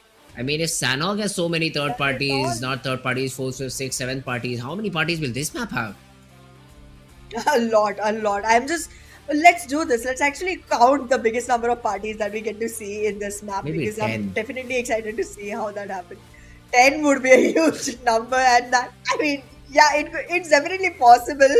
It's definitely possible that 10th party I know. happens, but I'm pretty sure by the time it goes to 10th party, the first, the second, the third party would have already been taken out of the game. They would be eliminated. But yeah, I mean, I don't doubt what you're saying, but I cannot comprehend what you're saying. I'm trying to put it in my head, and my head is like, that's a lot of players. I cannot Yes. render it. I mean, see, the one-way distance of a player rendering in your vision is somewhere I'd say about 500 meters. I don't know the exact number, but I'd say somewhere around 500 meters. You would be able to see the guy with 8x scope, and the map in itself is 2 kilometers on one side. So basically, I will count out the extremities, considering you wouldn't drop. But why wouldn't you drop all the extremities when it's such a small map? There are a You lot of would? there are a lot of complications that surround this particular map of Livik. I just want to see it because on Sanhok the problem with a lot of players interfering is the terrain.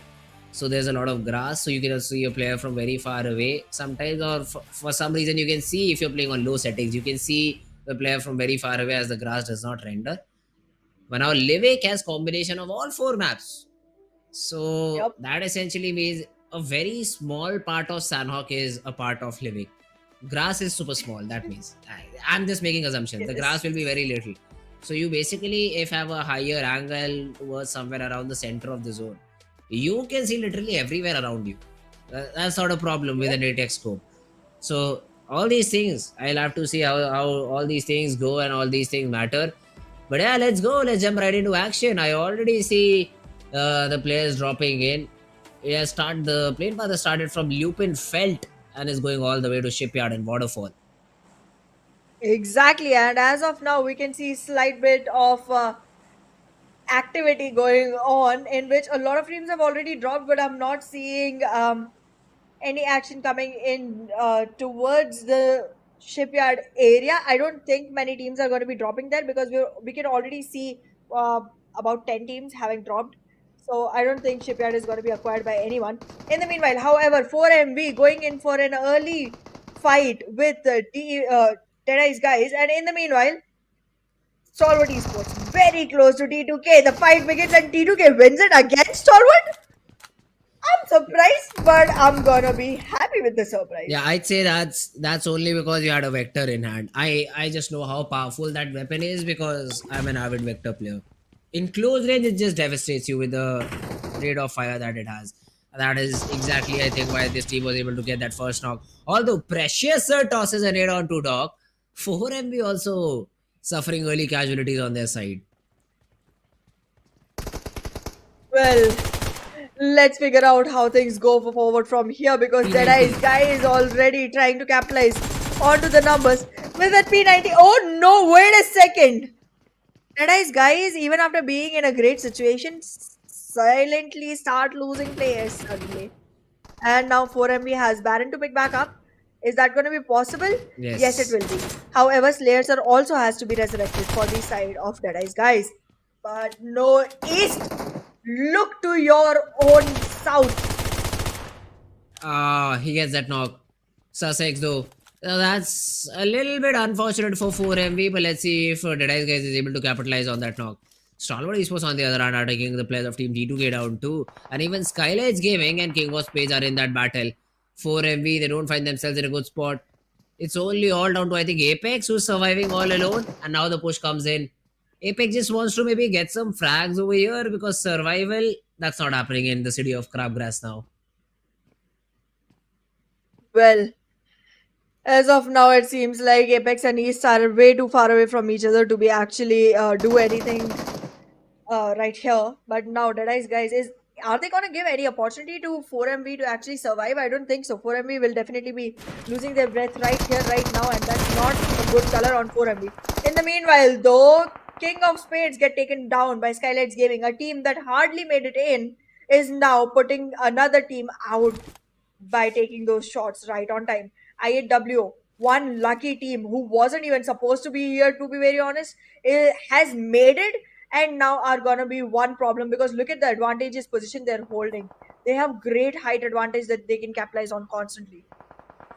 Yeah, but the first team to be eliminated is T2K, which is surprising because they are the ones who got the first blood. And that was on the Yep. players of Stalwart Esports. But after that, Stalwart did not even lose a single player. And they were able to overwhelm the players of Team T2K. Now, King of Spades, Octopus just pushes in, gets that knock onto Faisal and also drops back. Not for long because he essentially also gets knocked out. And the confirmation will also be achieved by the player of SKYLIGHTZ Gaming. And I hate losing a player early on, but at least get one for their troubles too. Right now it seems like I8 is gonna be having one player lost with one player traded off, but that's not a great situation. SKYLIGHTZ Gaming, however, is soaring quite high with 3 players taken down and none lost whatsoever. In the meanwhile, though, 4MV loses 2 with only 2 eliminations. Not a great position for 4MV. I wasn't expecting this at all whatsoever. So that's Wasn't another at all. new shotgun. But Slayer Sir has one of his own. And we'll make sure he's also able to take down one of these players. It's just very weird because I don't know the name of all these weapons, but it's fun at the same time to see them work. I think it's a spoof of DBS that has been put into Livik, but it's fun. I like seeing new weapons. I like that too, and in the meanwhile, the weapons are not even a question because there's nades coming in from the side of Ryuk that will make life impossible for the side of DEADEYES guys. I mean, Ryuk should definitely have an idea that this is about time to enter in. He has a shotgun in hands. He does not know that the players are up top. That's gonna give enough time for revival, but he gets one, he gets the other. He's gonna be able to convert both the frags and HVDC. Ryuk doing good enough for the team so far. HVDC, but they've lost 2 players, so that's again another problem that they'll have to deal with in the future stages of the game. Now, for now, they've been able to clear out the entirety of Crabgrass, I'd say, because they've just eliminated our team in this particular city. Okay, never mind. DEADEYES guys is still there. Precious Sir still lingering around the corner, making sure that he has information about this particular team. Well, the information is definitely going to be important, but capitalization is what you need at most. Mr. Boro right now trying to toss a nade right onto Viper, but it will not land at all. SKYLIGHTZ Gaming has to fall back because this is a fight they cannot really participate in. But why are you walking in towards the circle? I mean, towards the blue zone. I do not see much point to that, but okay. Maybe a longer rotation is what they have. Yeah, longer rotation is what they have in mind. And IAW Viper took a Zipline. little bit too long to go ahead and fight these players. Can you take the zipline? Is the zipline accessible? Would love to see if it I don't is. think so. I do not think so. Hey, then oh yeah, it is. So Oh, it'll nice. be interesting to see if a player gets knocked out. So what's the animation on that? That's one thing. But again, Okay. look at this. The Oh, shotgun wow. just goes boom boom, and that's another frag. Precious Sir will be eliminated, and now we can safely say HVDC has gained complete control of Crabgrass. They sure have, but there are only 2 players surviving. So they do gotta wait and watch till other teams start losing players before even investing into the fights. The circle, however, is on the verge of closing in. And now we can see that the circle has taken an eastern shift. Soon enough, the teams will start falling towards the eastern ground. SKYLIGHTZ Gaming still isn't inside the circle, neither is IAWO or Kings of Spade. while the other teams all are gonna be situated inside. Mabetex just making their way in. Ah, Boro, Oh no, he saw Domain there. Domain thought that he'll prone it and he'll survive, bro. This is not Erangel or this is not Sanhok where there's grass. This area this is all literally of had them at no once. grass. This is not one of them, but this is all of them at once. Yeah, that's true. But meanwhile, CD Sports, they had that cover from one of these angles. They thought they'll be able to exploit it, but they've lost Scooby. Although not entirely lost because the revival is still very much possible. They will bring back the player back into action and will be moving forward with all the players that they are surviving. So CLE Sports 2 defeat points to their name. Scooby brought back up, 4 players still starting. A decent game. Well, let's find out how this decent game goes for the teams because as of now, we have seen slight disappointments already. Some teams that we did not feel like would be taken out that quickly were taken out much before their time. And now look at the teams that are surviving. Seal with all fours, Raw officials with all fours. These are the teams you do not see as easily making it into the generic games, but when you merge all the maps together, they somehow find their way. Oh, well, that's true. The raw officials though they suffered a loss against the fight against the player of team CLE Sports, but there's another elimination that will come in because King of Spades has been eliminated without any points to their name. IAWO, although Wolfie was also the last one standing, but he took his opportunity. He gets that shot. He is able to get 1 point and also make sure that he gets one more placement point because we are already down to top 8 teams. Well, top eight teams trying to make it back. Which one will win is the question. Stalwart, I like the position they're holding. They're right in the center of the map, and every team is gonna have to approach them as long as the circle supports. A drop is coming in, and I guess drops on Livik are gonna be fun to explore. So let's see if some team is gonna be daring enough to go ahead and try that. But yeah, as of now, it seems like Seal going back in from southeast is gonna have an easy way in. They do not have much challenge, but once they navigate onto the main island, they will have raw officials to fight against. Okay, but in the minimap, I do see the players of Stalwart Esports right down the center of the circle. So they would be just welcoming teams from every direction. But the fight between HVDC and SKYLIGHTZ is what I'm interested to see. Now, all these 8 different teams, they're all scattered around. So a fight, I think, is going to be difficult for any of these teams to go through. This team is so completely on a different island. So for them to rotate in is going to be a thing that I'd like to see. There are 2 bridges, or they can use a waterway to just jump across the other part of the map. Let's see what Seal decides to do because I don't think so. The teams are well versed enough to set up a bridge camp right now. Well, a bridge camp definitely does not seem like a possibility on this particular map, considering how close everyone is to each other and how small the map is. But as of now, there is presence of SKYLIGHTZ Gaming, which can be watched onto by Ryuk, and you gotta be safe from this guy.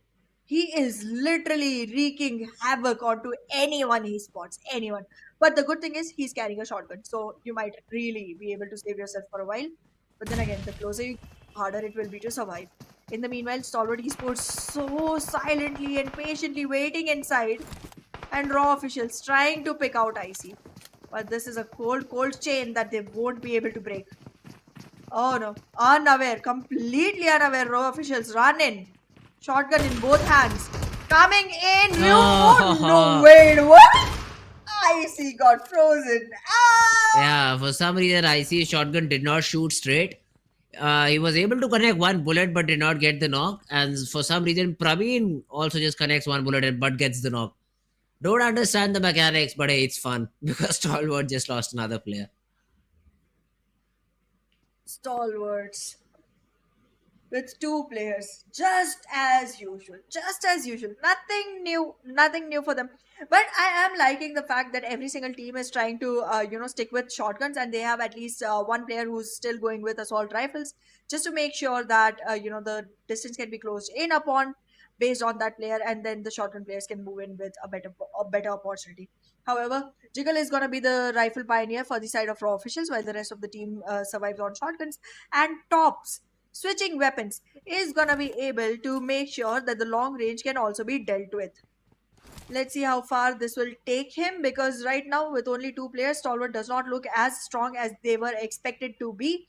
And Ryuk, I mean, he does not even have complete team backup, but this team is scary right now. I have seen high voltage actually deliver high performance, and that is now.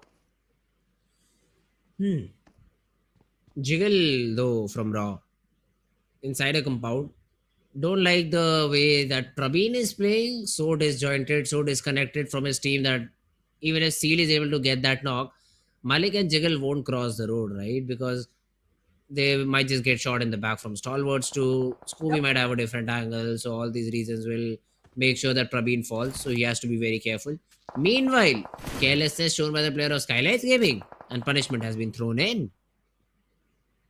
Well, no mercy on a map of Livik, but the circle is coming in. We're soon gonna see the play area shrink into nothing, and it's still favoring HVDC and Stalwart Esports very close near the circle. Stalwart Esports still survives in the same exact position, but NBeSports though, will they make it into the circle? I don't think so. They won't have the opportunity, right?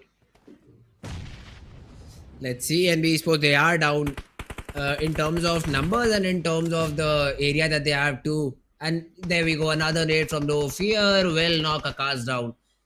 Mondo also subjected to a molly. For now, he escapes, and the smoke wall will make sure that Fizzboy survives. But SKYLIGHTZ, they've just pinned down the players, and the nades are also falling in one after the other. So it does not look a fun time for the players of Team NBeSports, and we might just see their elimination very, very soon.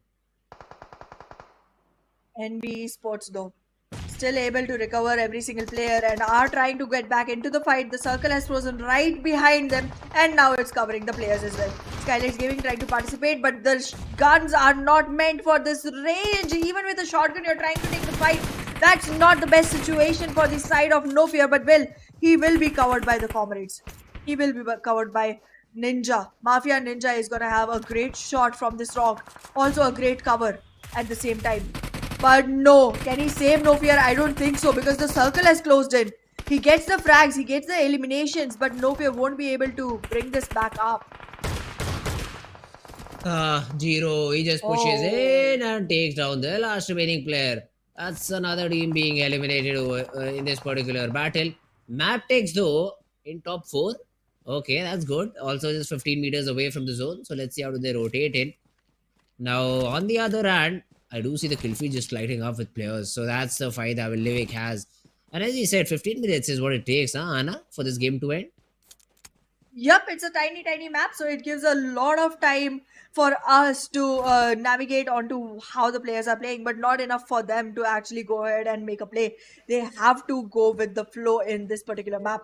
In the meanwhile, IW is still surviving with one single player, and Mabetex Esports alongside Raw Officials and SKYLIGHTZ Gaming all on 3s. So all that IAT is going to be doing here is be a spoil sport and survive for as long as possible. But Goofies has to leave the compartment as quickly as possible. The circle is coming in, the bullets are coming in, he'll get taken down. No spoil sport game allowed just yet. With 3 each, the 9 players are going to be pioneering for their own teams, in which SKYLIGHTZ Gaming does not get the chance to survive. Last 2 remaining, Mabetex Esports and Raw Officials. Let's see, Mabetex, they're taking zone damage and they're hoping to get this vehicle inside the zone, which is not the case. And now Raw Officials moving in forward. The molly is good because it spreads. And if it spreads across the wall, no, it is not. Zero, although will be forced out in the open. Random shots through the smoke will make sure that the entire team is eliminated. And there's the chicken dinner for Team Raw Official. Raw Official with winner chicken dinner up on the boards for themselves, finally getting the first position onto the bonus map, and now the first one in this tournament to take the bonus by their hands. Raw Officials, a well-deserved victory onto them, and after so many times that we predicted them to win, they finally show up on board. Oh, what a game. What a fun game, I'd say, for this particular map of Livik. I thoroughly enjoyed it.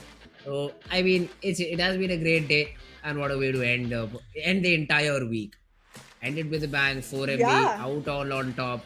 I think this game also wouldn't make a lot of difference. But good for Raw official. They get a chicken, they get some more points. They absolutely do. But there is definitely some change that comes in. Now, even though the position for 4MV does not change, they are still at the top.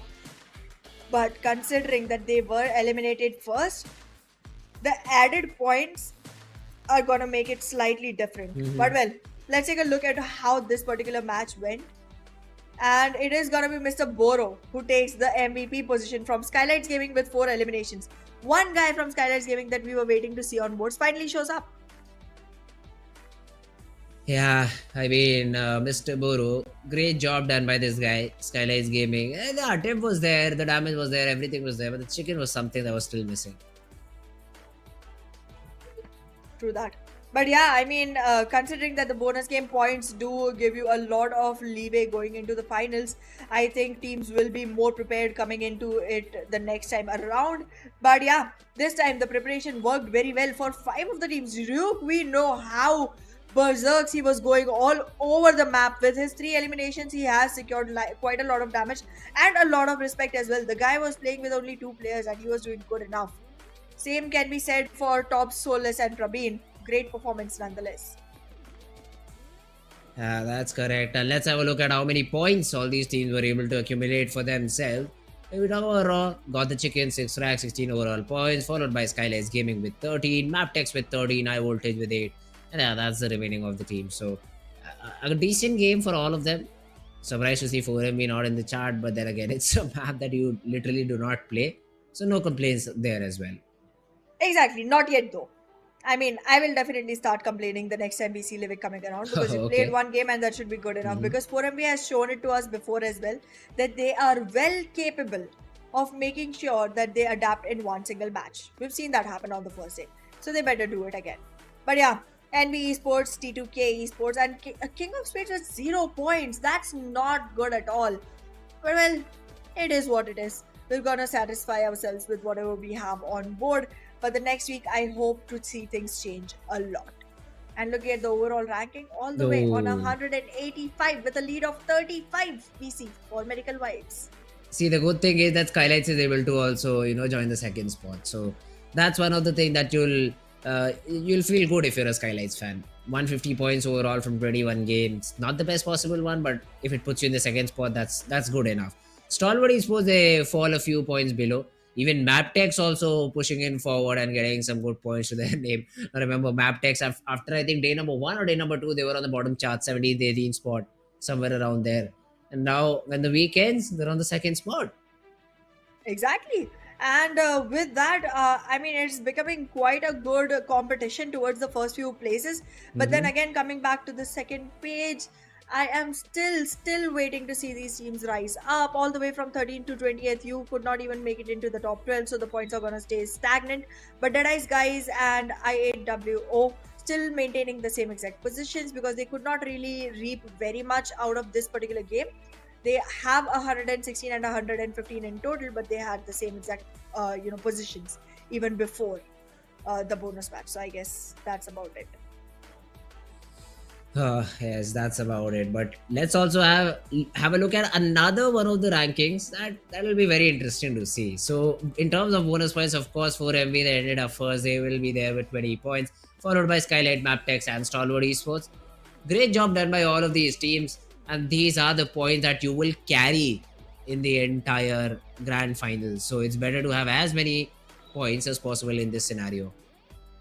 Absolutely. Placing themselves on the first page on the first few points has a great advantage, but then again I guess we can definitely see a lot of teams struggling to get those bonus points. But then again, if you are planning to enter the finals, you better start picking your pace up and then start making better positions in your league points as well as bonus points, because these points here all the way down from 8 do not look good. They don't. Well, 0 for everyone. That was a little bit unfortunate. But now talking about the elimination leaders over here, Apex topping the charts. No Fear still, competing. 39 flags to his name. Followed by 4 MVDs, followed by Aero, and then comes in Doc with 30. So week number 1 was great for the players of Team 4MB. I'd say week number 1 was also great for the players of SKYLIGHTZ Gaming. I mean, Yes. that was again another one of those teams which we did not expect to see in this spot. So great job done by them. Great job done by the players of Team SKYLIGHTZ Gaming. Other teams would definitely try to cope up in week number 2. But yeah, an interesting week finally comes to an end.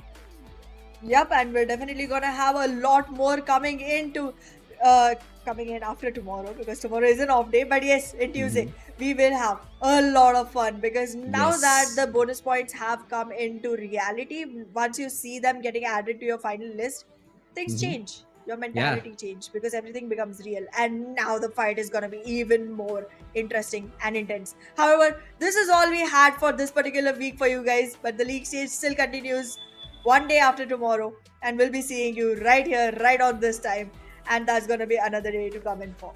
For today, we'll take your leave. Bye bye.